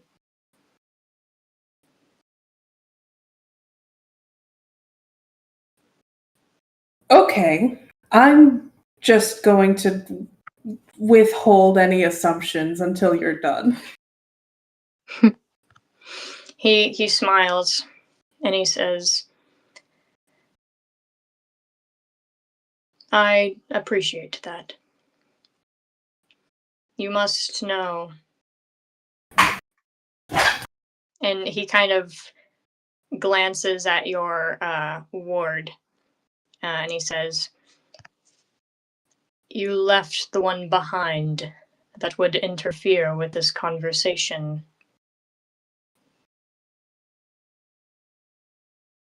I did. So you must know. I had suspicions, strong ones. I've been told that I assume ghosts are around a lot, like more so than most people, to the point where it's notable. Well, I have no particular wisdom on that, but it seems that you have found yourself around the undead lately.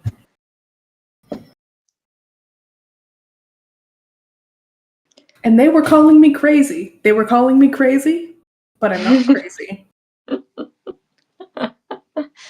You are certainly not. But I must inform you of the woman who murdered me.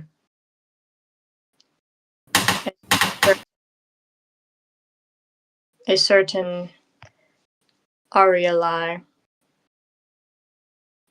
your sister, is covered in her darkness.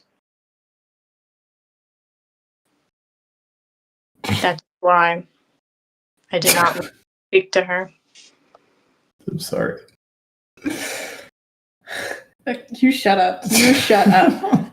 You shut up. I'll make you walk out and join on your phone. Okay. What the fuck does Take think about that? Okay. I'm trying to parse what Take knows. Okay.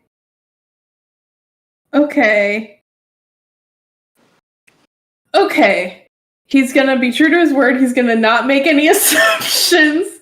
He's just gonna ask, who is this Arielai? A councilwoman, the lowest ring, the very first town of the Icewind Dale. A beautiful woman to some, although her heart is mangled.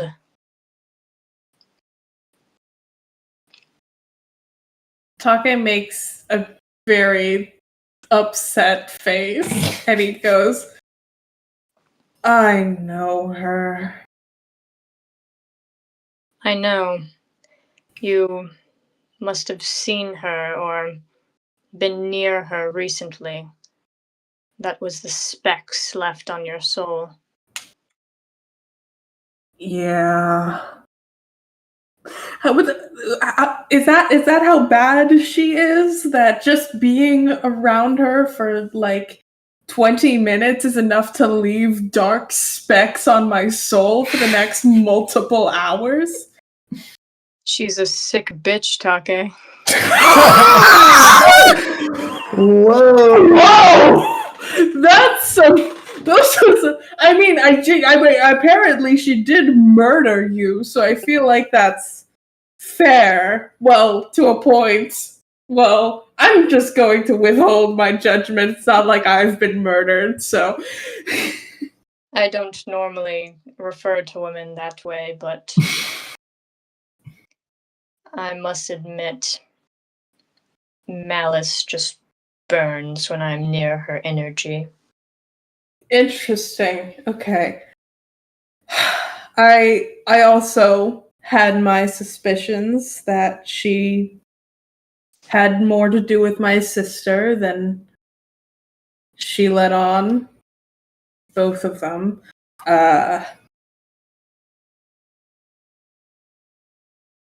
What do you want me to do about that?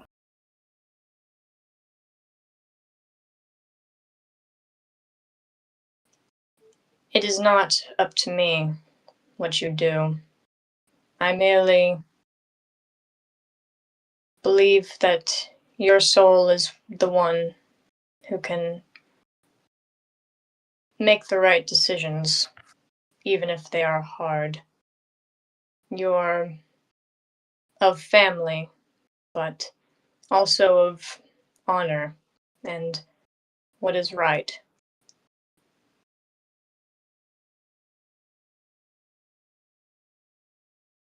That's true. That's true. It's all true. There is something else I must tell you about your sister. Oh, good. Sorry. Go ahead. Her soul is tattered, flickering, and dark. There is another familiar energy within it. One of the Frost Maidens. I believe that she may have her talons deep within her as well. That's very bad. That's very bad. What does that entail? What should I be worried about? Like, if she starts like in her sleep going, I have to kill the sun or whatever. He laughs at that and he says, Take, as you will raise your young, it is not our responsibility to tell the answers. It is our responsibility to provide information and see who they grow up to be, what decisions they will make. I cannot tell you what to do. I will not tell you what I would do, as it would influence your decisions. I'm simply telling you what is fact, and what I believe that you can handle.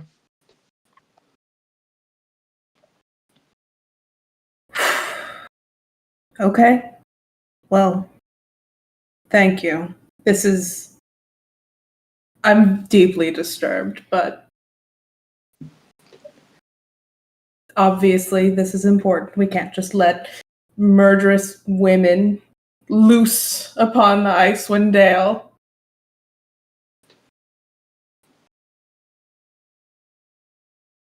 Hold on. He kind of looks off into the distance, and he says, someone just pulled up my fucking sword. I'm sorry. Damn it. I'm sorry? What does that mean? I had this whole puzzle. And I can tell whoever got it didn't complete the puzzle. They just went to the end.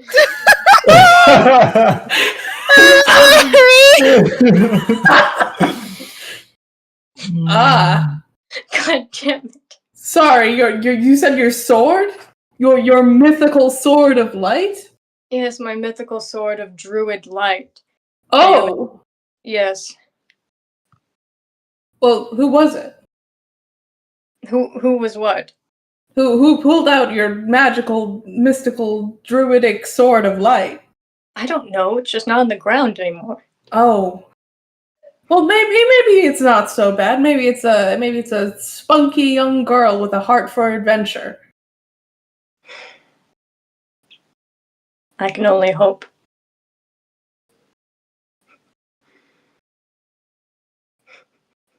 Anyway, you're a lot more casual than I thought you would be. I'm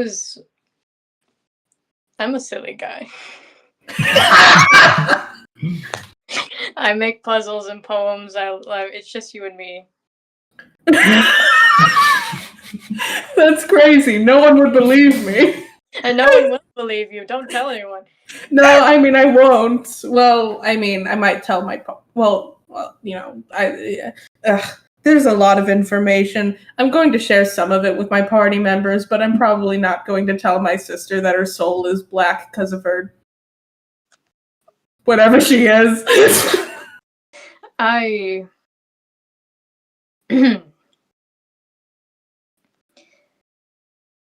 I do not know your sister, but I don't know if it would be the best thing to bring this information up to her. No, probably not. Although I can't do nothing about it either. I'm sure I'll figure something out.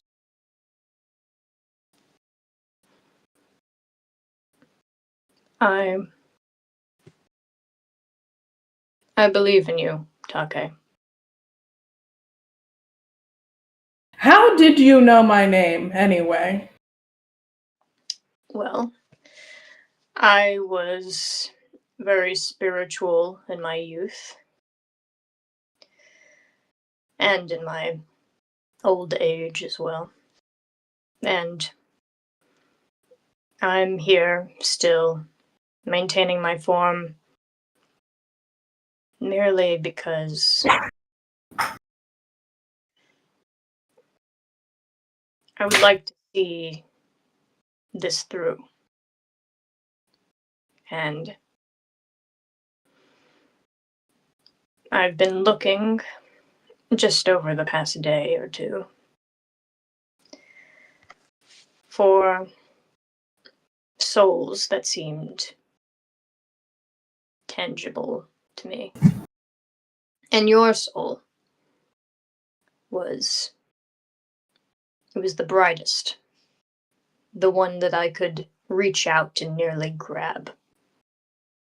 And something in my heart told me that that was your name. And it made sense. That's so cool.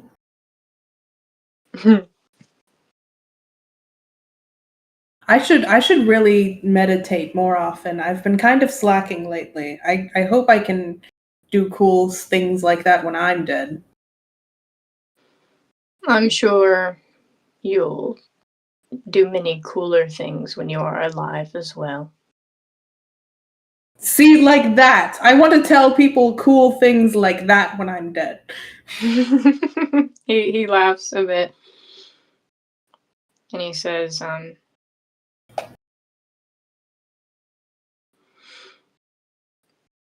I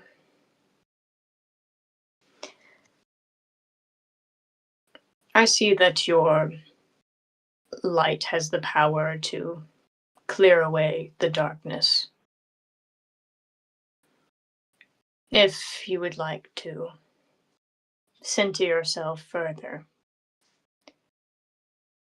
past this city, there are a group of druids in the woods.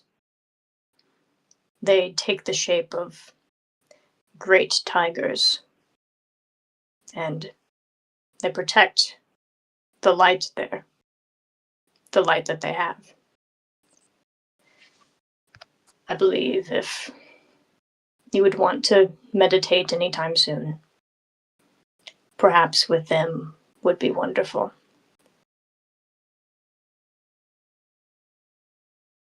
Thank you so much for the tip.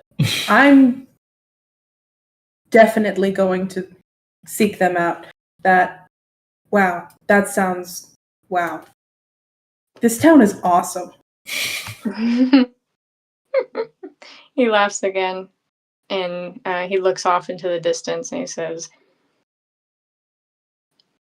I tried my best.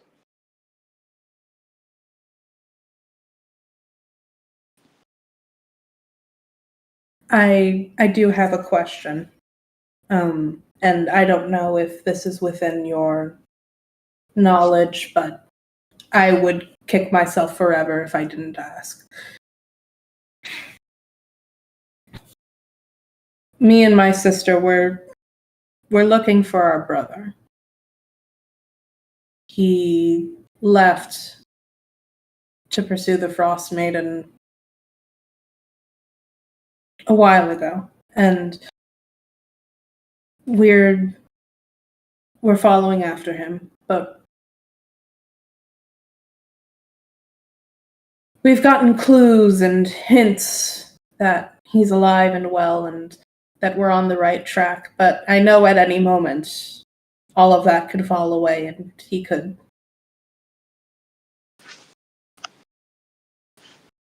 Well, I was wondering if in your time watching the souls that pass through this town, if maybe you recognized him.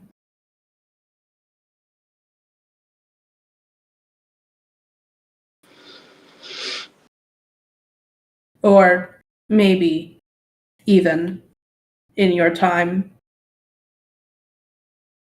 in your new state of existence, if maybe you've sensed him there too.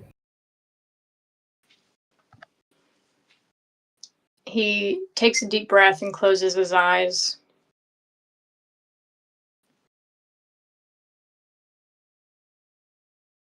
And he says very quietly, family is a bit like a constellation of souls.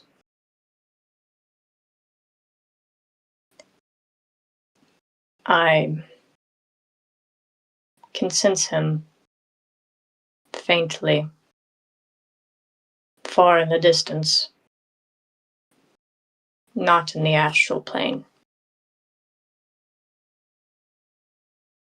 But that is all.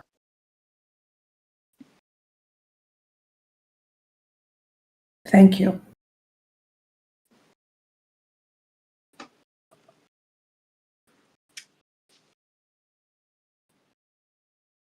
Your Owlin boy, I can sense that his soul used to be black tattered, but is now glowing soft embers, much like your own. I congratulate you on that. There's nothing to congratulate. Anything, any change that's come about in him, he only needed a chance. And I happened to be there to give one to him. That's all it is.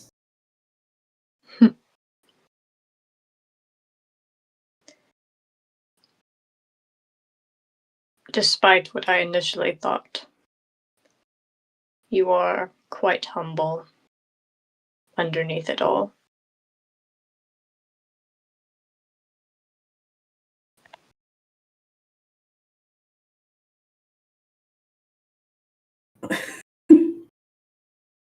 Take doesn't know how to respond to that. I think he just laughs a bit more.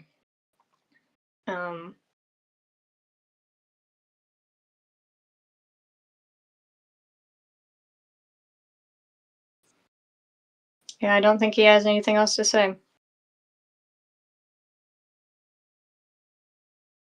Oh! Wait, what are those symbols around town about?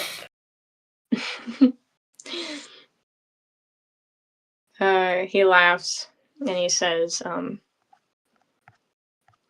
well, they're... I was trying to do a fun puzzle.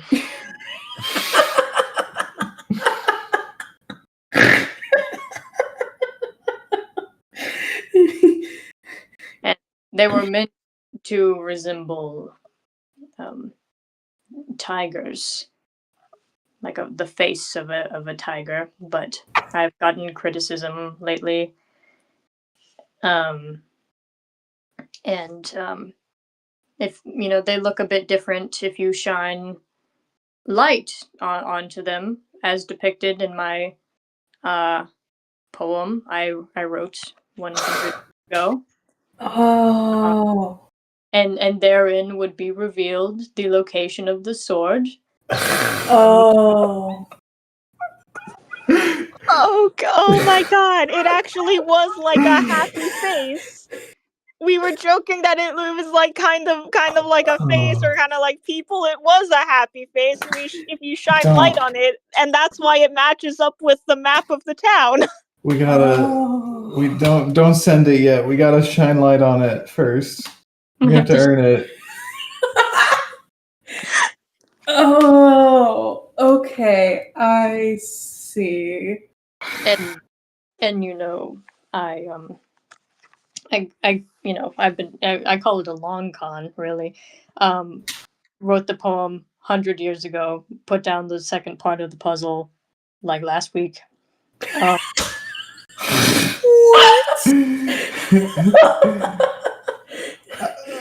Sorry, earlier I was thinking of comparing him to King Boomy, and I was like, I don't know. He's not like that crazy. Now I'm getting there. Yeah, we're getting there. Oh my god, that's wonderful, dude. Seriously, all of the cool councilmen are dead, and then the rest of them are leaving their nasty, evil stank on our souls. I've already said my piece. Take says that's a lot of dedication. That's very impressive. Wow. I'm sorry that all went to waste. It is all right. I just hope that whoever finds it knows that the gold there must be given away, or it will turn into rotten apples. Of course.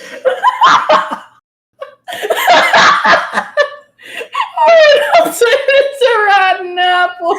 It's literally also, we were literally talking about how it's probably like a lesson of, we were literally saying, and he was literally saying that it's gonna be a thing of like, we're gonna go up to the ghost and he's gonna be like, I can't give you my information because if you have the gold on you and you don't not keep it pure for of heart. yourself, and you don't give it away, then that means your soul is corrupted and you're not true of heart. Oh my god. I Called love it. this guy. Yep. Okay. Okay.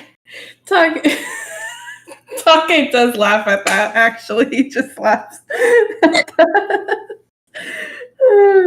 And he goes, okay, sure, yeah, if I happen to come across a plucky young girl with a heart of adventure and she happens to be carrying 200 pounds of gold in her pocket, I'll be sure to let her know, in the form of a riddle, of course, to obviously.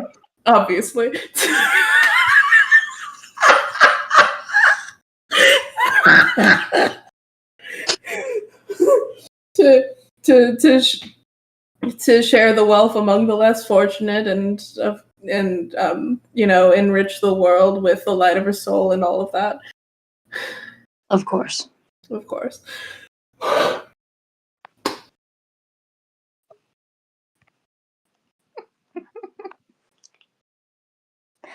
I'm gonna pass out.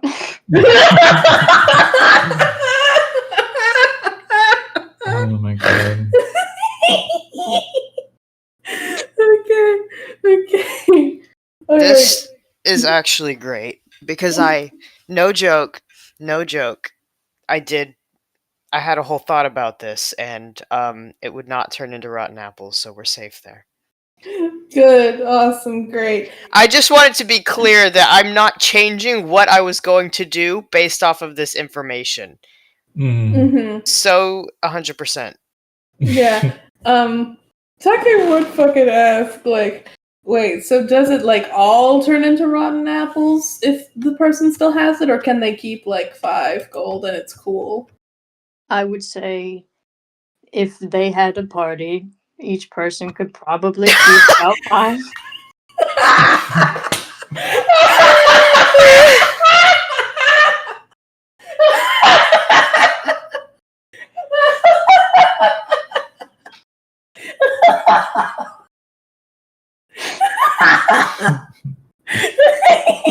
Oh my god. Okay.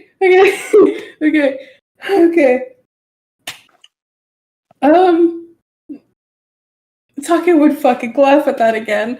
And then he'd say, okay, alright, yeah, that makes sense. That's fair, I think.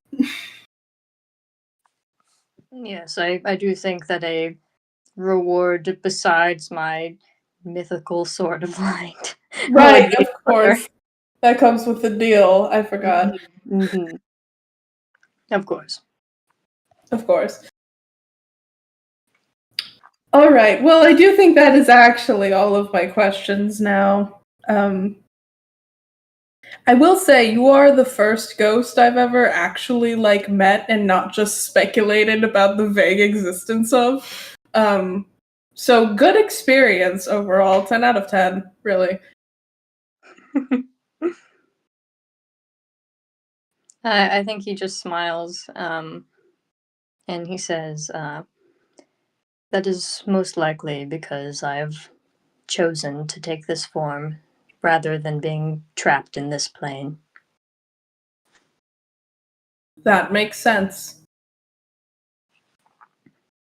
If Hopefully. Oh, sorry. No, you go ahead. it is all right. If a ghost were violent, it would most likely be immediately apparent with the screaming and throwing objects around. So those wards that you have bought should do you some good. All right. That sounds good. Thank you. Going forward, I may be more conservative about my estimations of how many ghosts are around, keeping that information in mind. Like, if there's no screaming and no throwing things, probably not a ghost.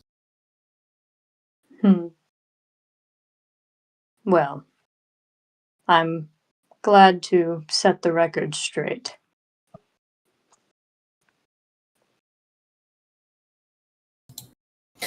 All right. Well, I'll do my best to do right by the circumstances of your death. I know you will.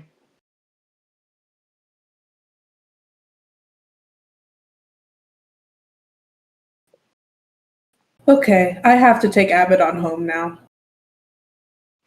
Yes. Be good and be true. I don't think that your sister is unsavable.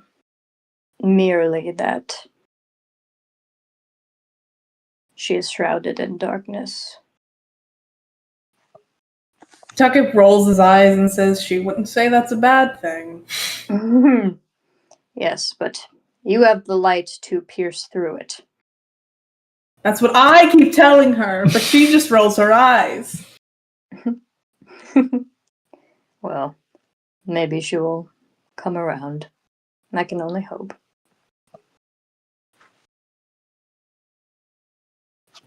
We'll see.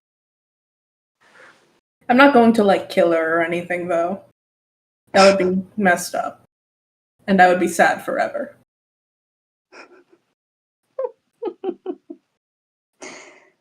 Good luck, Take.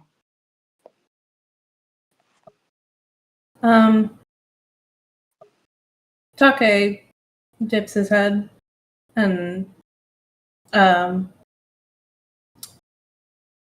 leaves. He gets out of there. He gets out of the spooky graveyard. Get the ward. Yeah, he picks it up on his way out. All right. Here's your word, bitch. Thank you, good madame. It's warm because I was keeping it in my bra. I'm sure my sister will enjoy that information. Thank you. Nice. And we can move on to the sister in question. Me! Ume. Hey! Ume doing? Ume's searching out for Daichi. Daichi, all right. And how's she doing that? I suppose she's probably going to ask around, and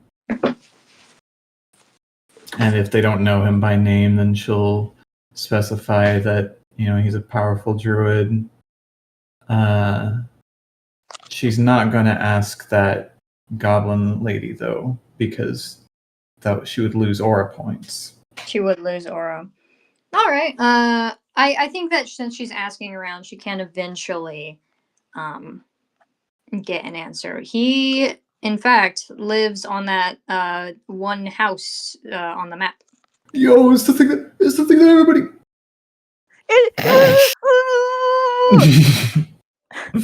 But no, okay, yeah, it's the circle. We kind of skipped some steps. We're just gonna do it in reverse now. Sorry, Mr. Sanyo, we're doing your puzzle out of order. We kind of skipped the whole light and tiger thing. Yeah, We just went sorry. straight to sorry. We went straight to figuring out it's like a piece of the map, and then we found the thing, and then we figured out the poem was significant after we found the thing. Sorry. He's conflicted but happy. All right. He's not rolling in his grave, but he is vaguely frowning. All right. So is Ume gonna go there, or does she just obtain that information? Yeah, she's gonna go ahead and go there. All right. Yeah. Stop sending That's that literally to that's the way.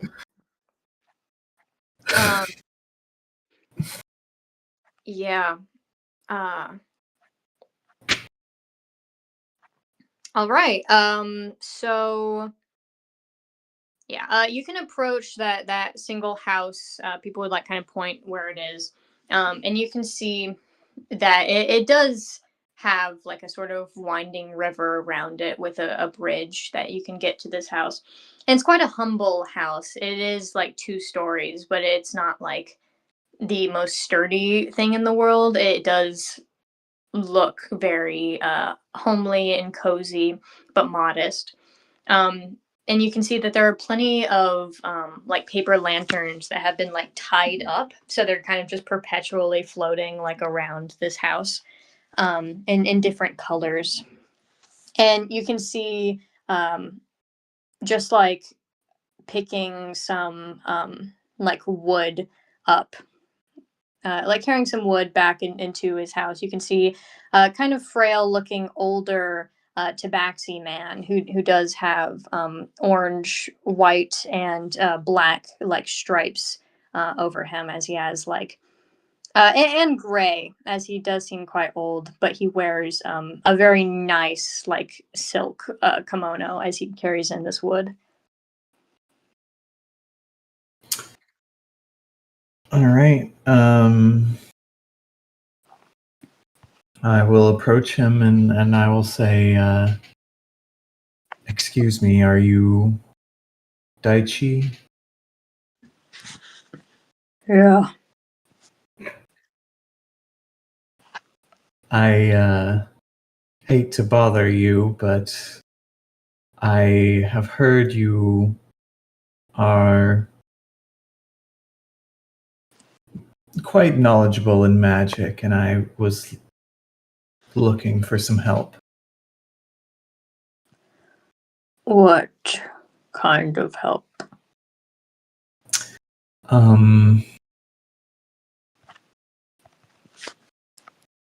do you mind if we maybe have this conversation inside more privately? He kind of looks around, but only like one of his eyes actually moves. And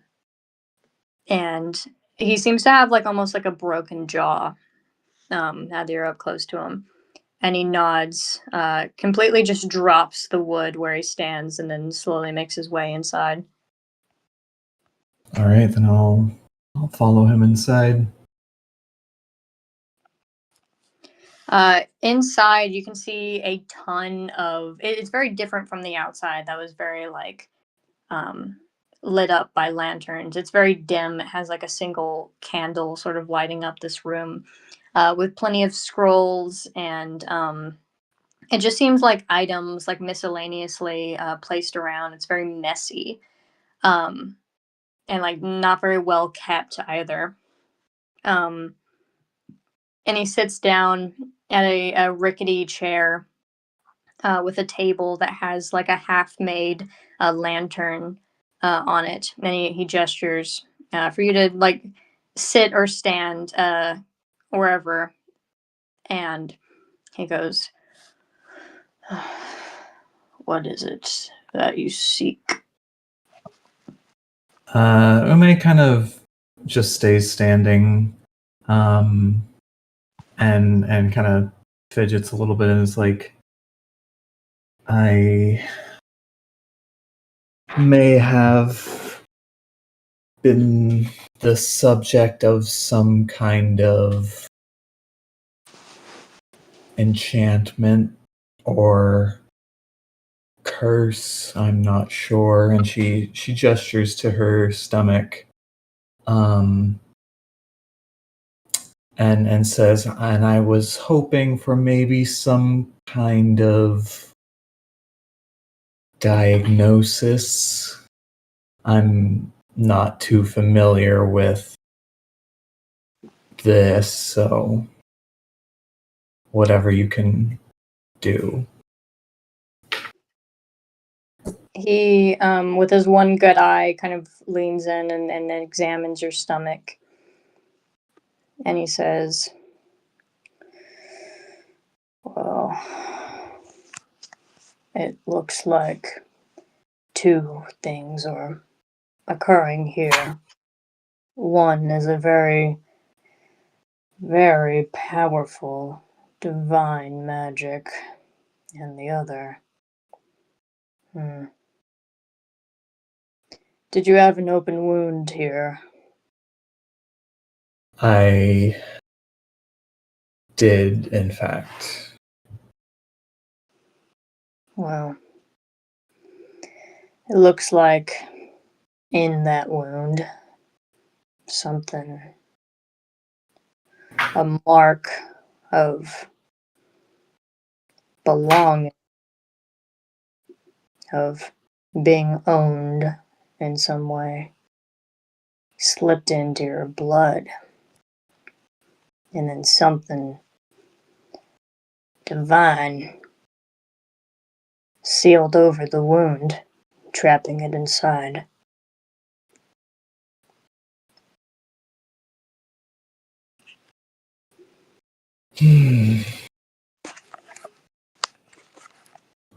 Belonging to what?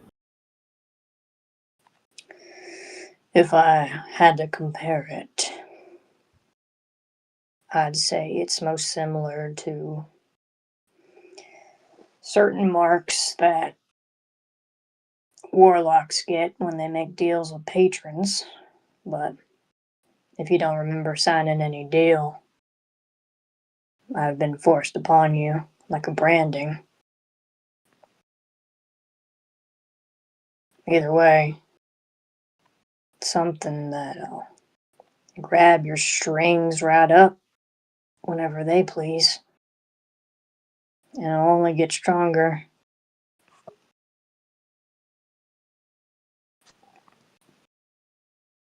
She kind of starts like gripping her stomach now a little bit.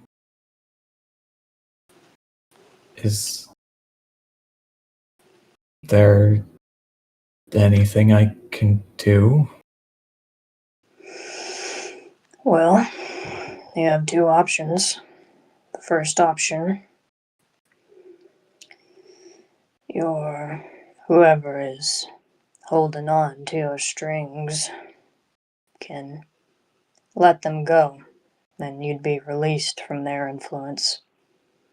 The second option is to, well, have someone different controlling you. If you had a different branding,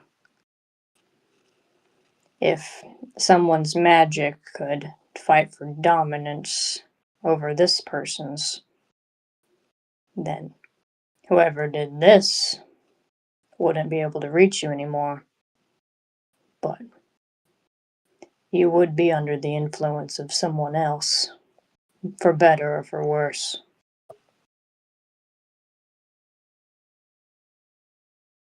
I see.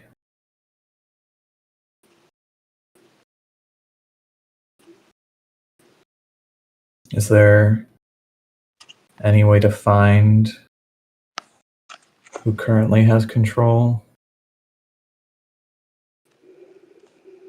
I'm certain that as this power grows,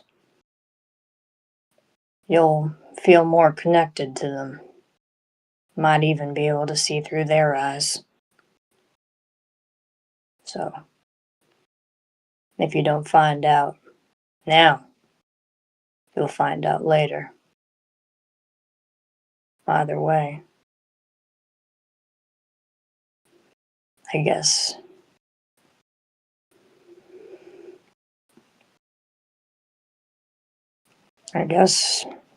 you'll just find out. I guess so.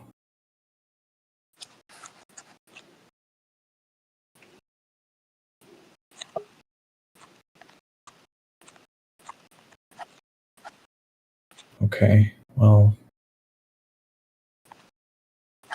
thank you for your help. I'm sorry to interrupt you. Is there anything I can do for you to make it up? No, I don't normally get company, and you seem like a nice girl, so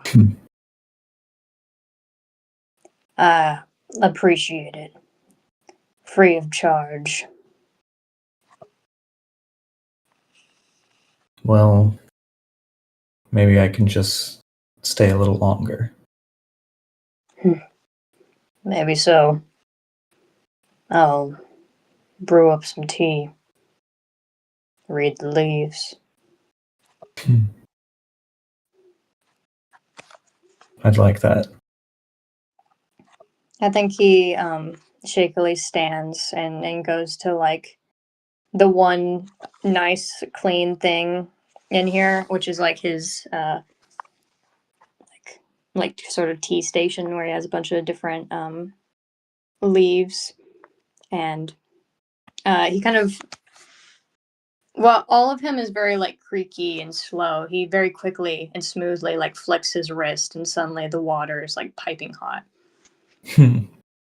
And he puts the tea bags in, puts his hand over that, and you can hear like more like bubbling sounds coming from it. And then after a few seconds, he takes the tea bag out and just like tosses it into the trash, and comes back with two mugs. The one that he hands you is chipped, and the one that he has himself is not. It is kind of gaudy looking, like he got it at like a secondhand store.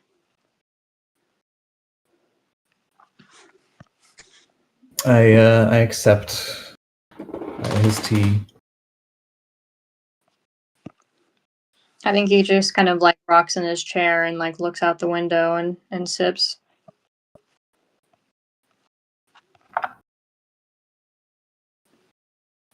Yeah, I think she'll just stay there for a while and it might just be silence, but keeping him company. All right. That's so sweet. Okay. Do we want to move back to Juby? Or Holland. or Holland? Yeah, Holland. Well, I don't actually know what Holland is doing other than lugging around. I'd like to. We can get back to Holland when everyone's together. Okay. Yeah, that makes sense. His whole thing is he kind of immediately solved the puzzle in one shot. He's just built different. He's kid genius. He is. He's so smart. I love Holland so much. All right, yeah, we can get back to Juby. Okay then. Yeah. So I believe you said there are about 3 guards left. One of them is the. I just said yes, sir. Oh yeah. One of them is the guy that was stonewalling Take earlier. Mm-hmm. Okay. Yeah, back to it. We can go with a reasonable option, or we can go with the funnier but probably more likely to fail option. I'm trying to think of which one Juby would do.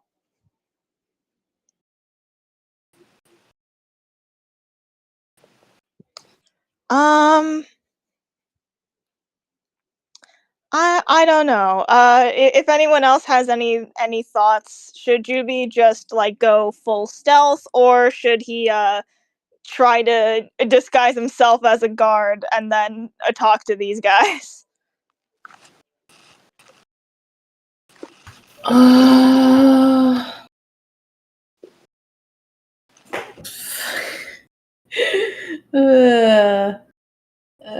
He should probably be going all stealth, honestly. All right. But you can do whatever you want. Yeah, it's up to you, compadre. Belle's not here to vote. She went to the bathroom.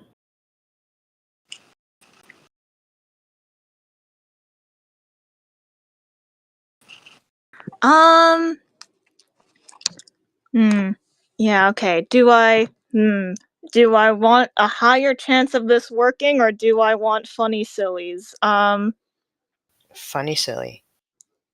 Okay, we have a vote for funny silly, and we have a vote for the reasonable option. You know what? I'm gonna roll a d20. Evens, we go with the smarter option. Odds, we go with the funnier option.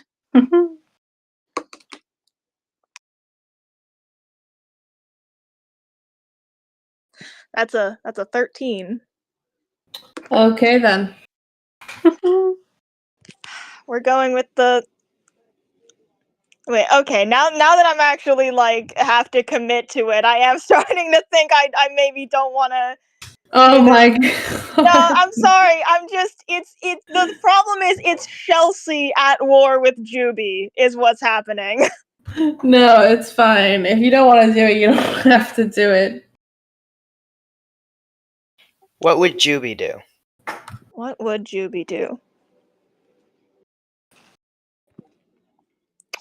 You know what? If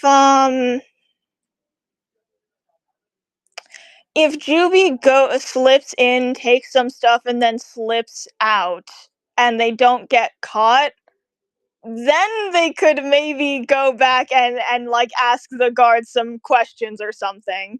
It wouldn't be as necessary to do, but he could just like talk to them, see if they know anything. I don't know. Yeah, you know what? I'll go with like the full stealth option. Mm-hmm. All right. Okay, let's get some use out of that pass without trace that Ume graciously put upon us. Okay. Juby is going to let go of their concentration on their own, pass without trace for all of the prisoners. They should have been out by now. Yeah, he waits a little bit for like until he like is pretty sure most of them got out, and then he lets go of the spell. He would have warned them beforehand, like, hey, by the way, I'm not gonna keep the spell on the whole time, so you should probably get a ways away. Don't just stay nearby. But yeah, so he lets go of that spell. Yeah, I guess he's gonna like duck behind a tree or something while no one's looking, and then cast invisibility on himself. All right.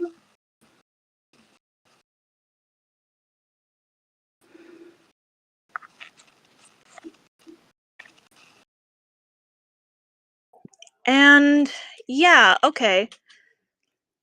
Yeah, can I yeah, I guess can I make a stealth check to try slip past these like 3 guards and try and make my way inside? Yes, you can, and I'll roll I'll roll for them. All right.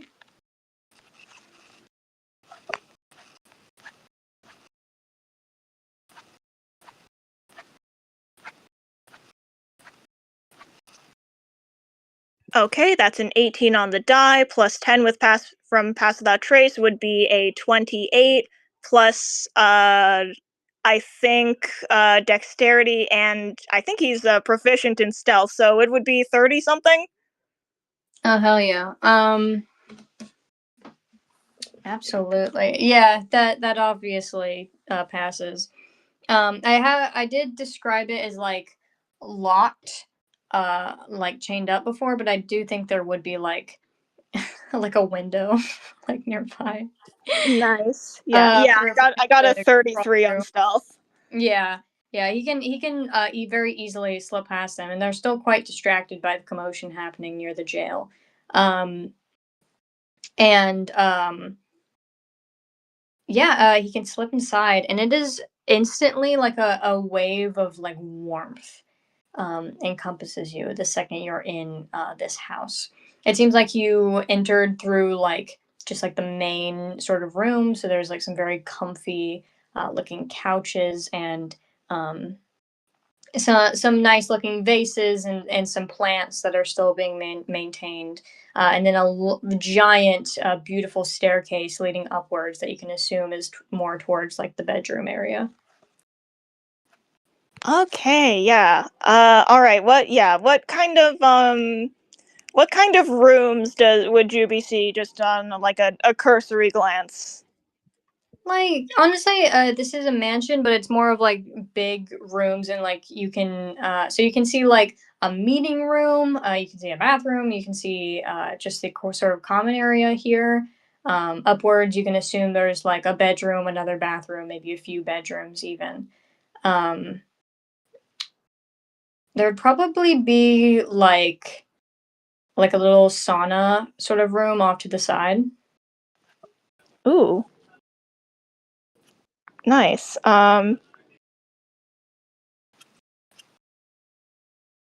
Juby will check that out in a second. I want to look at the meeting room first. All right. Yeah, you can go through the meeting room and then give me an investigation.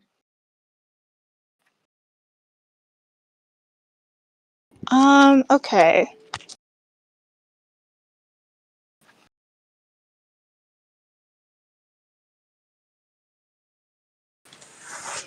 Let me actually hold on. I might cast another spell here.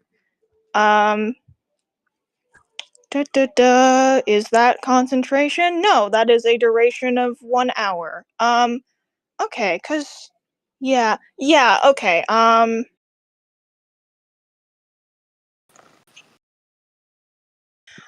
going to cast, I think, yeah, I can't imagine what else I would be using this for.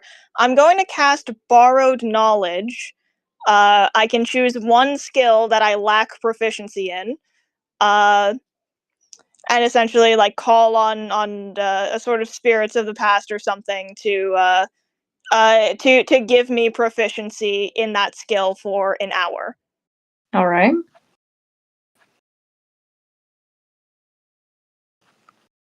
Yeah, so I'm gonna do that for investigation, I think. Because it there's probably going to be a couple of investigation rolls happening in these rooms. So Yeah. yeah, okay. So I'll have proficiency in investigation. Yeah, okay, and I'll roll that.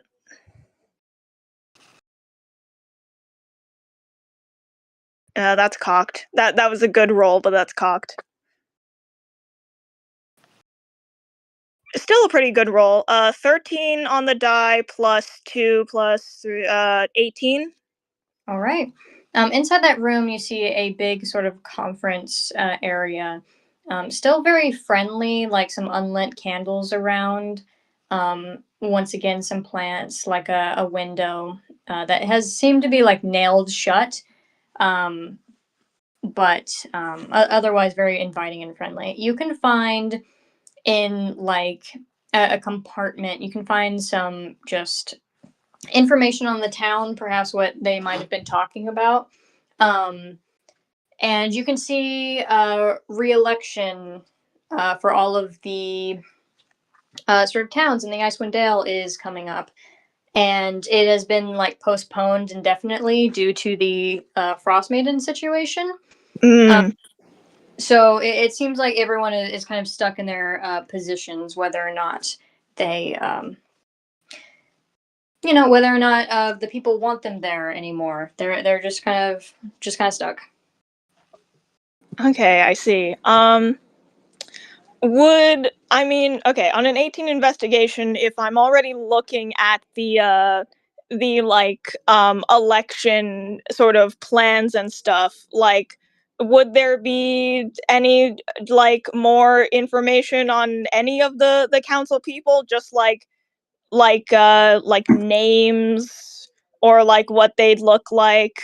I'm also specifically looking for Elfenstein and anything about that guy, and also if any of them mention like that tiefling woman that Juby still does not know the name of. I would say that this is pretty town centric. There wouldn't be any information on anyone outside of Gotcha. Gotcha. Okay. Okay, in addition to that, probably not gonna find much in this regard then, but like would there be any sort of like secretary notes, like when was the last time they would have had a meeting, either a town meeting or a meeting with like anyone from any other town? I think that there would be some mention of Holland actually. Oh, Yeah. So yeah, I think that after sorting through, I don't think that there would be a ton of information on like other towns specifically. But it would be like, all right, Sanyo has to go up to the capital because we're doing like a renewal of a treaty, and it's just customary for the most influential council people to show up and to um just be there to sign the treaty, sign off on it, be like, cool, whatever. And it would be like, this is Prince Holland's like very first sort of excursion um, outside of the outside of his own kingdom, basically, aw, cute. and that he's to be treated with utmost care. Um, I think that it would also detail maybe some information after that, where like they were like gonna meet and it was awesome, and this was a few months ago, and then there would be an update like a few months later. That's like we can't. That's basically like none of the council people want to take care of like this prince right now because we're dealing with our own towns. So we said like you have the money, just go get like an inn somewhere, basically, because you can't just stay in the capital all the time. We have like important information just for the Icewind Dale only, and you can't like stay here. We can't just like indefinitely keep you here. So they basically kicked him out. Oof. Understandable, but oof. All right. Let me check my notes if there was anything else I wanted to like specifically investigate.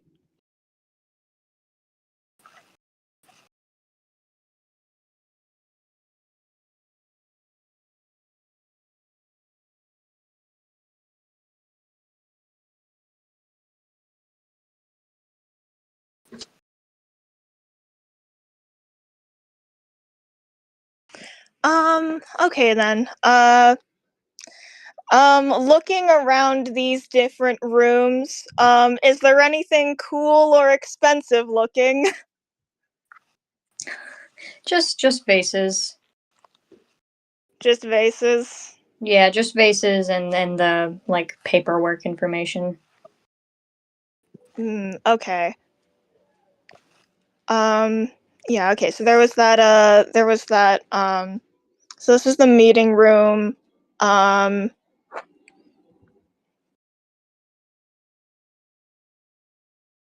Maybe I'll take a vase. Alright. Just take one for the road. He's gonna take like one vase from this room, probably the smallest one, and he'll put like whatever flowers are in the vase inside of the other vase.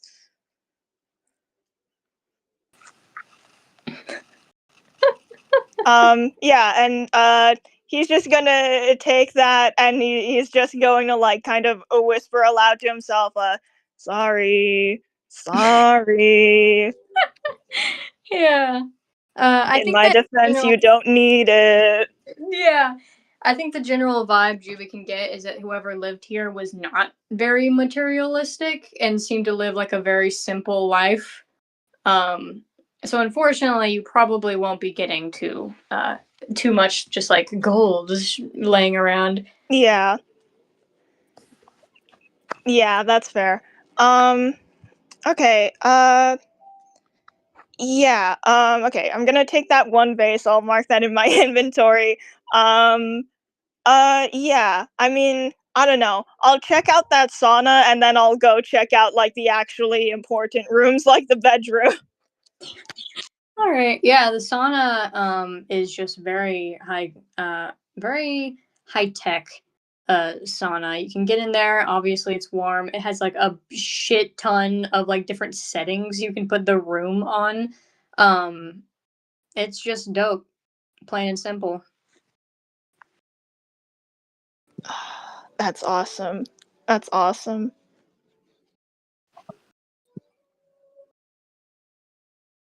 I don't think there's anything Juby can take from this room. It's just a really awesome sauna. You can take in the vibes. Yeah, I can take in the vibes. Okay, enough dilly-dallying. Let's head upstairs and go to that bedroom. All right.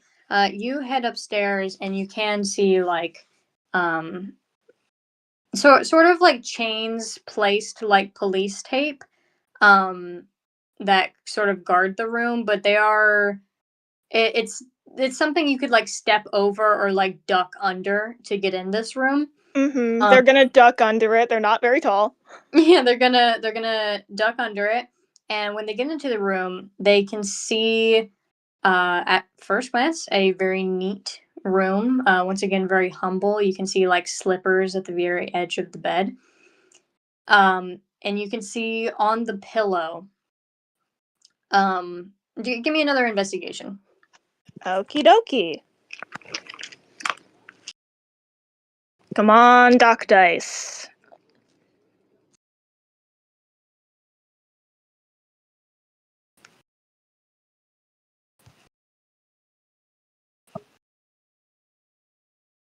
Hey, nice. Okay, 17 on the die plus, 5. Okay, yeah. You can instantly see, and you would be able to get this with just like a 1. You can see that the pillow and part of the mattress is completely covered in blood. Um, it is soaked in like this brown blood. It seems like they haven't moved anything because they're still like studying the crime scene, sort of deal. Um, so the body is not there, but there is a sort of like sweaty indent to where like a man died, basically. Yeah. But you looking closer, you can see in the pillow that there is a like bullet hole that goes through the pillow. Okay, yeah. Okay, I'm remembering what information Ume got from the guard's report. Right. Okay, yeah, I got a 22 investigation. That's pretty good. I mean, does it Yeah, you're very good at describing crime scenes, by the way. It's excellent. Thank you. Yeah, if there's like a lot of blood, does it look like is all of the blood concentrated on like where like the pillow is, where he would have been shot? Is it like, like is all the blood like in that area, or is there like more blood in other places that would indicate he like moved around or that he might have been injured in other spots on his body? It perfectly indicates that he was shot and then did not move after that. So Okay. all of the blood is extremely concentrated around that bullet hole in that pillow. All right. Yeah, so he got shot once in his sleep. That makes sense. Okay, I mean, and his body isn't here anymore? No, it is not. Okay. Would Okay, would Juby presume that is because the police moved his body? I would say it would be a little fucking cray if they just left his like their councilman's body right there. Yeah, that makes sense. You can presume, and I'll say this, that people have probably talked about this around Juby, that they have like buried him or at least have like a big funeral planned for him. Mhm. So you can presume that his body was taken by the authorities. Right. Yeah, that's why they're having the big celebration of life outside. Um, okay. Let's see. Councilman Lucky died like he was right there like working on stuff on his desk. Um, this guy also died in his sleep. So it's, as far as Juby can tell, like nothing looks like it was stolen from this room, right? Nothing. Give me another investigation check. Yeah. But this time the DC is going to be like 20. That makes sense. Okay, come on, baby. 15 on the die, plus 5 is 20. Wonderful, Chelsea. Okay, just barely hit it. I think what it is that like, Juby's not a detective like Dandy is, but they are a thief. They know what kinds of things they would be looking for. So that's basically what they're investigating here. The kinds of stuff that they would be looking for and they would be interacting with if they were trying to steal something.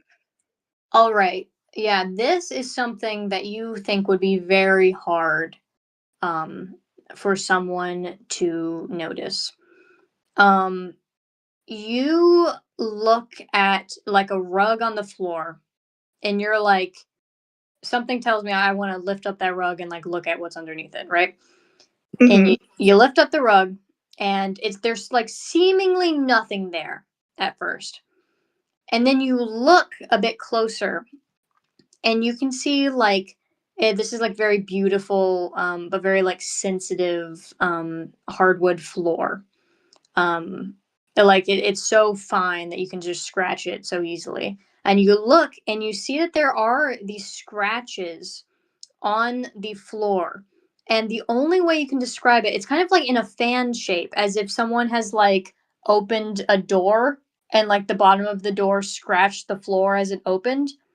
um and then they just like put a rug over it. Okay, that's interesting. Um, huh. Because Chelsea knows that's a clue. Juby would not necessarily know what that means, what that would Mhm. indicate.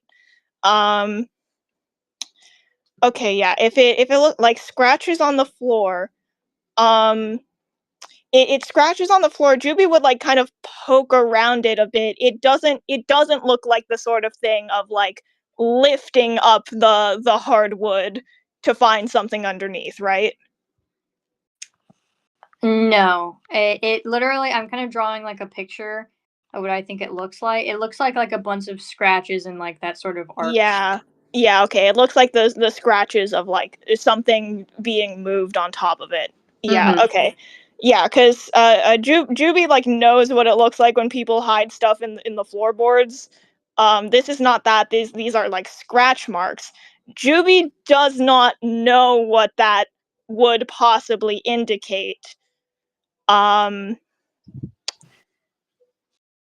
what are they gonna what they're gonna do is they are going to just kind of they're gonna note that, and then they're gonna put the rug back, but they're going to move the rug a little bit so that like um you can the scratch marks are just the tiniest bit like peeking out so that like the people coming to investigate would be able to find that and maybe they would know what it means. Yeah. Okay. That's a very generous plan of his, I'd say. Yeah, like he's not gonna just reveal the whole thing, but he's gonna like just kind of move the rug a little bit so that it's easier to notice the scratch marks in the floor. And he's going to hope that if he doesn't have the context to what that means, maybe the like people in this town will. Um, okay. Does he have a wardrobe in here? Yeah, he'd have a wardrobe. Okay, does he have any like really cool coats or belts or ties? He has like some samurai like pieces. You can tell that it's less that this is like a guard's samurai outfit and more like a general sort of feel. He also has lots of like silk kimonos and like kind of like party wear that's still like very very fancy. A lot of like probably gold jewelry and maybe like pearls and such. Okay, cool.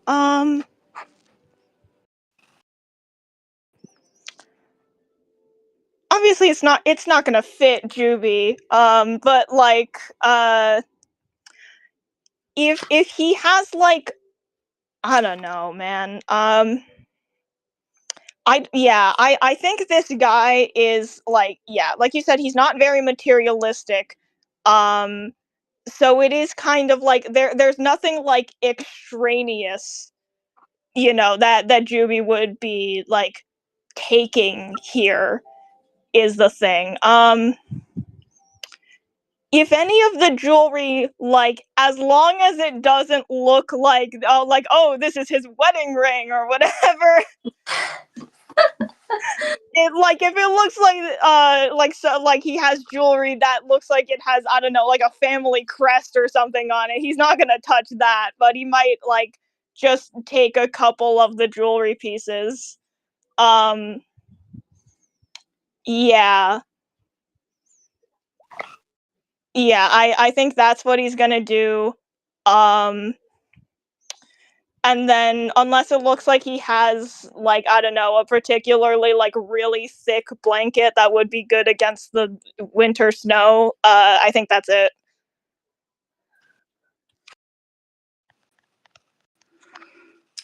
Yeah, I don't think he'd have anything like that. He'd have very like flowy clothing.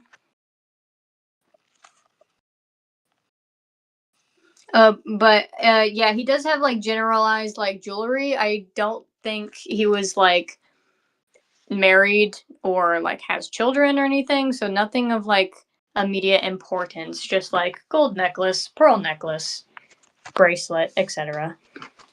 Okay, yeah. Then Juby takes some of those things and he stuffs them in his pocket, and again he very quietly goes, Sorry. I as long as it's not like important to your family or anything, I'm just going to give it to other people who might need it more. Sorry. Wonderful. All right. Is there anything else GB wants to do? I think that would be it. I can't think of anything else that he would be able to investigate or would think to investigate. All right. Okay. Then is there anything else anyone wants to do before we all meet back up and we can and Holland can do shit? I think I'm good. I'm good. Last sort of thing that Juby would want to do is I think he's gonna like kind of he's gonna like sneak out. I don't know if I need to roll another stealth for that. No, I think you've got it covered. Okay, yeah. Juby's gonna sneak back out. Probably cast disguise self.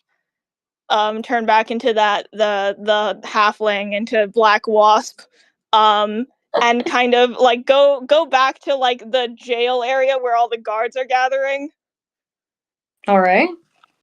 And he's going to like see the commotion, and he's gonna say like, "Hey, sorry, I know you're probably it looks like you're all busy with something, but is there someone I could talk to? I have something kind of important to report." I think the samurai would turn around so exasperated, like, what? Oh, okay. I mean, I don't have to tell you. No, please, for the love of God, let me know. Okay. Well, my friends and I came from the last town over, Goodmead. Yeah. Yeah. Has anyone here been there? Oh, I guess you've all been on lockdown, haven't you? Mm-hmm. Okay. Yeah. In that case, you probably wouldn't know since you've all been on lockdown. I I know your councilman just died. I know this is a really scary thing to say. We got out from that town. There was a weird monster, extra dimensional being that took over the town, and we're pretty sure that most of the population is dead. In case you want to maybe make an announcement letting anyone who had friends or relatives know that that happened. We got rid of the guy that was there, so it should be good. So you should be able to go through that town without like dying or anything. But like just so you know, it's like the entire population is gone and there were just blood stains all over the ground. It was really bad. Can you roll me a persuasion? Yeah. To see if this guy can even believe you.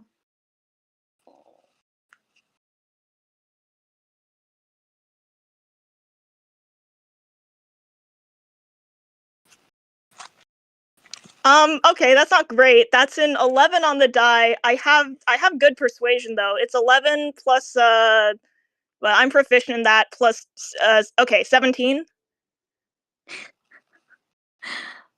All right. He rolled very bad insight, but I think what happens is that he's so discombobulated that like at first he doesn't believe you, and then the more you keep talking and being like, "No, yeah, and there was blood everywhere and everyone is dead," he would get like more and more concerned and then kind of sober up and like redirect his attention to you, even though there's like definitely prisoners like cackling and like casting spells on people in the background. um but he would say like, "Oh, I'm actually really glad that you told me that. That's needs Yeah, immediate attention, obviously." yeah. It's yeah. Apparently, like there was this guy called like the Jester, who was some sort of I don't know like being from one of the other planes or something that was like playing lethal games with everyone in town. we did not see anyone alive in there. It was just a lot of bloodstains. There was one person who was alive, but they're hidden somewhere in the town because everyone else was dying. So there might be some people still alive, but yeah, I'm really sorry to throw this on you when you're dealing with whatever's happening behind you, and also the thing with the councilman. But that just seemed like important information. Yeah, I'll send some guys after we, and is the threat neutralized? We can go there now? Yes.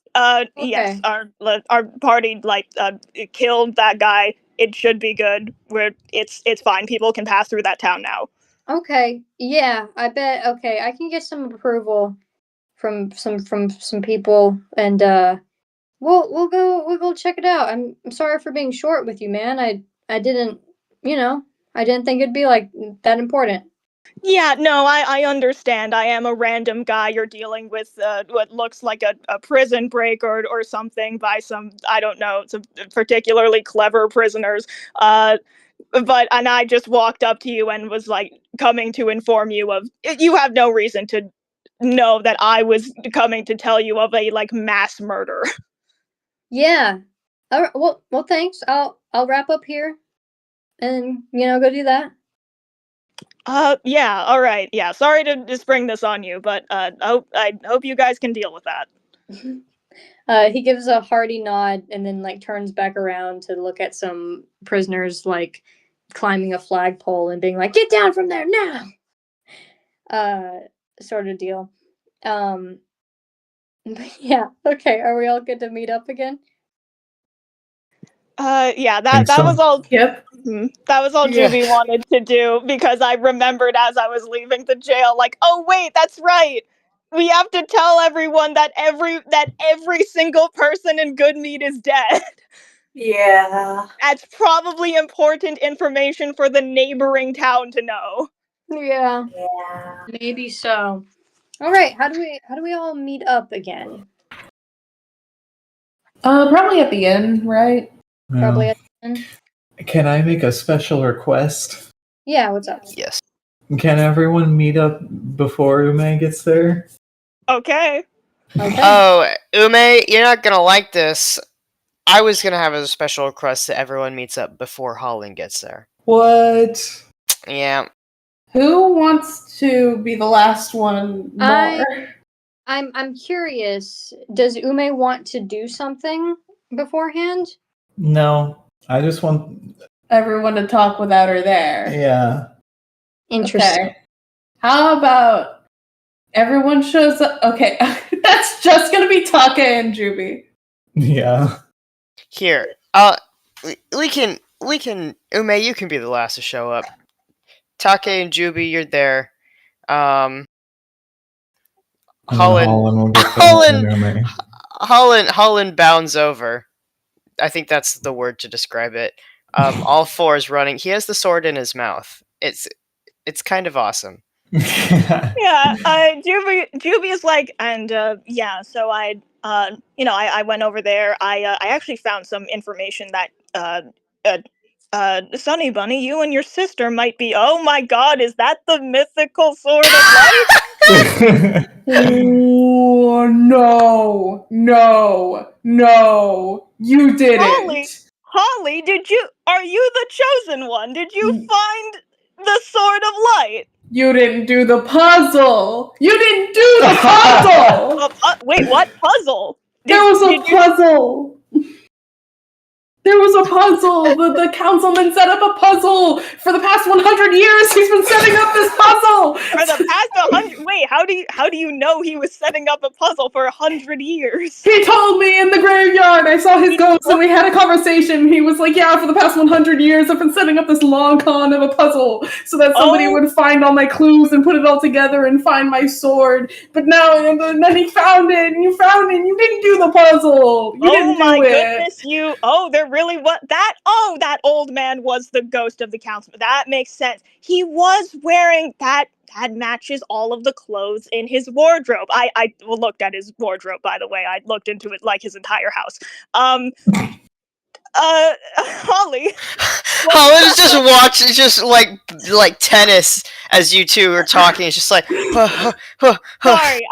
Sorry. I'm sure you actually have a lot to say. We're trying to recap, but apparently a lot of different things happened for all of us. How'd you find the sword?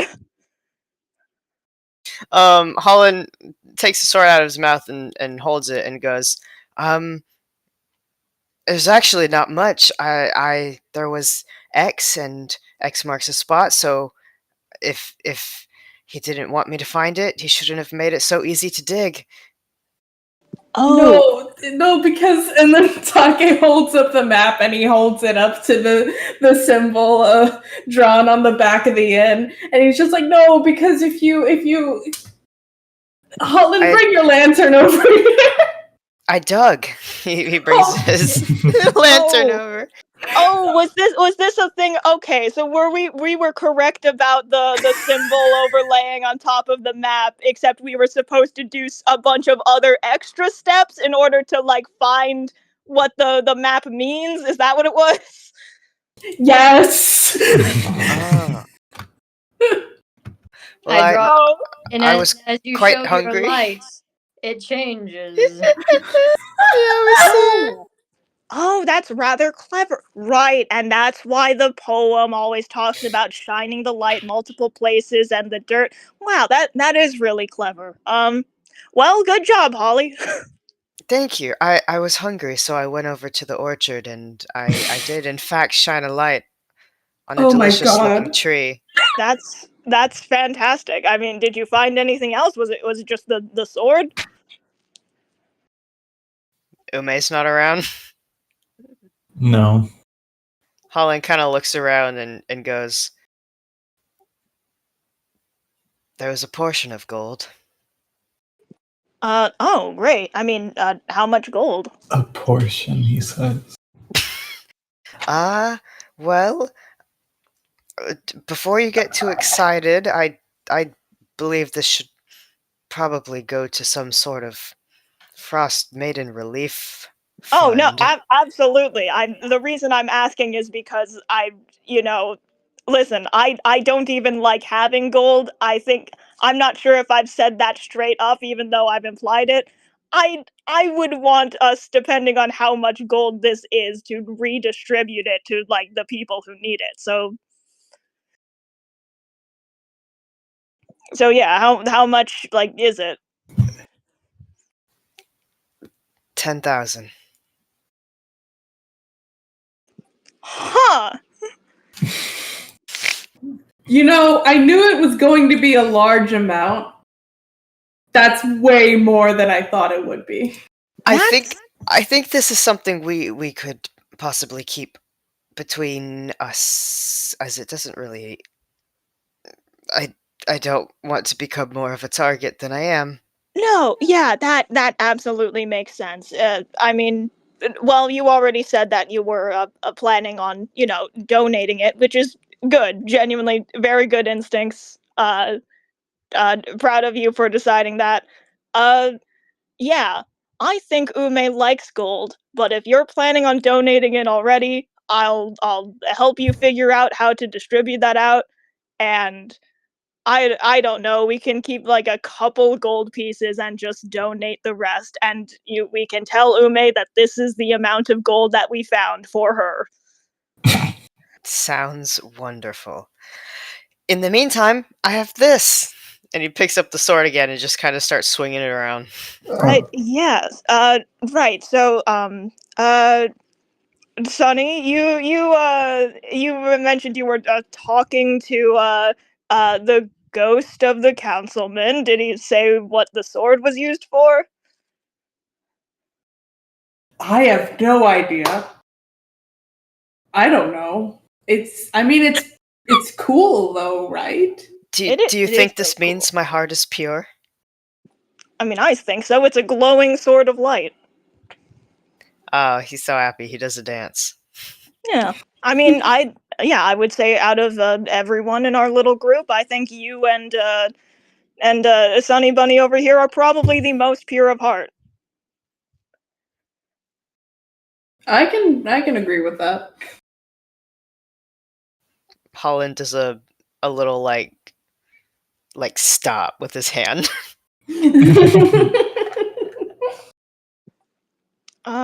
Yeah, I mean, do you know if it has any, like, particular magical powers? I mean, if we're fighting back against, the ice and the winter and the darkness, having a sword of light might be, I don't know, maybe it does radiant damage. Things that glow very brightly tend to do radiant damage. That does sound right. My my radiant sunbeams do in fact do radiant damage. Can I do a check on it? I don't have an exact stat block for this, but how I think in my mind how it works is that it does like a D10 of damage. Wow. Plus it has like smite charges on it. Oh, heck yeah. Oh. So how it works is that you'd have like I don't have this written down because I was like they're not going to get into combat right now.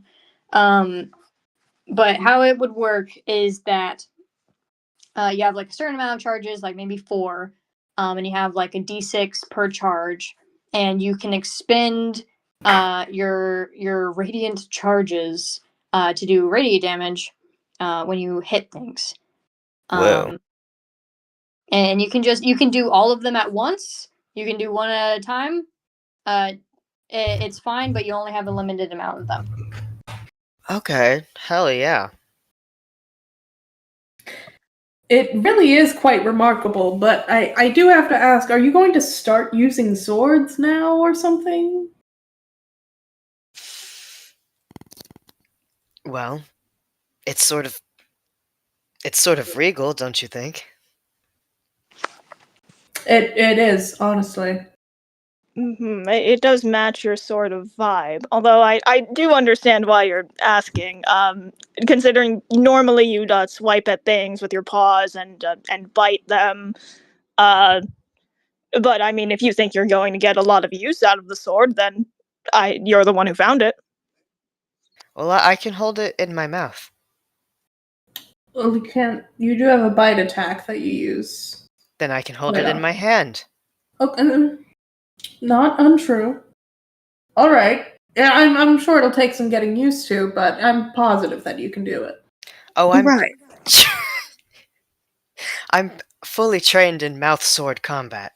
Oh, is that true? That's sort of day one. What do you mean day one? Day one of what? Of sword training. Mouth combat training, but yes, sword Okay, is well. that's day one. Is mouth combat training? I wasn't aware that such a thing existed. Well, maybe not where you're from. Yeah, it's sort of a regional thing. It's sort of a Silver Peak special. Definitely not where I'm from. Wow, Yeah, that is quite remarkable. All right. Would you like a demonstration? And he just starts hacking at something. Oh, Ooh, I'm trying ooh, to remember. go get him. I don't know what's around. Like a fucking log. Yeah, he just slices something. He does a full spin, a roundhouse sword slice. Ooh. It's really impressive because it's in his mouth. He does have to slash at it from the side, so he can't look straight at it. Yeah, that's really impressive. No, this is insane. My mind can barely wrap around the visions that I'm seeing right now. This is incredible. Okay. Right. Is there any other important information that we should go over, or well, I guess important information we should go over while your sister isn't here? Yeah, we're not solving this murder. we're not. Oh, we're. Oh, right. Of course, you met his ghost. Who was it?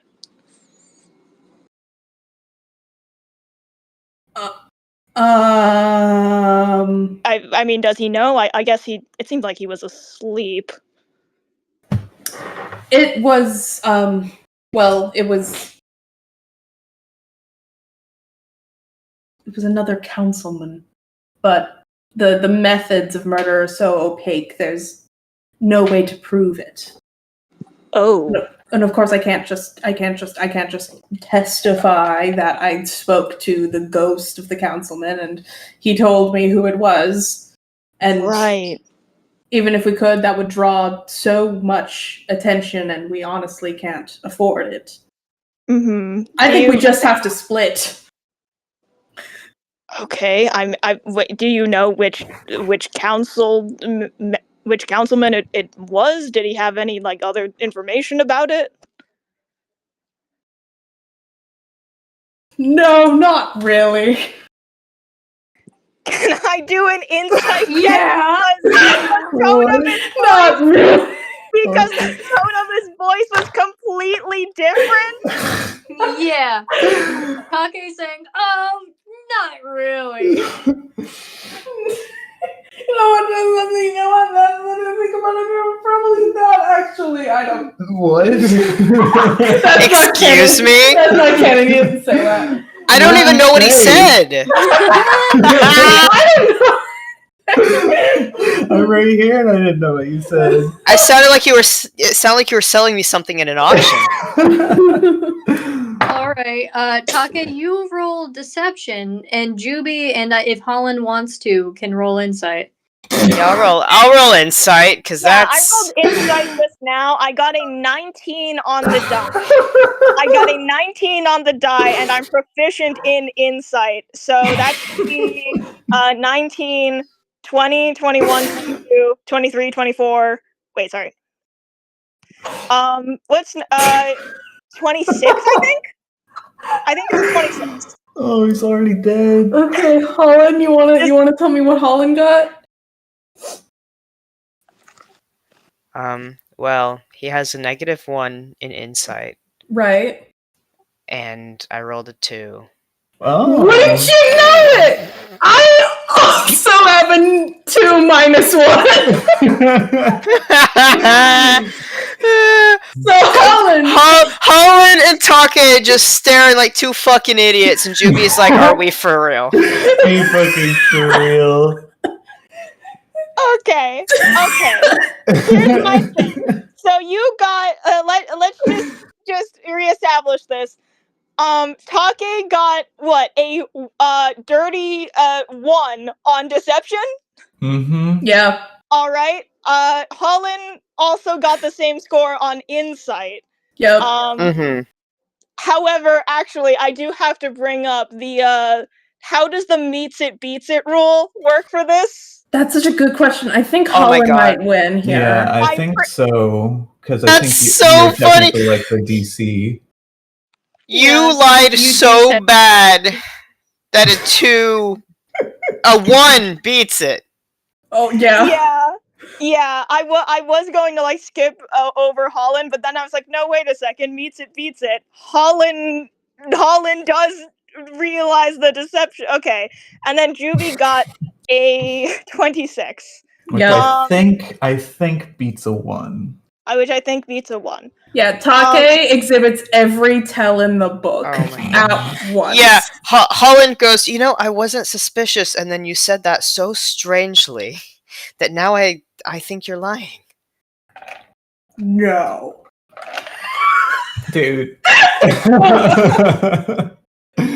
I don't know. Is What okay. you No, mean. you know what? Okay, hold on. Let's. Do you? I'm someone who, I'll admit, I lie quite a bit. And I generally think I have good reasons for it. I guess just take a second. You're very clearly lying, but I'll be completely straight with you. do you think that what information you are keeping from us is more important than letting us know the full story?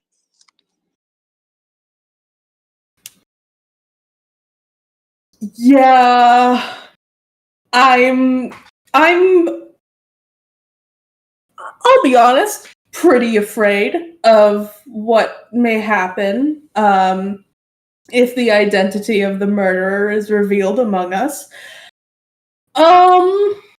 So until I get a better grasp on exactly what everything entails and that the information can be shared safely, I'm just going to say that I don't have any more details, and I'm going to pray and plead and beg that we just let that slide. Okay. If you don't want to say anything, then I guess my one question is this a like decision that you're making, or is this like a magical curse thing? If you say the name out aloud, then they'll appear and come to kill us, and that's how they've been getting into all of these locked rooms. Oh, I didn't think it was that. Oh, okay. But then you said that, and I have no reason to believe that that's how it works. But now I'm actually, for real, afraid that that is how it works, and all we'll right, all that die. is my bad. That's my bad. I apologize for putting that in your head. What I do guess you think will happen if you tell us?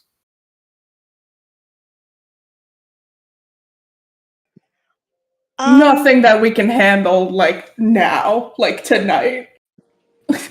Okay. You know what? Well, cross my heart, hope to die. We'll leave it alone for tonight, okay? Thanks. Thank you. God, thank you. All right.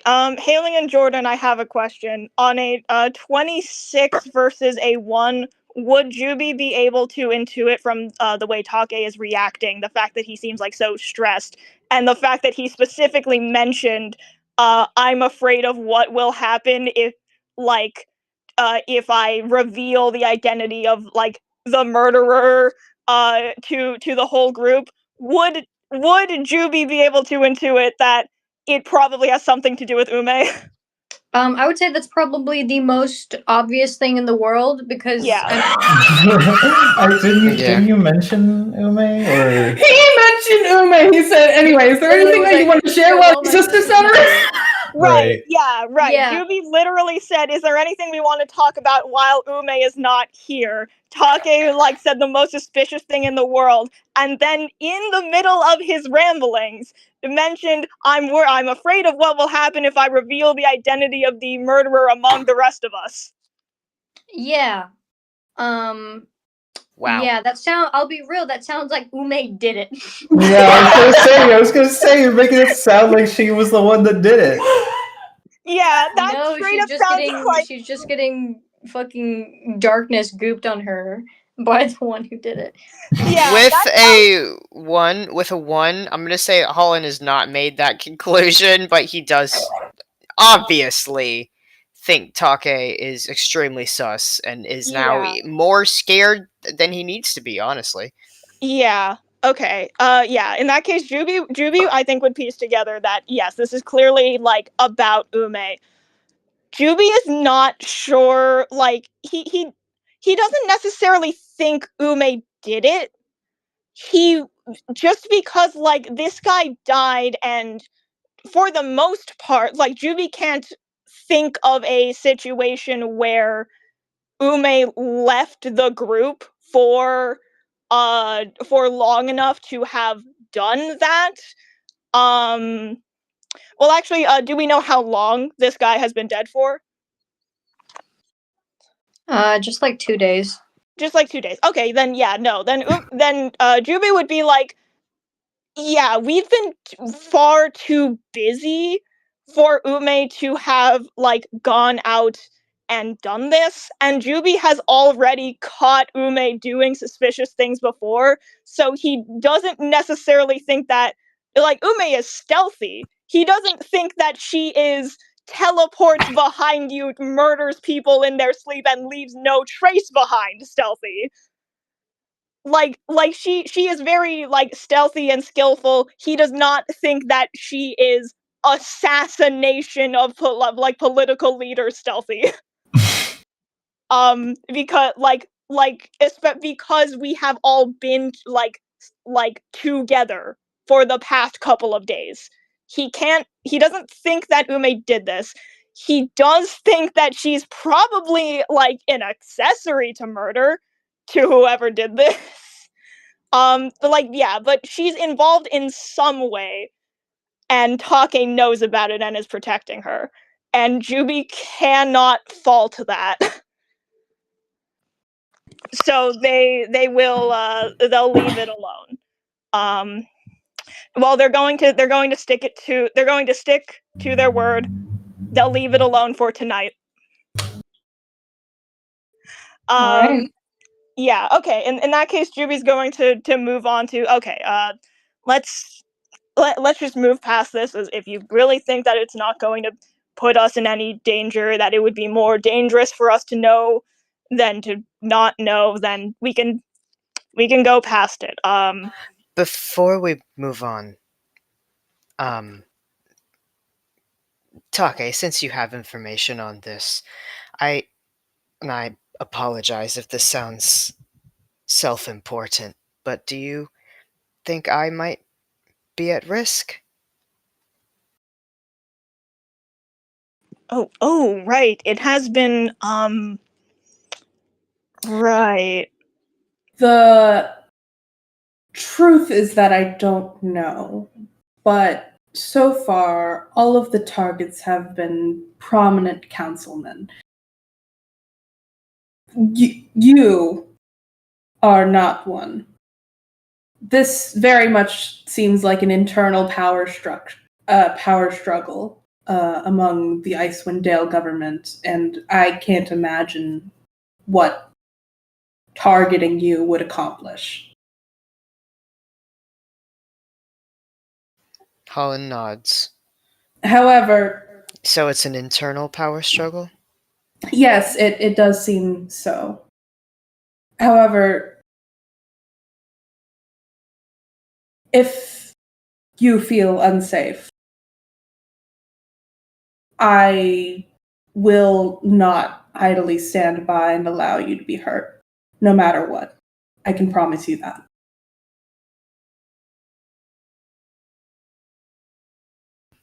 Well, thank you. Mm-hmm. We already know. No one here is getting ganked. That's true. All right. I do actually have important information for you, but I would actually it's something that Ume should be around here for. Actually, right. I guess if there's anything else that happened, let's see. I started a prison break. That was fun. Yeah, I also learned from some information from that. I think your sister should be here when I say that, though. It's let's see. Right, I went into the councilman's room. There didn't seem to be much of note, except that there was scratch marks on one of the floorboards. Not like the kind of scratch marks that come from people lifting up the floorboard, but like of something being moved across it. And that was sort of the only indication that someone was in there. It was a scratch mark in like the middle of the room, like someone like if you were to open a door in the middle of the room, but it was like that.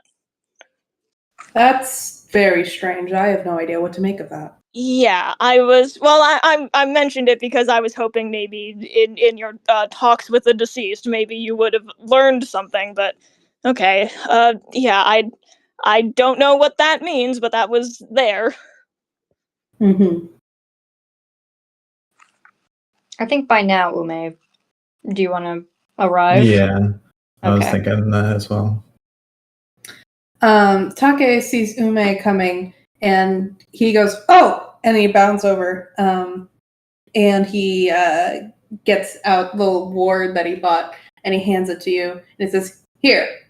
Oh, perfect. Thank you. Mm-hmm. And she takes it. It was 2 silver, right? That was 2 silver? Yes. Yeah, that was 2 silver, by the way. Well, thanks for getting it for me. Yeah, You're welcome. good timing. We were just discussing what all of us split up to do, all of our clues. Apparently, these two did figure out what the sort of puzzle was with the poem and the symbols around the place. Holly is the chosen one, and he found the sword of light. Oh, He poses. Yeah, and also, your brother over here apparently did talk to the ghost of the councilman. That was the old man who didn't like you. So you were able to avoid him after all. well, that's good. What did you talk to him about?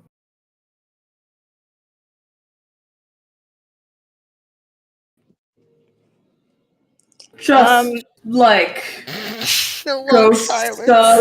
Oh my god! I do literally imagine Take just like blank stares at her, frozen. You know, like ghost stuff. Like he was like, "Oh, I see from beyond the veil that your soul is bright," and all of that. It wouldn't make sense to you. It wouldn't Apparently, make sense. he was quite upset about my finding of the sword.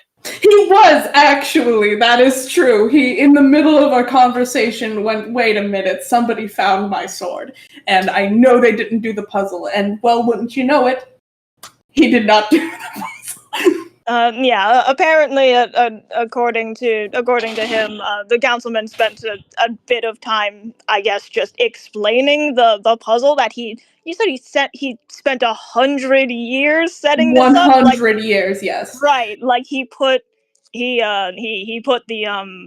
poem on the ground at the founding of the town, and then he just did it, and then he didn't put up the symbols that were apparently the map to the treasure until he was about to die. Yes. Which Yes, I it's all find true. very funny. That man does have my respect. And I do feel a little bit bad for stealing from him. Maybe you should, just a little. Holland shrugs and says, "I didn't even buy a map from the girl." That's What? true. You did. That's true. Like I showed you like my map, and then you went okay, and then you went off into that direction. Wow. I found out about the shadow tigers. Ume, we have to go. The shadow tigers? Out in the woods, past the town, there is a colony of druidic shadow tigers, and they're awesome, and we have to go learn their ways. Oh. If they will allow us. And we have to bring Abaddon. I see. Oh. I think The little girl was really on the ball with this. I think I met one. You what? I think I met one of them. Or like a retired one. That's amazing. Yeah. What did you talk about? You were at the stalls, right? Where was one of them just selling stuff? I just decided to go for a walk around town after perusing the stalls, and there's the house in the lone house in the northwest of the town. He lives there, and just hung out with him for a bit. I do want to go back to your meeting with the dead councilman? Yes, Was that the right time and right place then? I guess so. Yeah. Yeah, and it was just so he could tell you were pure of heart? Juby is going to cut in before Take can say anything and lie very badly. Juby is going to like cut in and be like, well, no, okay.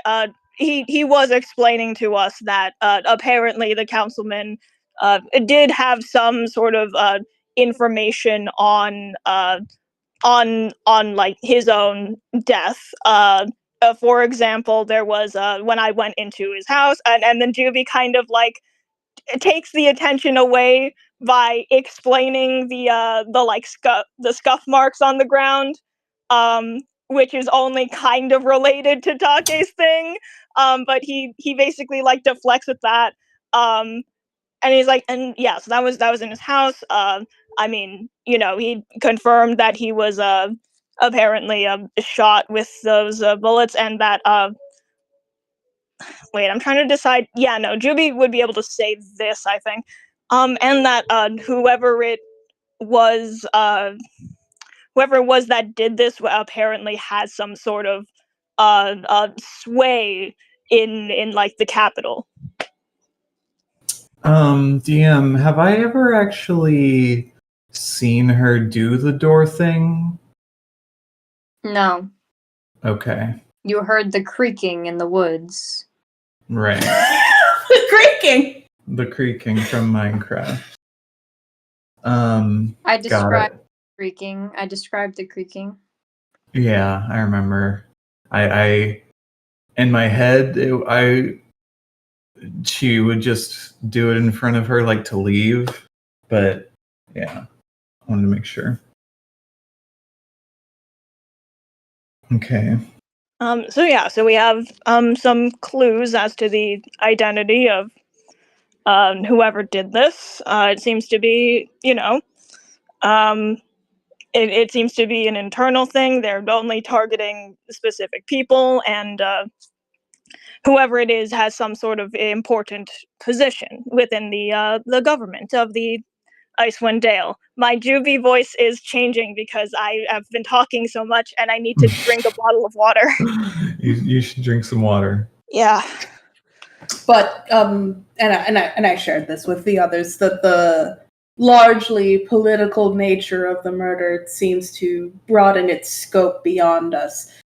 It's my personal belief that it's too big of a case to solve right now, and that it would do more harm than good and put more attention on us than necessary.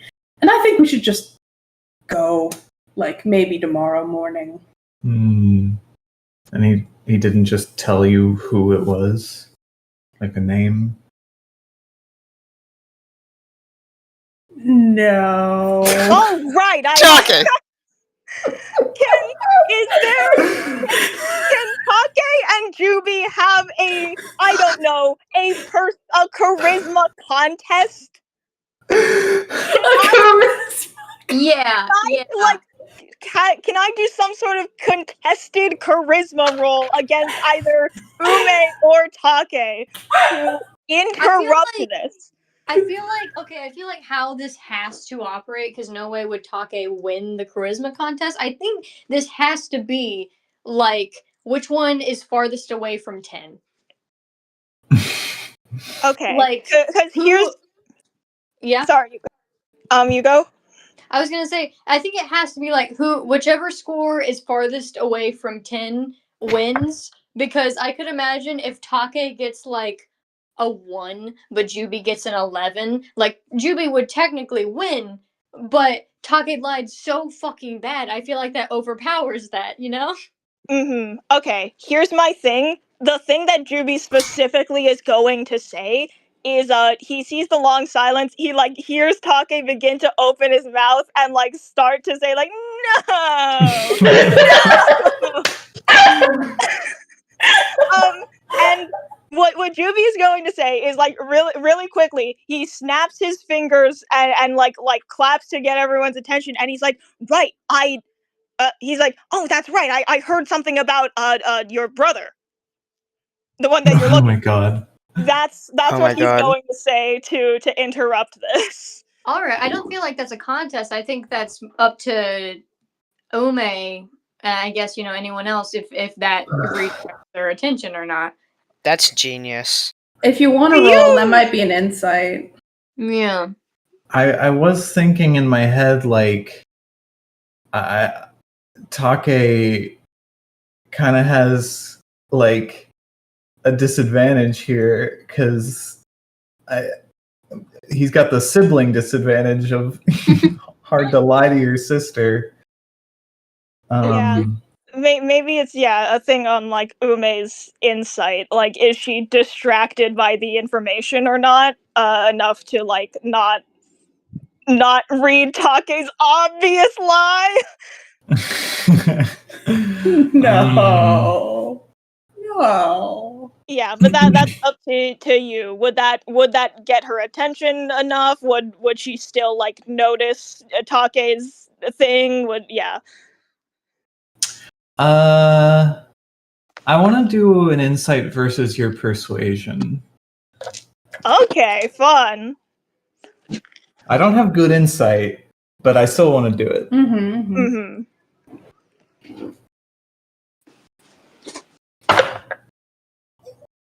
Whoa.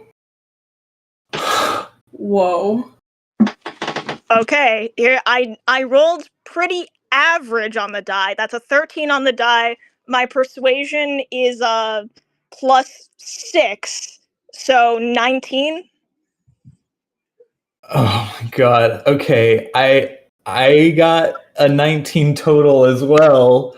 Which is but a 20 minus it 1. was a natural 20. Oh.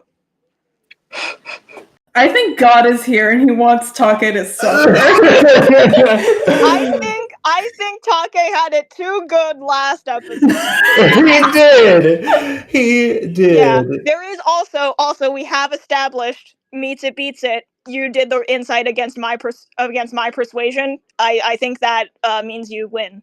That's true. We did establish that. Mm-hmm. Yeah. So I think Juby says that, and Ume is kind of like shocked for a second, and then turns back to Take and is like, "We're not done here. What was that?" What was what?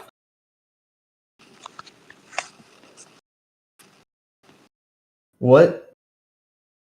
He gave a name, didn't he? No. She kind of like scowls, like, this is serious now. Juvie is silent because he's aware that he pulled out like the best card he had, and it didn't work because Take's so bad at lying. So he just kind of like you just see, he just kind of like gives a look to Holland across the room, like, I tried my best, right? There was nothing else I could have done. Oh, Holland is kind of looking at Take like on Ume's side. He actually says like, "Yeah, Take, you don't have me fully convinced either."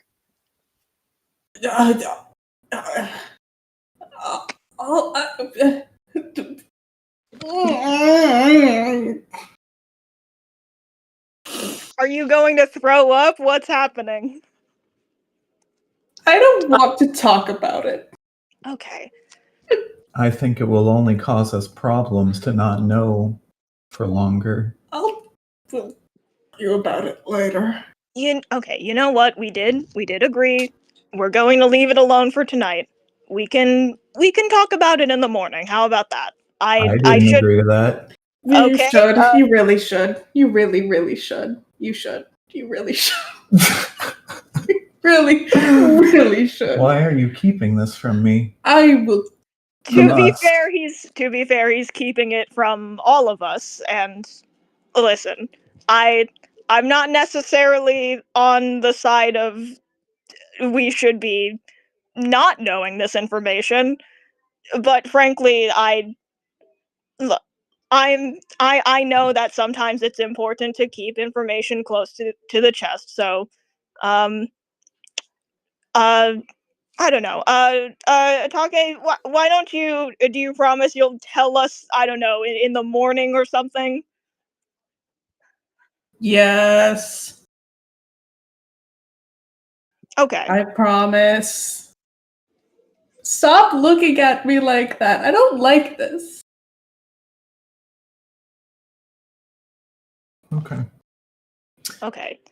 I think, In the meantime, right? I do need to. Sorry, if you had something else to say, go ahead. But I should tell you about. I heard about your brother. yes, I would very much like to hear about that, but I just wanted to say I think I'll have a separate room for tonight.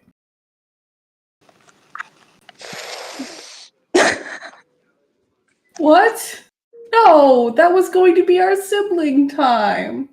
Well, you can have some time with Abaddon. No, we need to. No! This sucks. By yourself? Yes. I think You know, we only for our we safety, we have. should stay together. If you'd rather stay in my room, Yeah, you I will can. say there is a murderer around, and also we paid for 2 rooms. I don't mind paying for another. All right. Okay. Sure. We can figure this out. For now, this is pretty important. Yeah. Juby shares all of what he learned about Matsu, that his his kind of friends who were like stuck in jail, apparently like they recruited a new kid named like Chip, who was like a heron with a like chipped mask with a snowflake on it, and that he had apparently well, sorry, remind me specifically what it was. He like found the key, right? I'll piece it together for you. Um, he stole that key from From the hag. Yeah, he stole the key from the hag. That's why the hag was pissed off. He needed help through the city because before the guards were more preoccupied with councilmen, they were preoccupied with like finding people who have keys. So he was Right. like, Yes. he needed their help. And then like when they got near the exit, and he like uh basically was in the clear, and little wienered it up, and they got caught, and he ran away and got out of the town. Mm-hmm. Okay, then yeah, that is that is like basically what it sounded like happened. Okay, so yeah, so Juby shares that apparently he still is in he's still in possession of the key. Nobody else like took it off him or something. At least as far as he was in this town, he still had the key. He needed help getting across to the other side. So he's been here recently. He's been in the town, and he's been like, good and making his way to the capital. So we should be able to catch up with him. Right. Juby would also know how long it's been since he's been in the town, right? Honestly, probably like a week and a half. Yeah, because it sounded like this was just right before the council people started getting murdered. So it would have been like within the past like week or 2. So that's pretty recent. So he's like, yeah, okay, so it would have been within the past week or 2, so we can probably catch up to him. It sounds like he's doing all right. It's good to know he's still doing okay. Hopefully we can see him soon.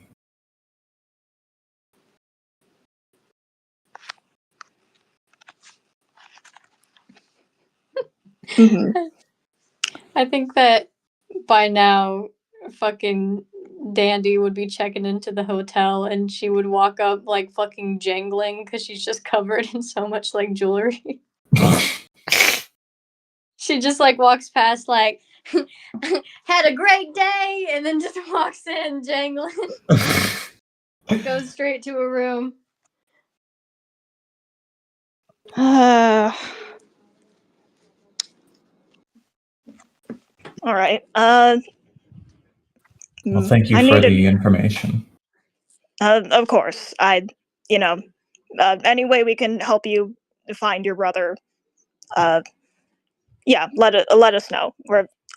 We'll keep keeping an eye out. Yes, thank you. Genuinely.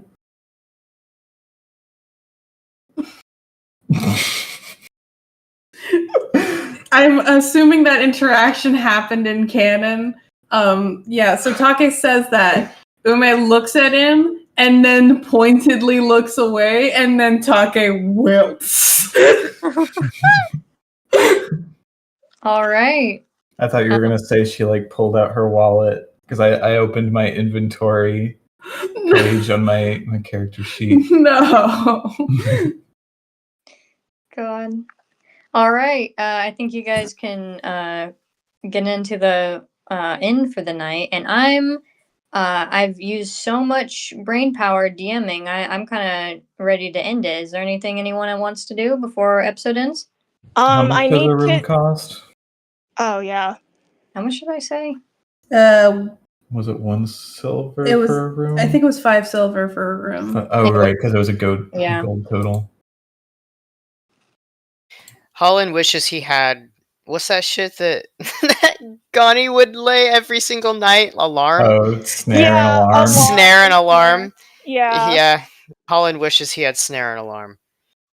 Okay. Well, here's the first thing. I need to steal 20 gold pieces off of Dandy. If I can. Or at least 20 gold pieces worth of jewelry, and she can keep the rest. She can do with the rest of it what she will, but Juby does need that much. Does Juby just ask for this or tries to steal it off of her person? Juby tries to steal it off of her person, and regardless of whether or not he is successful, he will ask for the 20 gold pieces afterwards. All right. I think that he wins because she rolled a 2. Oh, okay. Let me just in case roll in case I like get a nat 1. Mm-hmm. Well, it would be a 2 plus. Was that perception? So it'd be a 5. Okay, I got a 12. Yeah. I think what happened is that Dandy went out. I think that she got some drinks. I think that she stole a shit ton of jewelry, and I think she had like her makeup done in like a cutesy like almost like flapper kind of way. And then I think she goes into the inn and immediately like passes out covered in jewelry. Wow. Awesome. Yeah, I'm going to steal like 20 gold pieces off of her. She can keep the rest of whatever she took. If she's not awake, I'm not going to wake her up to ask for 20 gold pieces. Yeah, she would conk out instantly.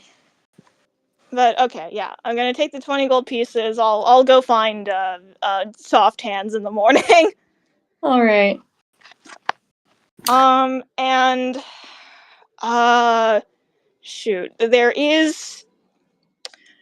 I want to talk to Take, but I also want to keep an eye on Ume. Take wanted to talk to Ume tonight, but we could potentially save that for next episode if we want to end it soon. No, you guys are good. I've used a lot of brain power for DMing, so if I don't have to be there, you can keep going.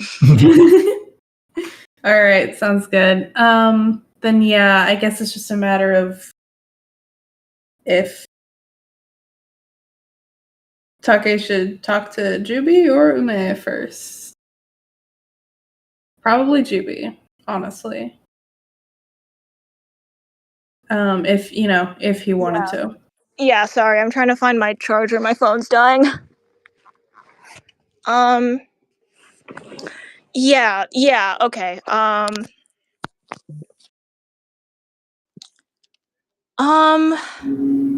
Okay then, yeah, Ume has, I guess, is going into her own private room. Mhm. Yeah, Juby sees Take looking real sad about that, and it's just like, hey, are you okay? I'm imagining like everybody's like setting up in their rooms for the night. And so what I'm imagining is that like Juby knocks on Take and Abaddon's like room door, and he slowly creaks it open, and Take is just like dejectedly tucking Abaddon in for bed, and he's like, and this is why you don't lie, because everyone gets really mad at you. Even if you're doing it for a good reason. Okay, I'm not mad at you. That's great. Thank you, Abaddon. I really appreciate that. You got me a toy. You are a good boy, Abaddon. I said you got me a toy. Oh, wait. Sorry. Yes, I'm He just... can't hear anything through his tears. I did get you a toy, and I really hope you like it. I do. Good night. Good night. Yeah, Juby from the doorway would probably be like, well, I'm not mad at you either.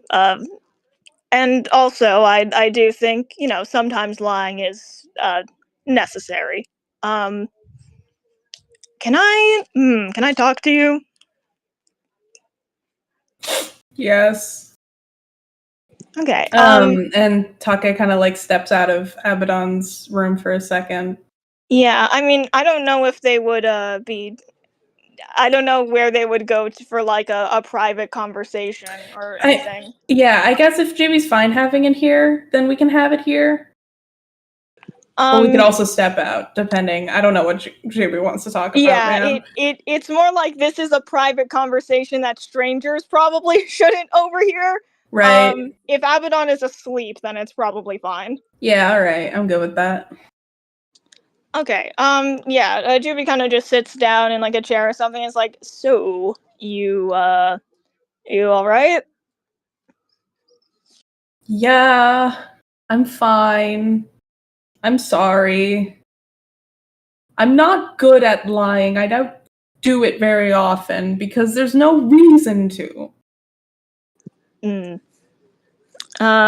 Well, I think it's a good trait, honesty. I think honesty and deception, they both have their own places and times to be used. But yeah, no, you don't have to be sorry for that.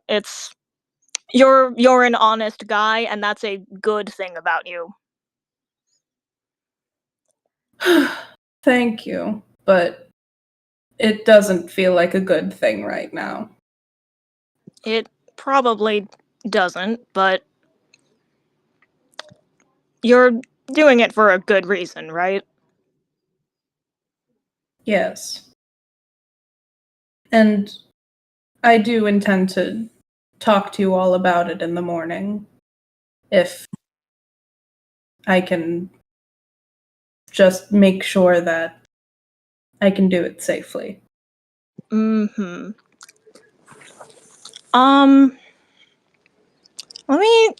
look at something really quick. So is Abaddon asleep by now?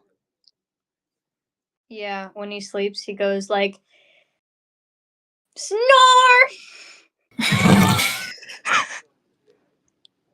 Yeah?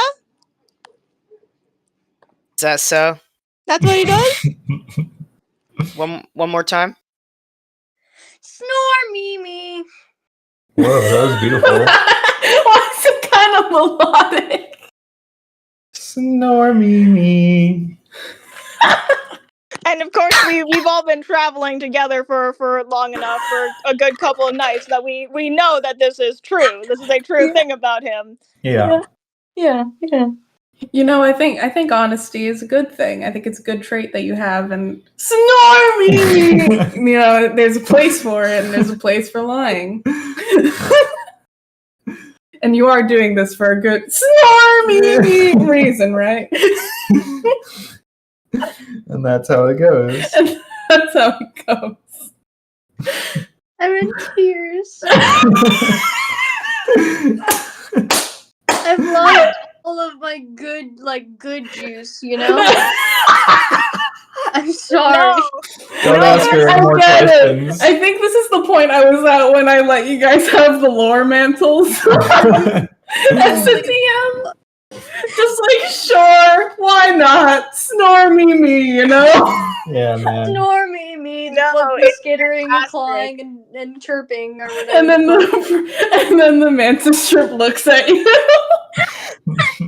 I think that when everyone else is too tired to have their wits about them, that's when people like me do my best work. Yeah, okay. Here, okay. If Abaddon is asleep, let me just like double check something.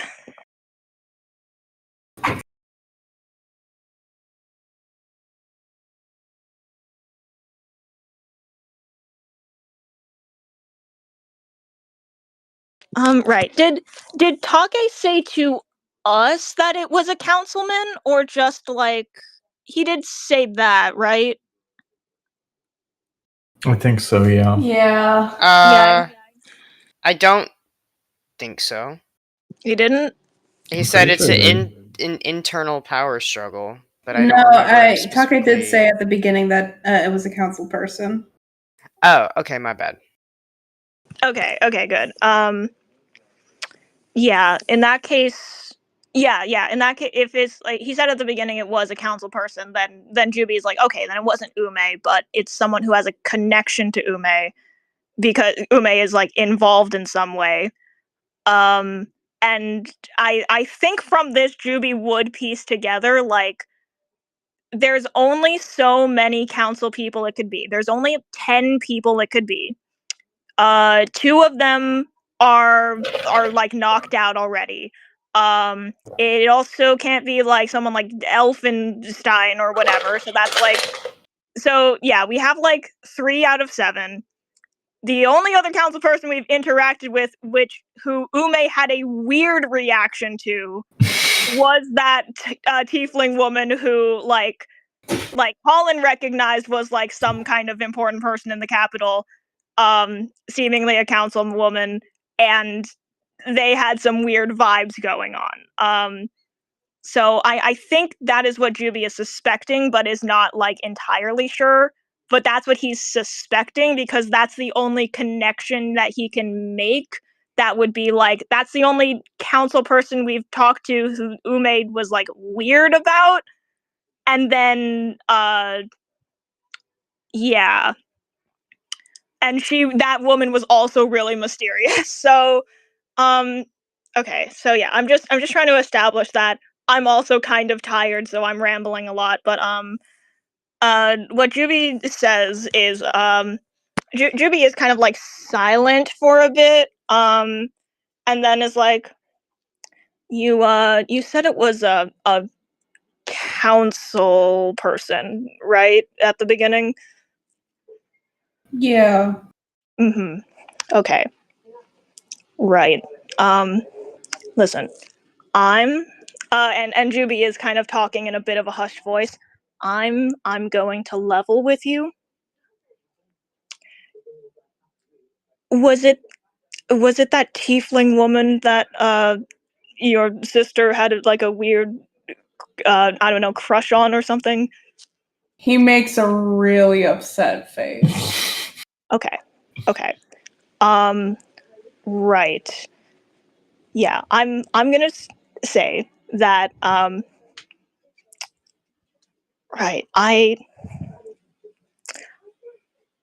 mean this very genuinely. I'm not mad at you, and I get why you don't want to share this with us, because if it's something that's going to implicate your sister, I get why you wouldn't want that.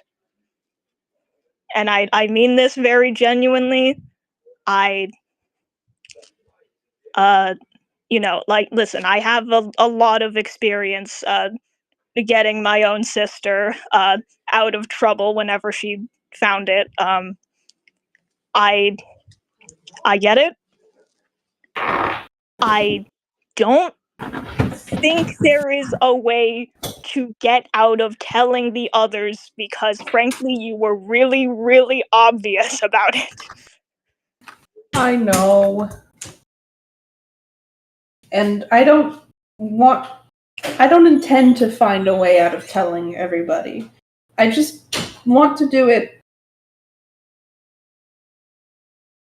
after speaking to her first. That's really all it is. That makes sense, right? Is there... Okay, I mean, listen, as long as we're laying all the cards out on the table, is there anything else important that this councilman said to you about her? Because I'm going to be, again, I'm being totally honest here. You were so suspicious that you were making it sound like she murdered someone. And I know that's not the case, because you also said it was a council person. But you were, that is the level of how bad that was, is that I don't think she would have directly helped kill these people, but you were reacting in a way that made it seem like she was directly helping to assassinate people. So I think it would be easier to do this interaction if you just actually said the truth, because I don't think it would be worse than what I am assuming. Probably.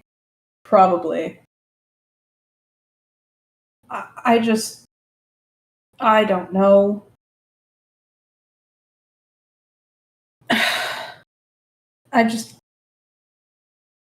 I don't know anymore. I'm glad that you don't think too ill of her, even now. I obviously, I don't know. I don't know how involved she is. I don't know if she is involved with these murders or not. I don't know anything, and I don't want to have that conversation with everyone there. I just want to talk to my sister. And I didn't realize that I wasn't doing it enough before. I get that. Like I said, I can't. You almost lost her. Honestly, I know you were saying that I don't think ill of her, and I don't to an extent, but I actually am very suspicious of her. She's been doing a lot of weird, suspicious things.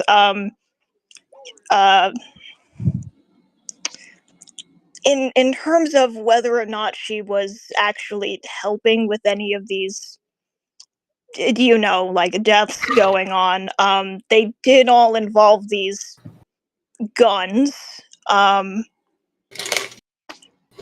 Right, you saw that I did take one of them.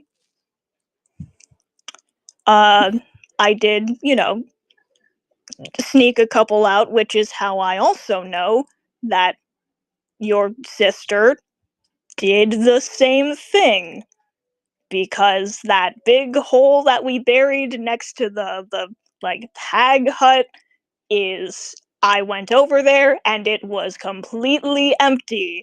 And she went out on a walk and she came back with snow all over her hands and feet, and that hole was dug up.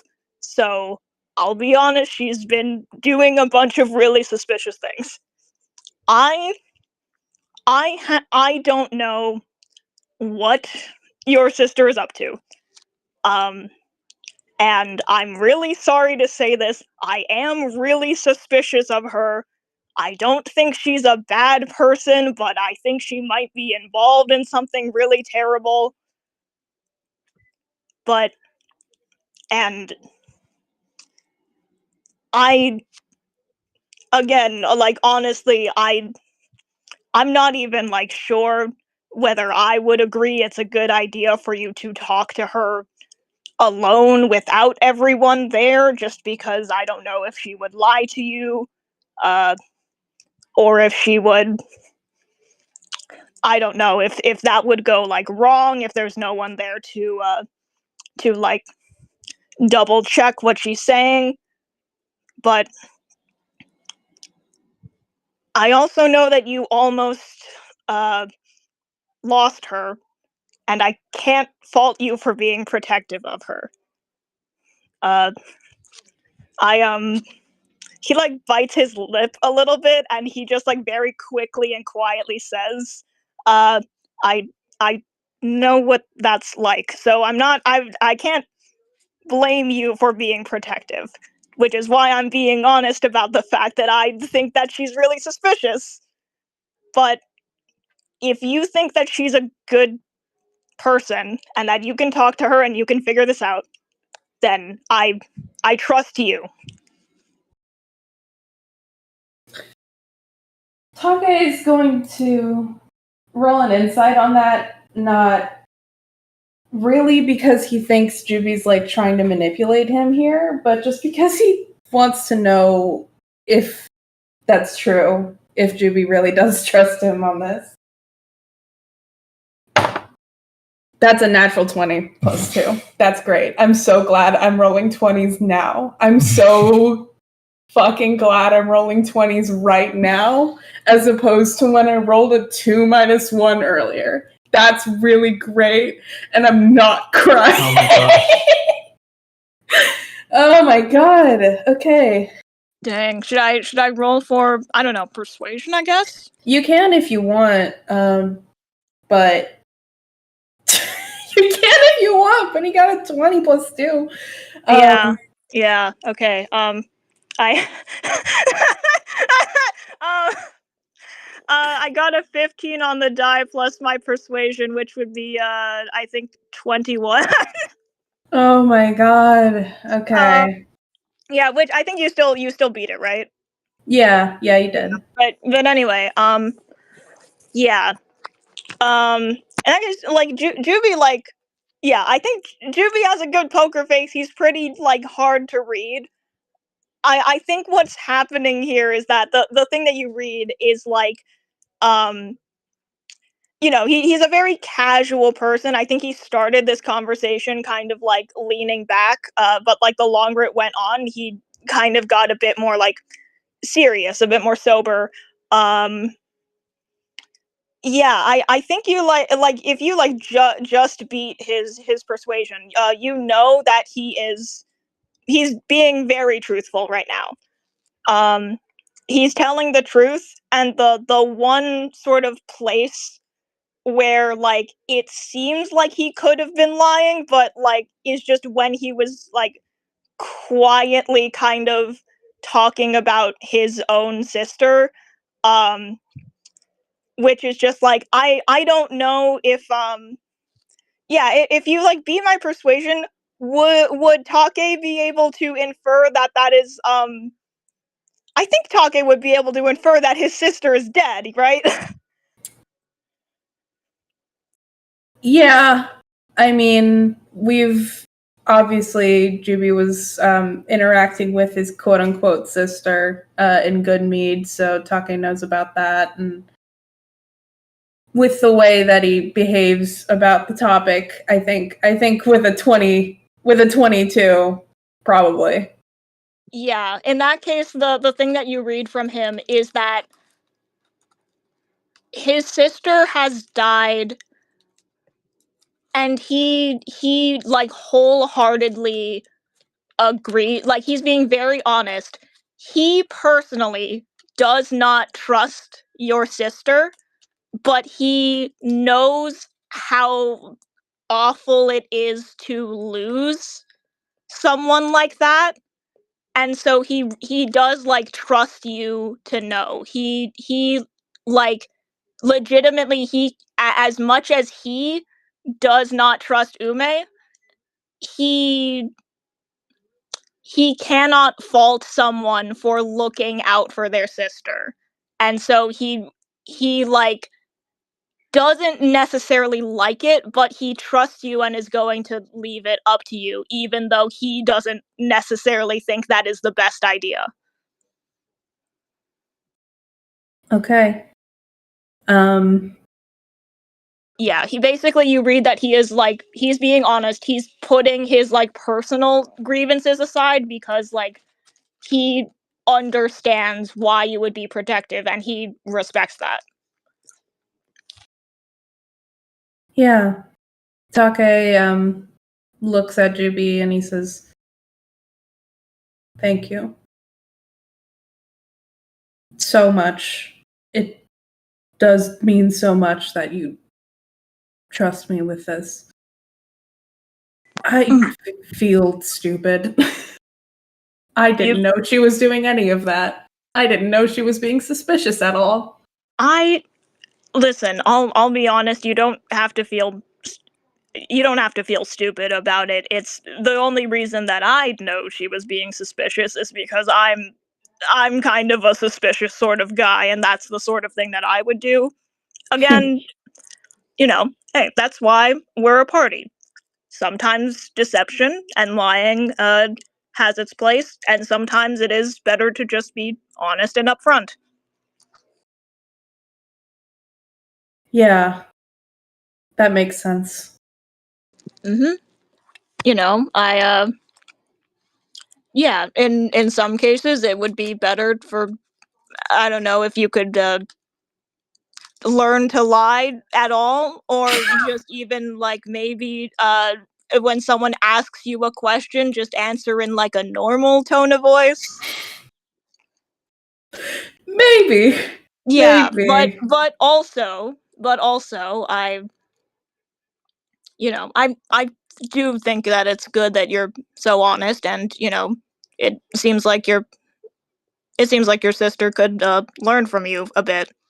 I could probably learn from you a bit. I'm terrible at talking about things.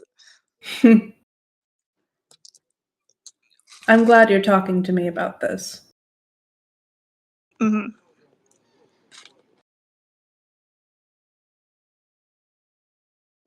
I think that was it. I just wanted to make sure you were doing okay, and if you want to talk about anything, I'm sure watching what happened in the last town was a pretty awful. So if you want to talk about it or just kind of think about it and hang out, you can always ask. Thank you, Juby. If you have anything else to talk about with me,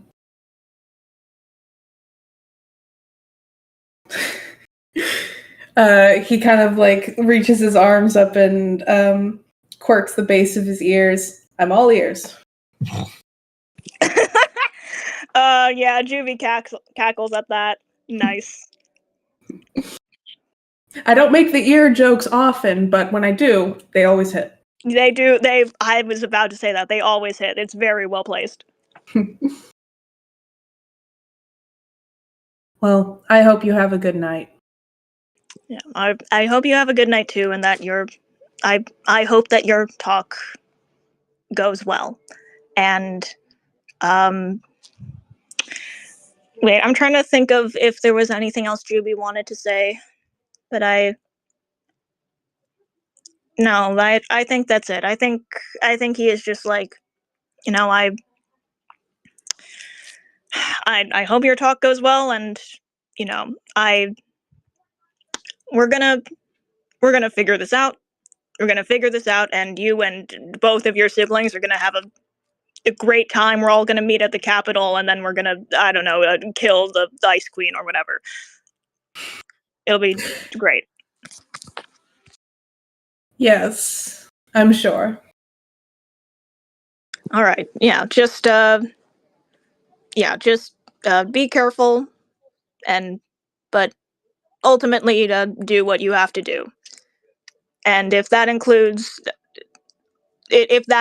frankly, like deceiving us in any way, I'll be a little miffed, but I won't really blame you personally.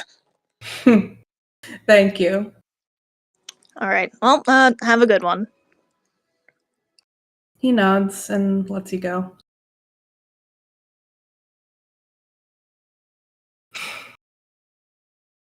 Does anyone else want to do anything? Does anyone else want to do anything?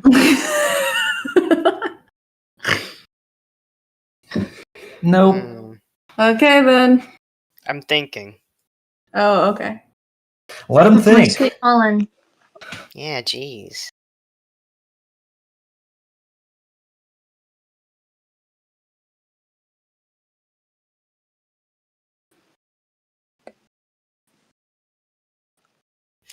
I guess not. All right. So that's all. Take does want to still talk to Ume. Excellent.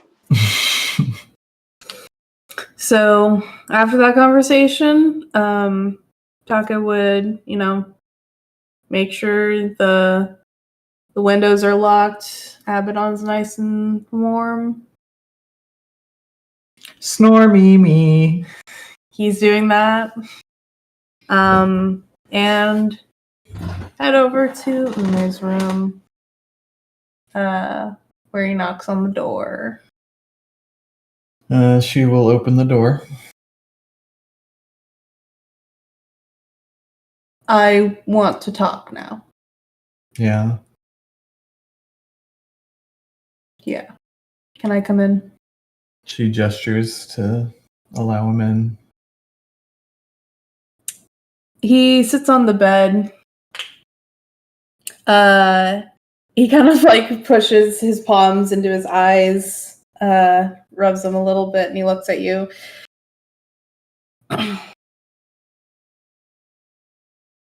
I didn't know you liked girls.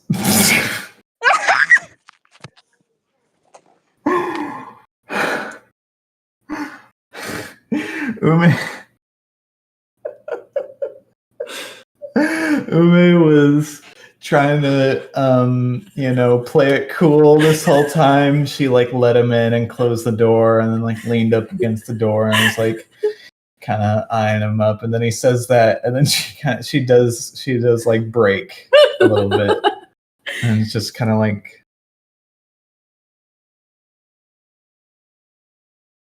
yeah, I do.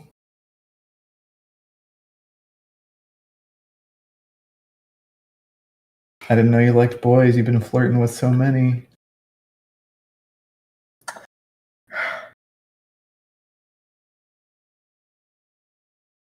I did have that one coming. I did set you up perfectly for that. I'll acquiesce. I just kind of realized over the past couple of days that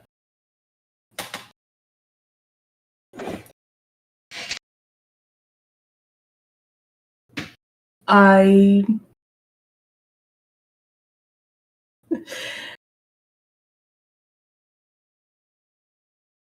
haven't been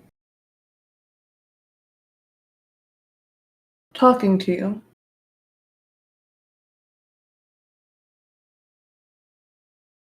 I don't think I've talked to you really since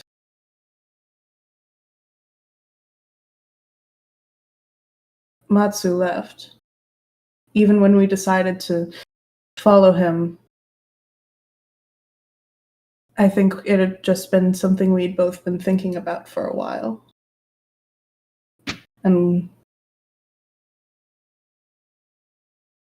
we never really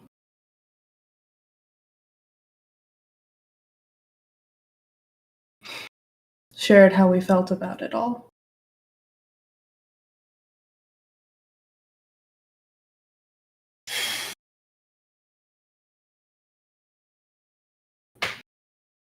So, is that what we're doing now?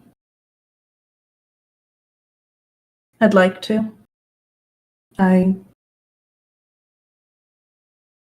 not okay with not making an effort. At least on my end.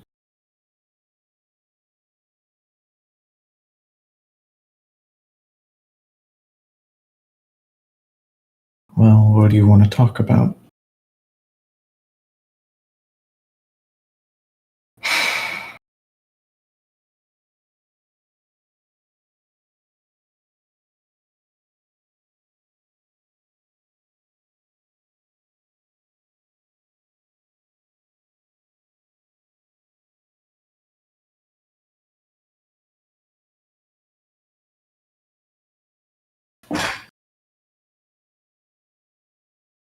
When did you realize you liked to cook?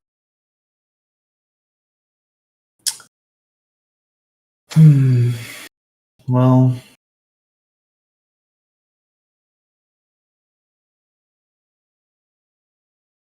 I guess it's been a while now, but I've not really practiced a whole lot. I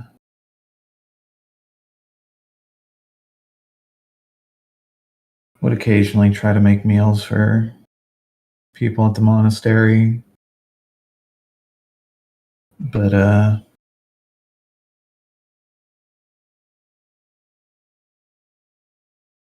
seeing as there's been more of a need for good meals as of late, I've been trying to make an effort to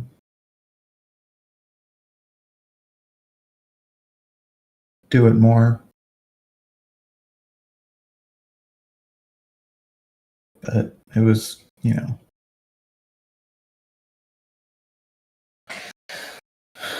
started getting into it before Matsu left. So, for a while now. Maybe you can surprise him with how good of a cook you are now. I'm sure he'd have notes about its nutritional value, though. Yeah. We'll see how good a cook I end up by then. Maybe if I have an actual kitchen, I could stand to make something a little better. With ingredients that aren't all salted and dried and preserved and pickled and the rest. Yeah. And maybe for Holland, I could stand to branch out to more meaty foods. Yeah. Abaddon as well. Owlins need protein. That's true. If he's going to come live at the monastery.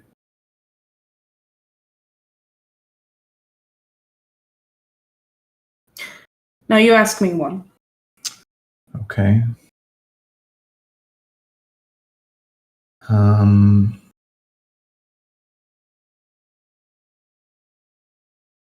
Unless I'm just so uninteresting.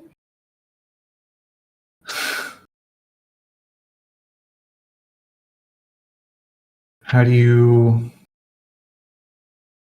view your relationship with Abaddon?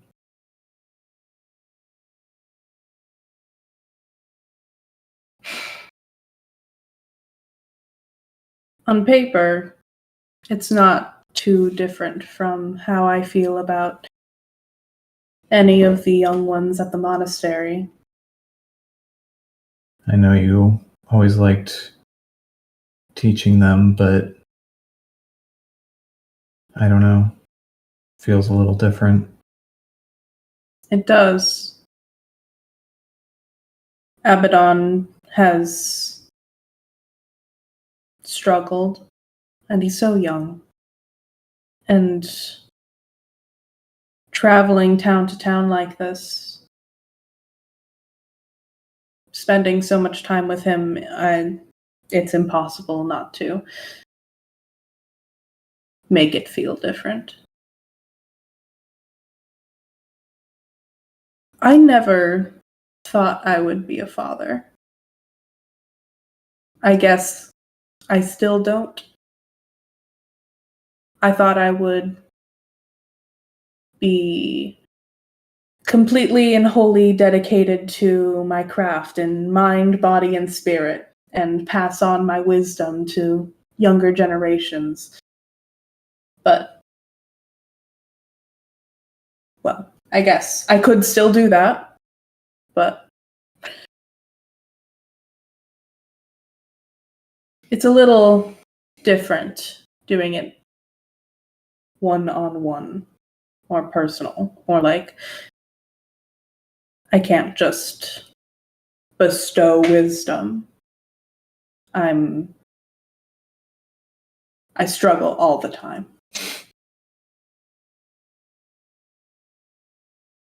Well, it seems like you've already made a difference for him. But, of course, nothing has to be decided on this trip. Circumstances aren't what they normally would be. That's true.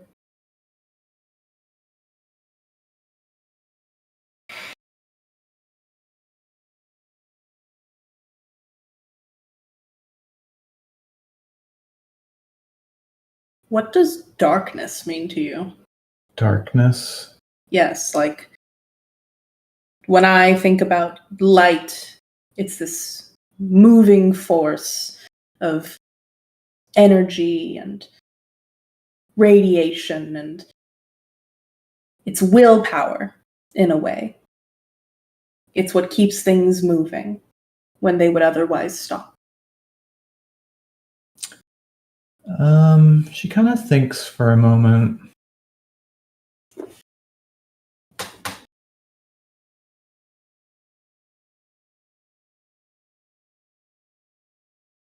I suppose to me, it's comfort, it's support. I feel at home in a darkness. You know, don't get me wrong, it's always nice to, it'll definitely be nice to have sunny days back. But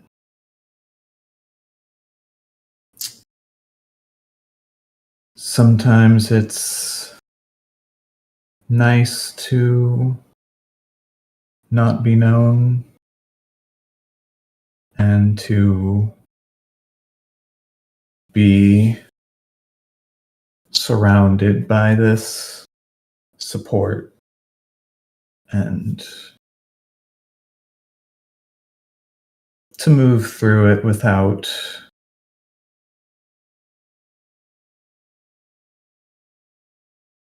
rousing any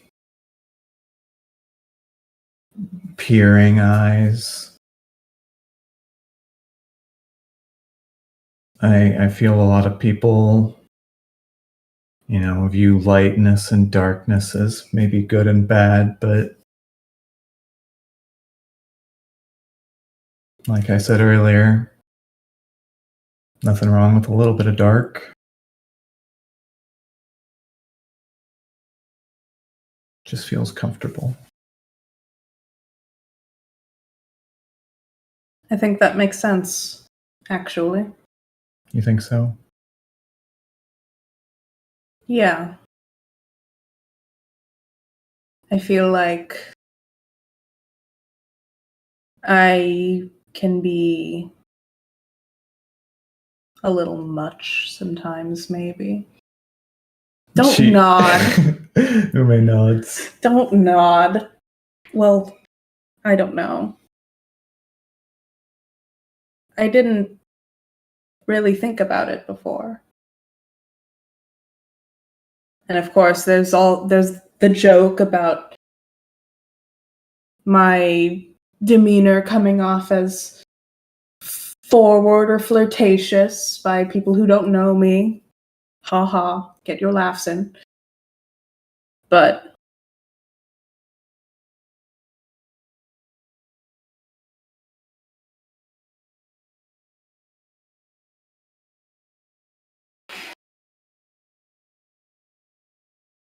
I guess I just never really thought about how maybe having somebody who's always there and telling you that you need to be the best you can be all the time, and that you have infinite potential inside of you. You just have to realize it, and you have to do it now.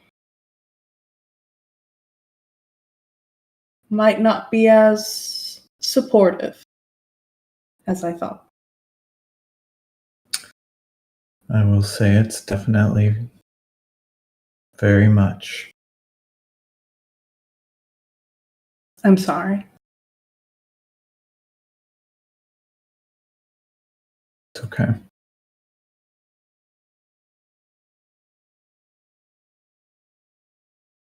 I'm sorry if I brush you off a little too much.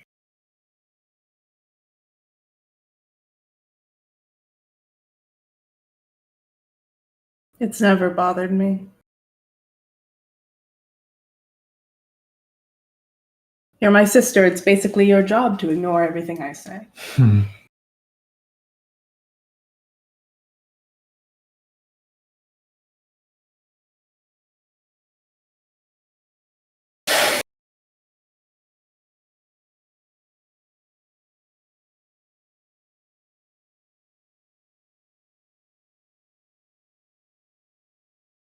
Does it bother you that I like girls? What? No. What? What?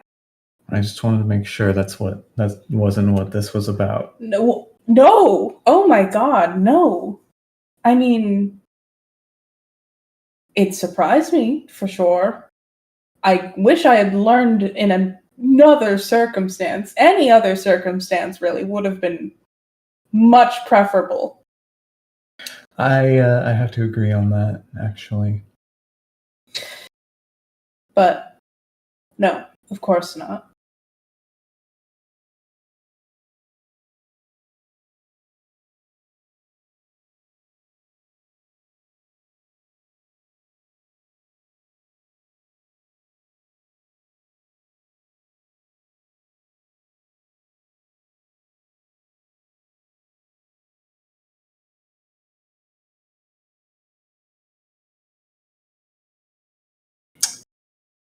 And I don't suppose you're not ready to give that name yet?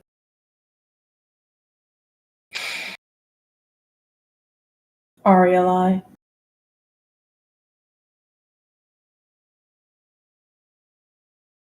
I don't know who that is.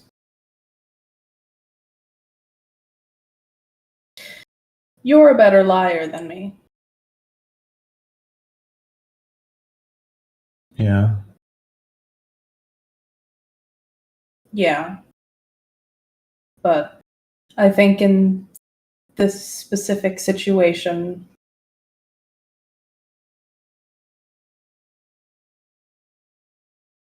I might have a bit of an edge. How's that? That tiefling woman that came into the ramen shop the other day. Yeah.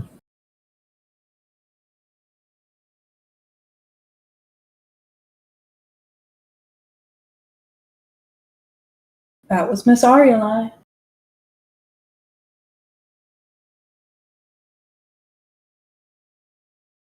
Did Mr. Sanyo tell you that? He nods.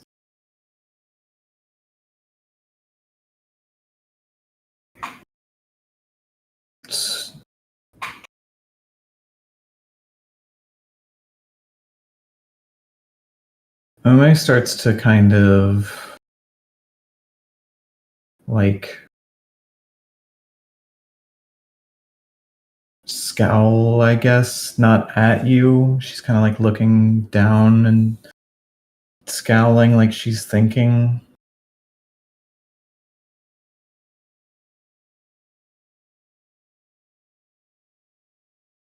So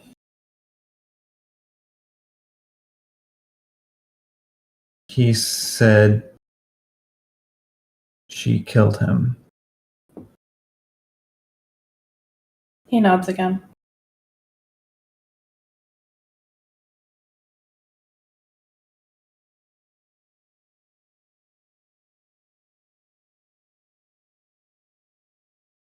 She's really, really lost in thought. You almost look confused.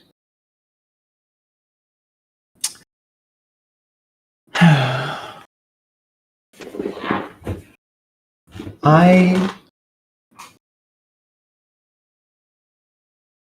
got a bad vibe from him. I just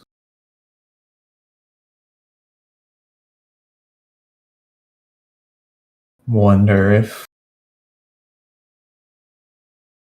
was he just some crazy old man? I guess that's a possibility. Maybe he had his own reasons for giving the name that he did.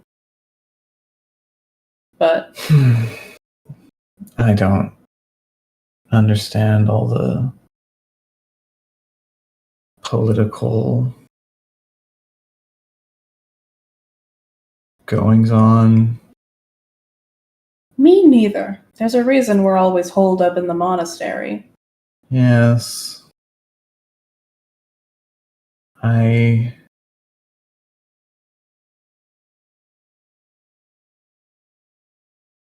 don't know.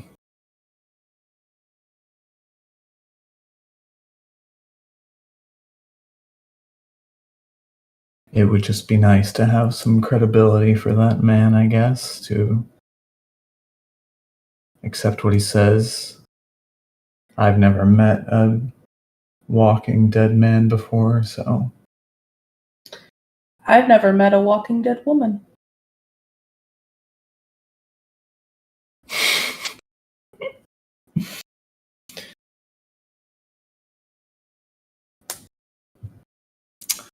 I suppose that's true. Actually, I'm curious. Yes. No. That should be for later. Well, now I need to hear it. Okay, but it could be either underwhelming or moderately upsetting. Okay. Go ahead and punch me in the arm right here. Punch you in the Yes, arm? well, not like hard. Maybe like enough to do a point of damage. Okay. Do I need to roll to hit? I'm not gonna make you. Okay. No, please do. Oh, Okay, you want me okay. to? Yeah. Okay. Is she rolling straight or with disadvantage? Oh, I see what you're doing. With disadvantage. With disadvantage? What do you... What? I see what I see. Oh. Oh, no. That's what he meant by either underwhelming or moderately upsetting.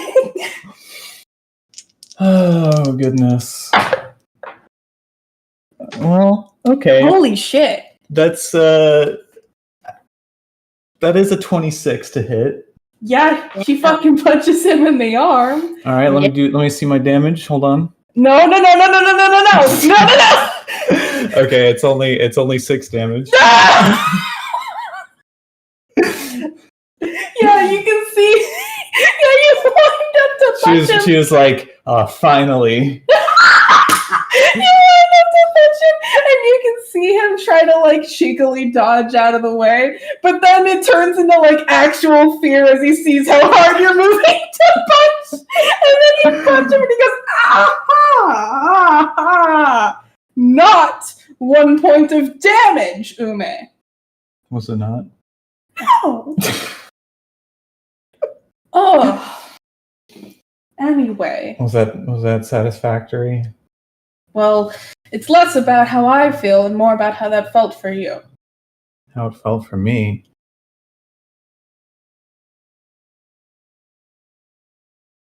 Don't smile! Did you feel any sort of resistance?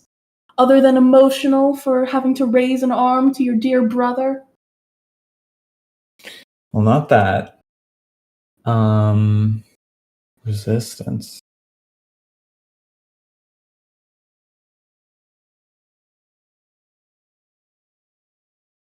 Not really. Okay. Then, underwhelming it is. Okay.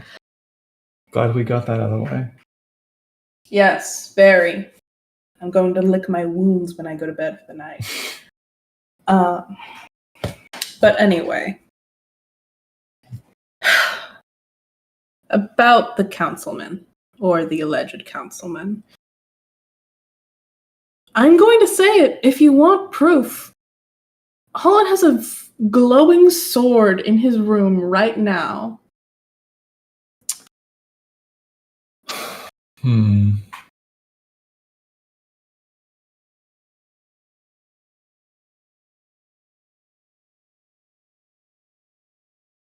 I don't know. Anyone can bury a glowing sword. Of course. But I see what you're saying.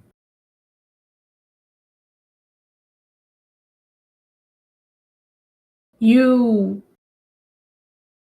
work for Arielai, don't you?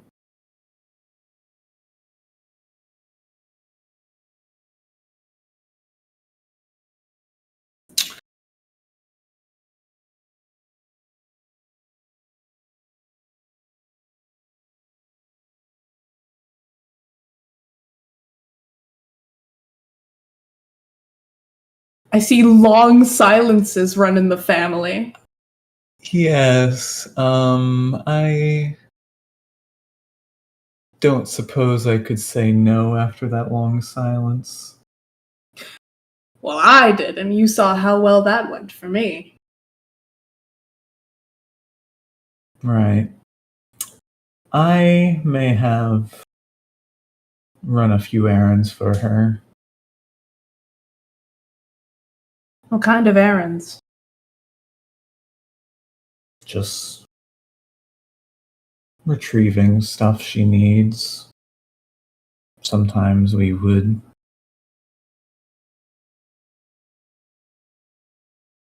hang out a bit. Sometimes you hang out a bit? Yeah. I did get some practice in with that alcohol. If you remember that. Oh.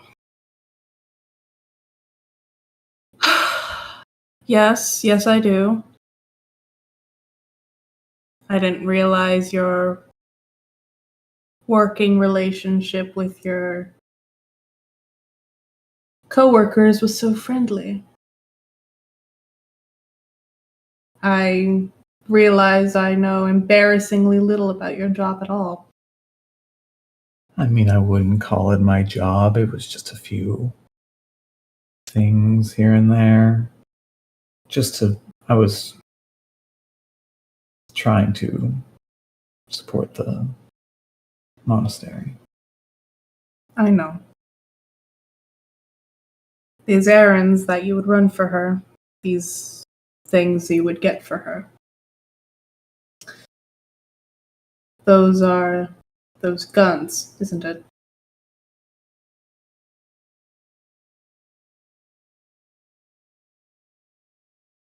It was personal for her.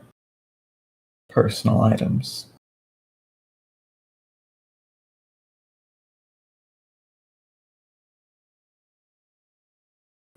They were hers? No, I was retrieving different personal items for her. Private items. Like secret? Yes. I don't want to, expose her secrets.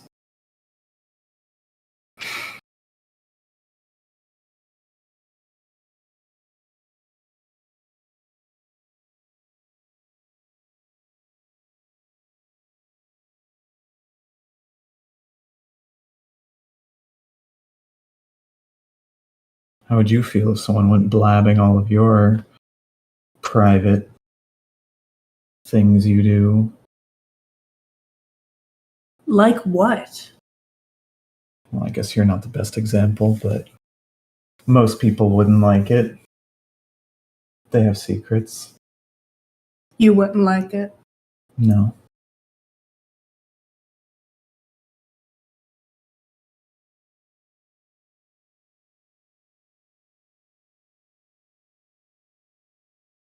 Sanyo told me something else.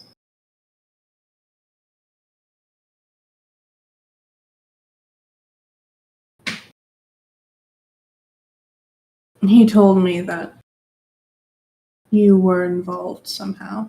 He could tell. Involved? With this Arielai. Mm.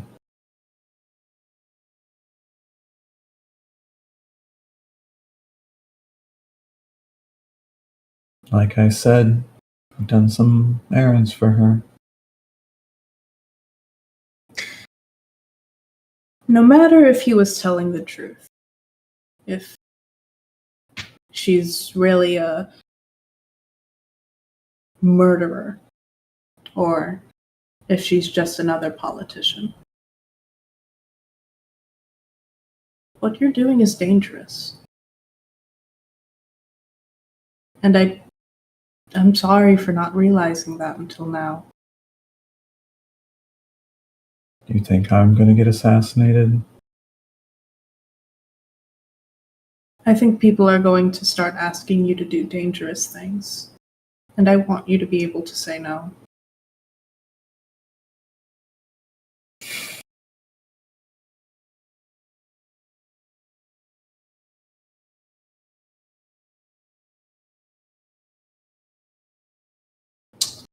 I can say no.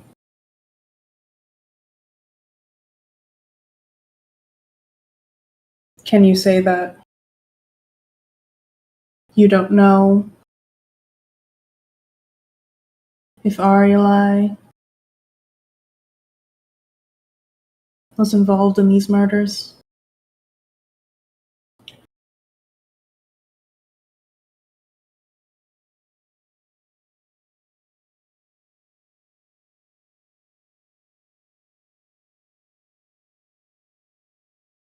Ultimately, I do not know if she was involved. But I don't believe she is.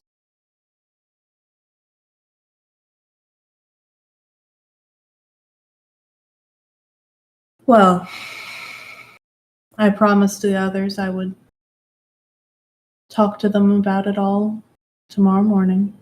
Right.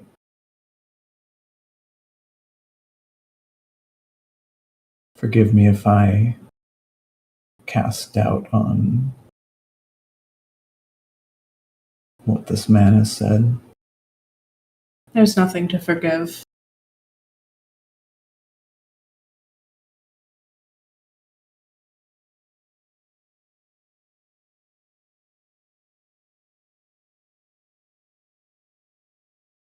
I don't think I'll mention you directly. Although if somebody asks, I'm going to try really hard to dodge the question, but we've all seen how that goes for me. Well, I appreciate it. But they all saw her. They saw her talking to you and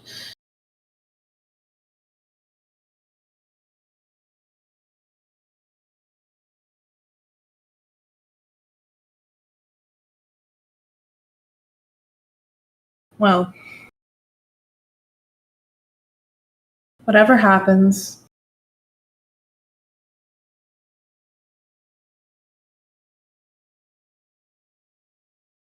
I love you. And I don't think you're a bad person. Obviously. And I want to support you more than I have.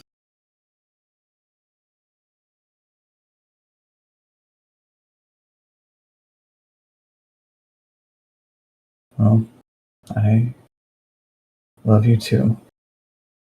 And no matter what happens, everything I do is for you, for Matsu, for the monastery. I'll be there for you.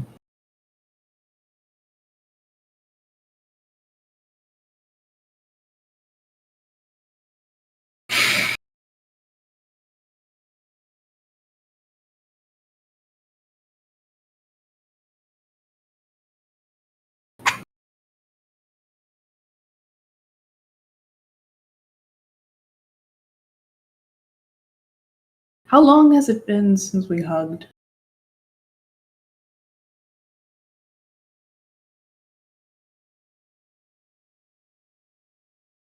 Well,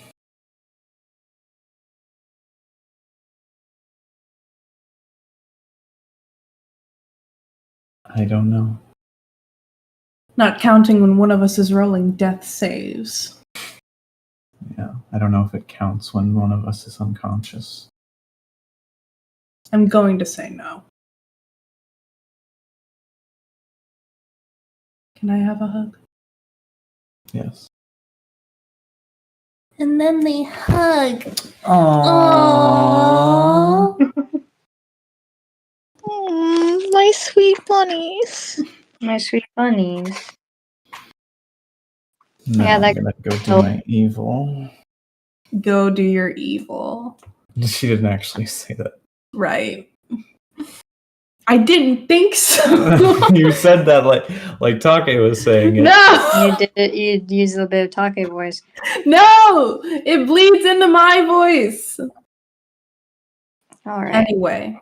Holland wanted to do something, Okay. Yes. and then we'll end the episode. Mhm.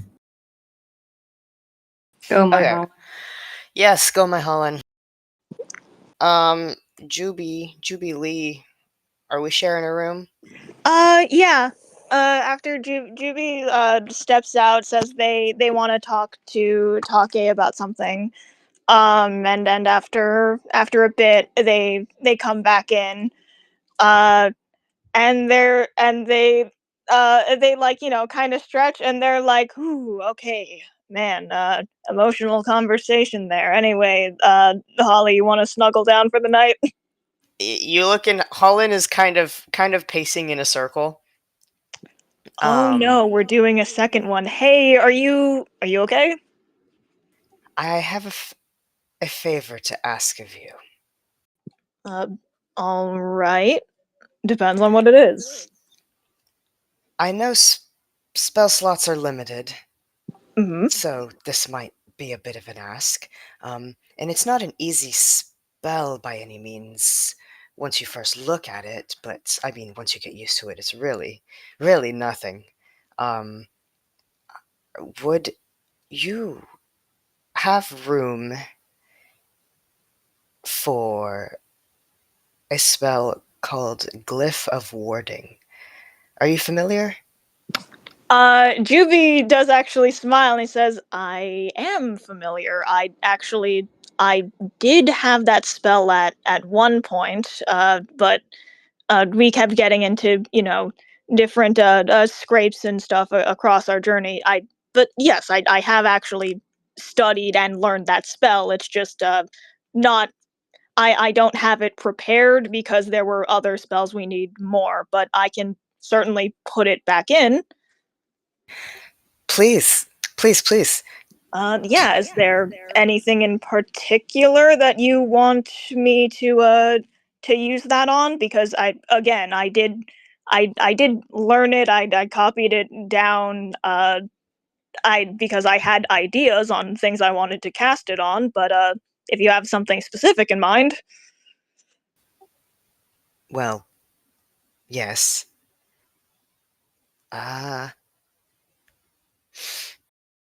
Holland kind of does a little awkward twirl as he's thinking,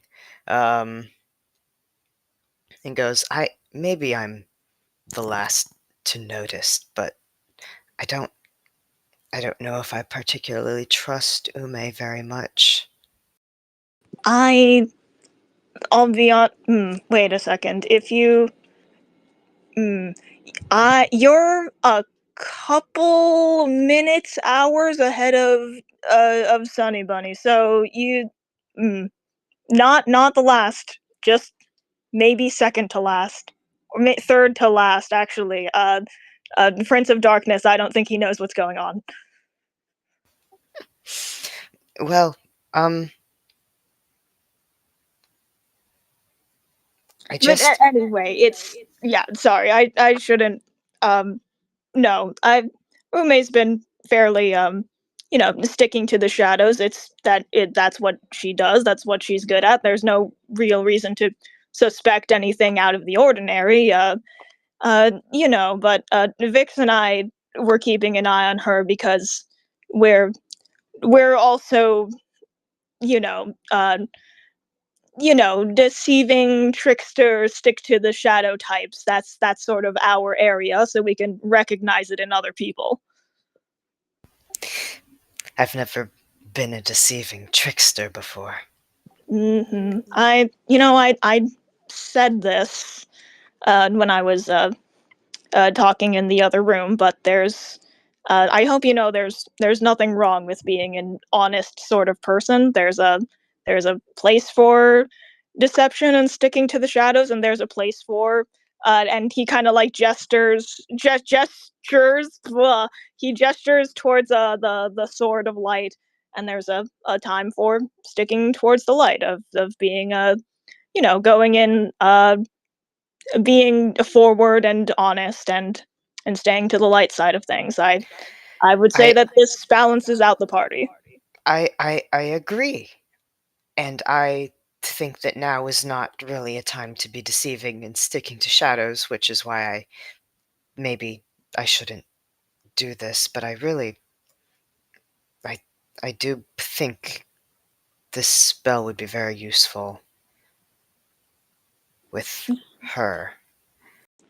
Yeah, no, it is good that you bring that up. Like I said, I've been considering it, but it's more of a trap spell than it's an abjuration spell, and it like lays down a trap. It's not very good for uh being in the middle of combat, which we've been having to do for the past couple towns. Yes. Well, you have. Do you possess thaumaturgy? That's quite I do. standard. Hmm. Okay. What I would like you to do, I would like for you to acquire this spell. I would like for you to set the. And I will have to do some reading on monk abilities, I apologize. I would like you to set the trigger condition to that thing that we've seen her do, the teleportation.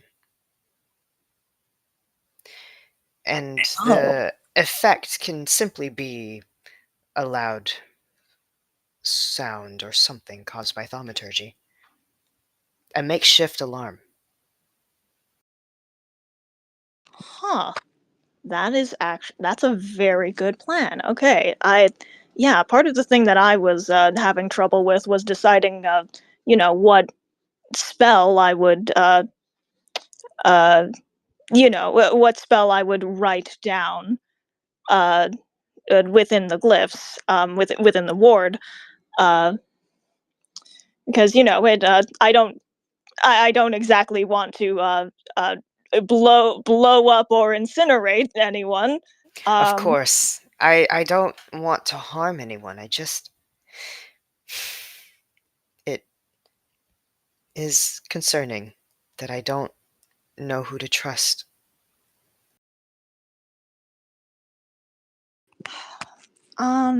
yeah, I can definitely do that. Would you want me to? I was originally planning on maybe casting it on and Juby kind of like moves their cloak to like pat the gun on this, but if there's something else that you think would take priority Oh. or something. Well, the point of the glyph is that it's almost impossible to find unless you're specifically looking for it. It's sort of, if I'm remembering correctly, it's been a second. The trigger is a radius. So if it's in her room and she so chooses to leave the room in the middle of the night for who knows why, then Oh, we'll be okay, alerted. right. This is to ensure. Hi, guys playing the radio. I guess it is. Those It's guys 10, always play the radio. always playing the radio. It's always from 8 to 10 o'clock, and it's like 10:40 right now. Hey, fellas. All right, yeah, all right. And they're passing by in the car. Okay, I think they're gone. Anyway, sorry about that. It's yeah, I'm not sure if the mic picks it up, but it's It loud did. enough. Great. Yeah, that's good. That's good. Yeah. Yeah, it from my end, it is loud enough to be equally as loud as the actual conversation we're having. So, Mhm. Mhm. yeah. And Holland's a loud one. Mhm. Yeah. All right. Okay. In that case, okay. So you're right. The plan would be to put it. Well, I guess if the issue is that she can teleport, I was going to say outside the door, but Well, the beautiful thing about Glyph of Warding is that you can set the trigger condition to just about anything. oh, right. Yeah, Juby actually like goes through kind of a book that he has. I don't think it necessarily be a Bible. Or I you know what it is? Juby pulls out what looks to be a Bible. It's like a leather-bound book with golden thread embroidered on the sides of it. Um and like flips through it, and Holland is very tall and Juby is very short. So Holland can see that in the contents of the book itself, it is like it's like a joke book. It's just straight up like a joke book, but it's like rendered in this very like beautiful like ink. And there's like chapters to it, and all of the passages are labeled the way a Bible would be labeled, but it's just like a series of That is awesome. yeah, but it's just like a series of jokes and like yeah, so that's what it is, and there's like Juby's own notes are in like the margins of this. This is where they've written. There's a section where they wrote down their own spells. Um, yeah, so they're double checking Glyph of Warding. They're like, oh right, you can put it on like a section of the floor, can't you? Yep.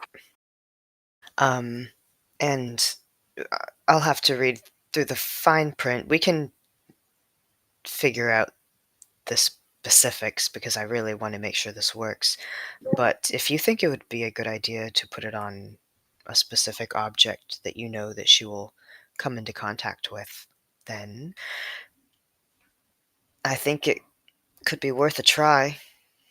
Yeah, that's a really good idea. I actually do think that the sort of floor or wall of the room or something might be better because uh I have no idea what objects she would or would not interact with for sure, but I mean if she casts a spell inside of her room that she would have to like be in the room or something.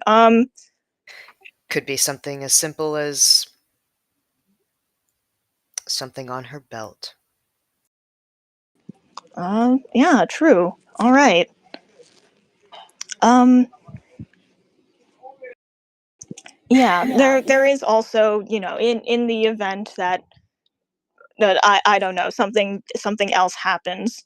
Uh, just to reassure you, we are all going to talk about this, in the morning. I'm aware, but she seems set in her ways, and I just want to know why. She does. But I think we can.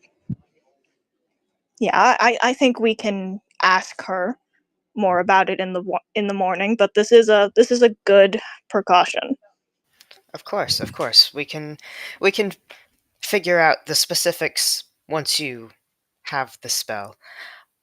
Um this is sort of, you just can never be too careful with who you're interacting with.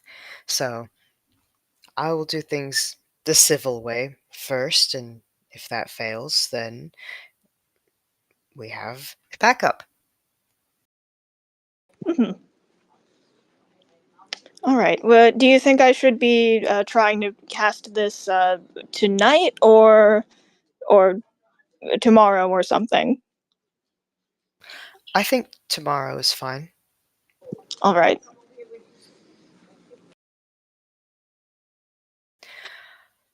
Okay, I feel so much better. Thank you. And he promptly curls up. I'm glad. Genuinely, I'm very glad. Juby curls up with you. We're we're all snuggling again, all three of us. Yay! Dandy, drunk as fuck, definitely would like stir a bit in her sleep and like grab you and and be like, just mumble shit like fluffy prince boy and just like snuggle up next to you. Very cute. Aw. Yeah, Juvie goes, yeah. Good night, Vix. Have sweet dreams. Tomorrow we're gonna go talk to Ume about the fact that she may be involved with a bunch of murders. Good night. Ah, ah, Hmm. yeah. She just goes straight back to sleep. Cool. Wonderful. Well, that's my plan. Gonna get your ass. And as the night dwindles, you could tell I'm really cognizant because it took me 3 times. Mm-hmm. And as the night dwindles, our sweet characters go to bed. And I think that's where I'm going to leave off today's episode. I really hope you guys enjoyed. I did. Yay! I This did! was lovely. I'm gonna kill myself! Yay! Yay! The best I- D&D sessions are the ones where you end like, I'm going to kill myself. Yeah. True. Sorry, Val. Yeah, sorry, Sorry, Val. Val. I'm- And you're not allowed to brainstorm how to combat it because you don't know that we No. had that conversation. Yeah, No. I have been. Here's the thing. Haley would know this, or she would know a bit of this. I had a specific plan on confronting Ume. But it seems like things have happened in a way where now that is going to go slightly differently. But I did have a specific plan for like when we end the night, Juby's going to do something a bit a bit Looney Tunesy. And yeah, but we can save that for next session. But I'm really happy that Holland decided to come up with a plan of his own, because Juby had his own thing cooking. Hell yeah. That's awesome. Yeah, that's yeah. Anyway, Val, be prepared for that. And Holland has a plan to stop you. Juby has a plan to stop you. Well, that's okay. I'm gonna become a warlock and then I'm gonna kill you all. And this is why we're trying to fucking do something. I'm sorry. Ume is so sneaky. She's so good at it. But she's so suspicious to the point where I feel like it's out of character to not, like, do something about it. Yeah, it's so Ume is so fun. I love this so much. I'm having such a good time playing Juby, specifically because it is like he's done a weird wraparound where he is simultaneously both the most suspicious of Ume and is also like one of the most willing, aside from her literal brother, to playing like devil's advocate and being like, no, but we have to hear her out, and we have to like we can't just like jump the gun on this, and we have to let Take and Ume talk to each other, even though I think that's a bad idea. All right, let's stop the recording. Oh right, yes, the recording's still going. Sorry. Yeah. Love Alright, you. bye everybody. Bye. Bye.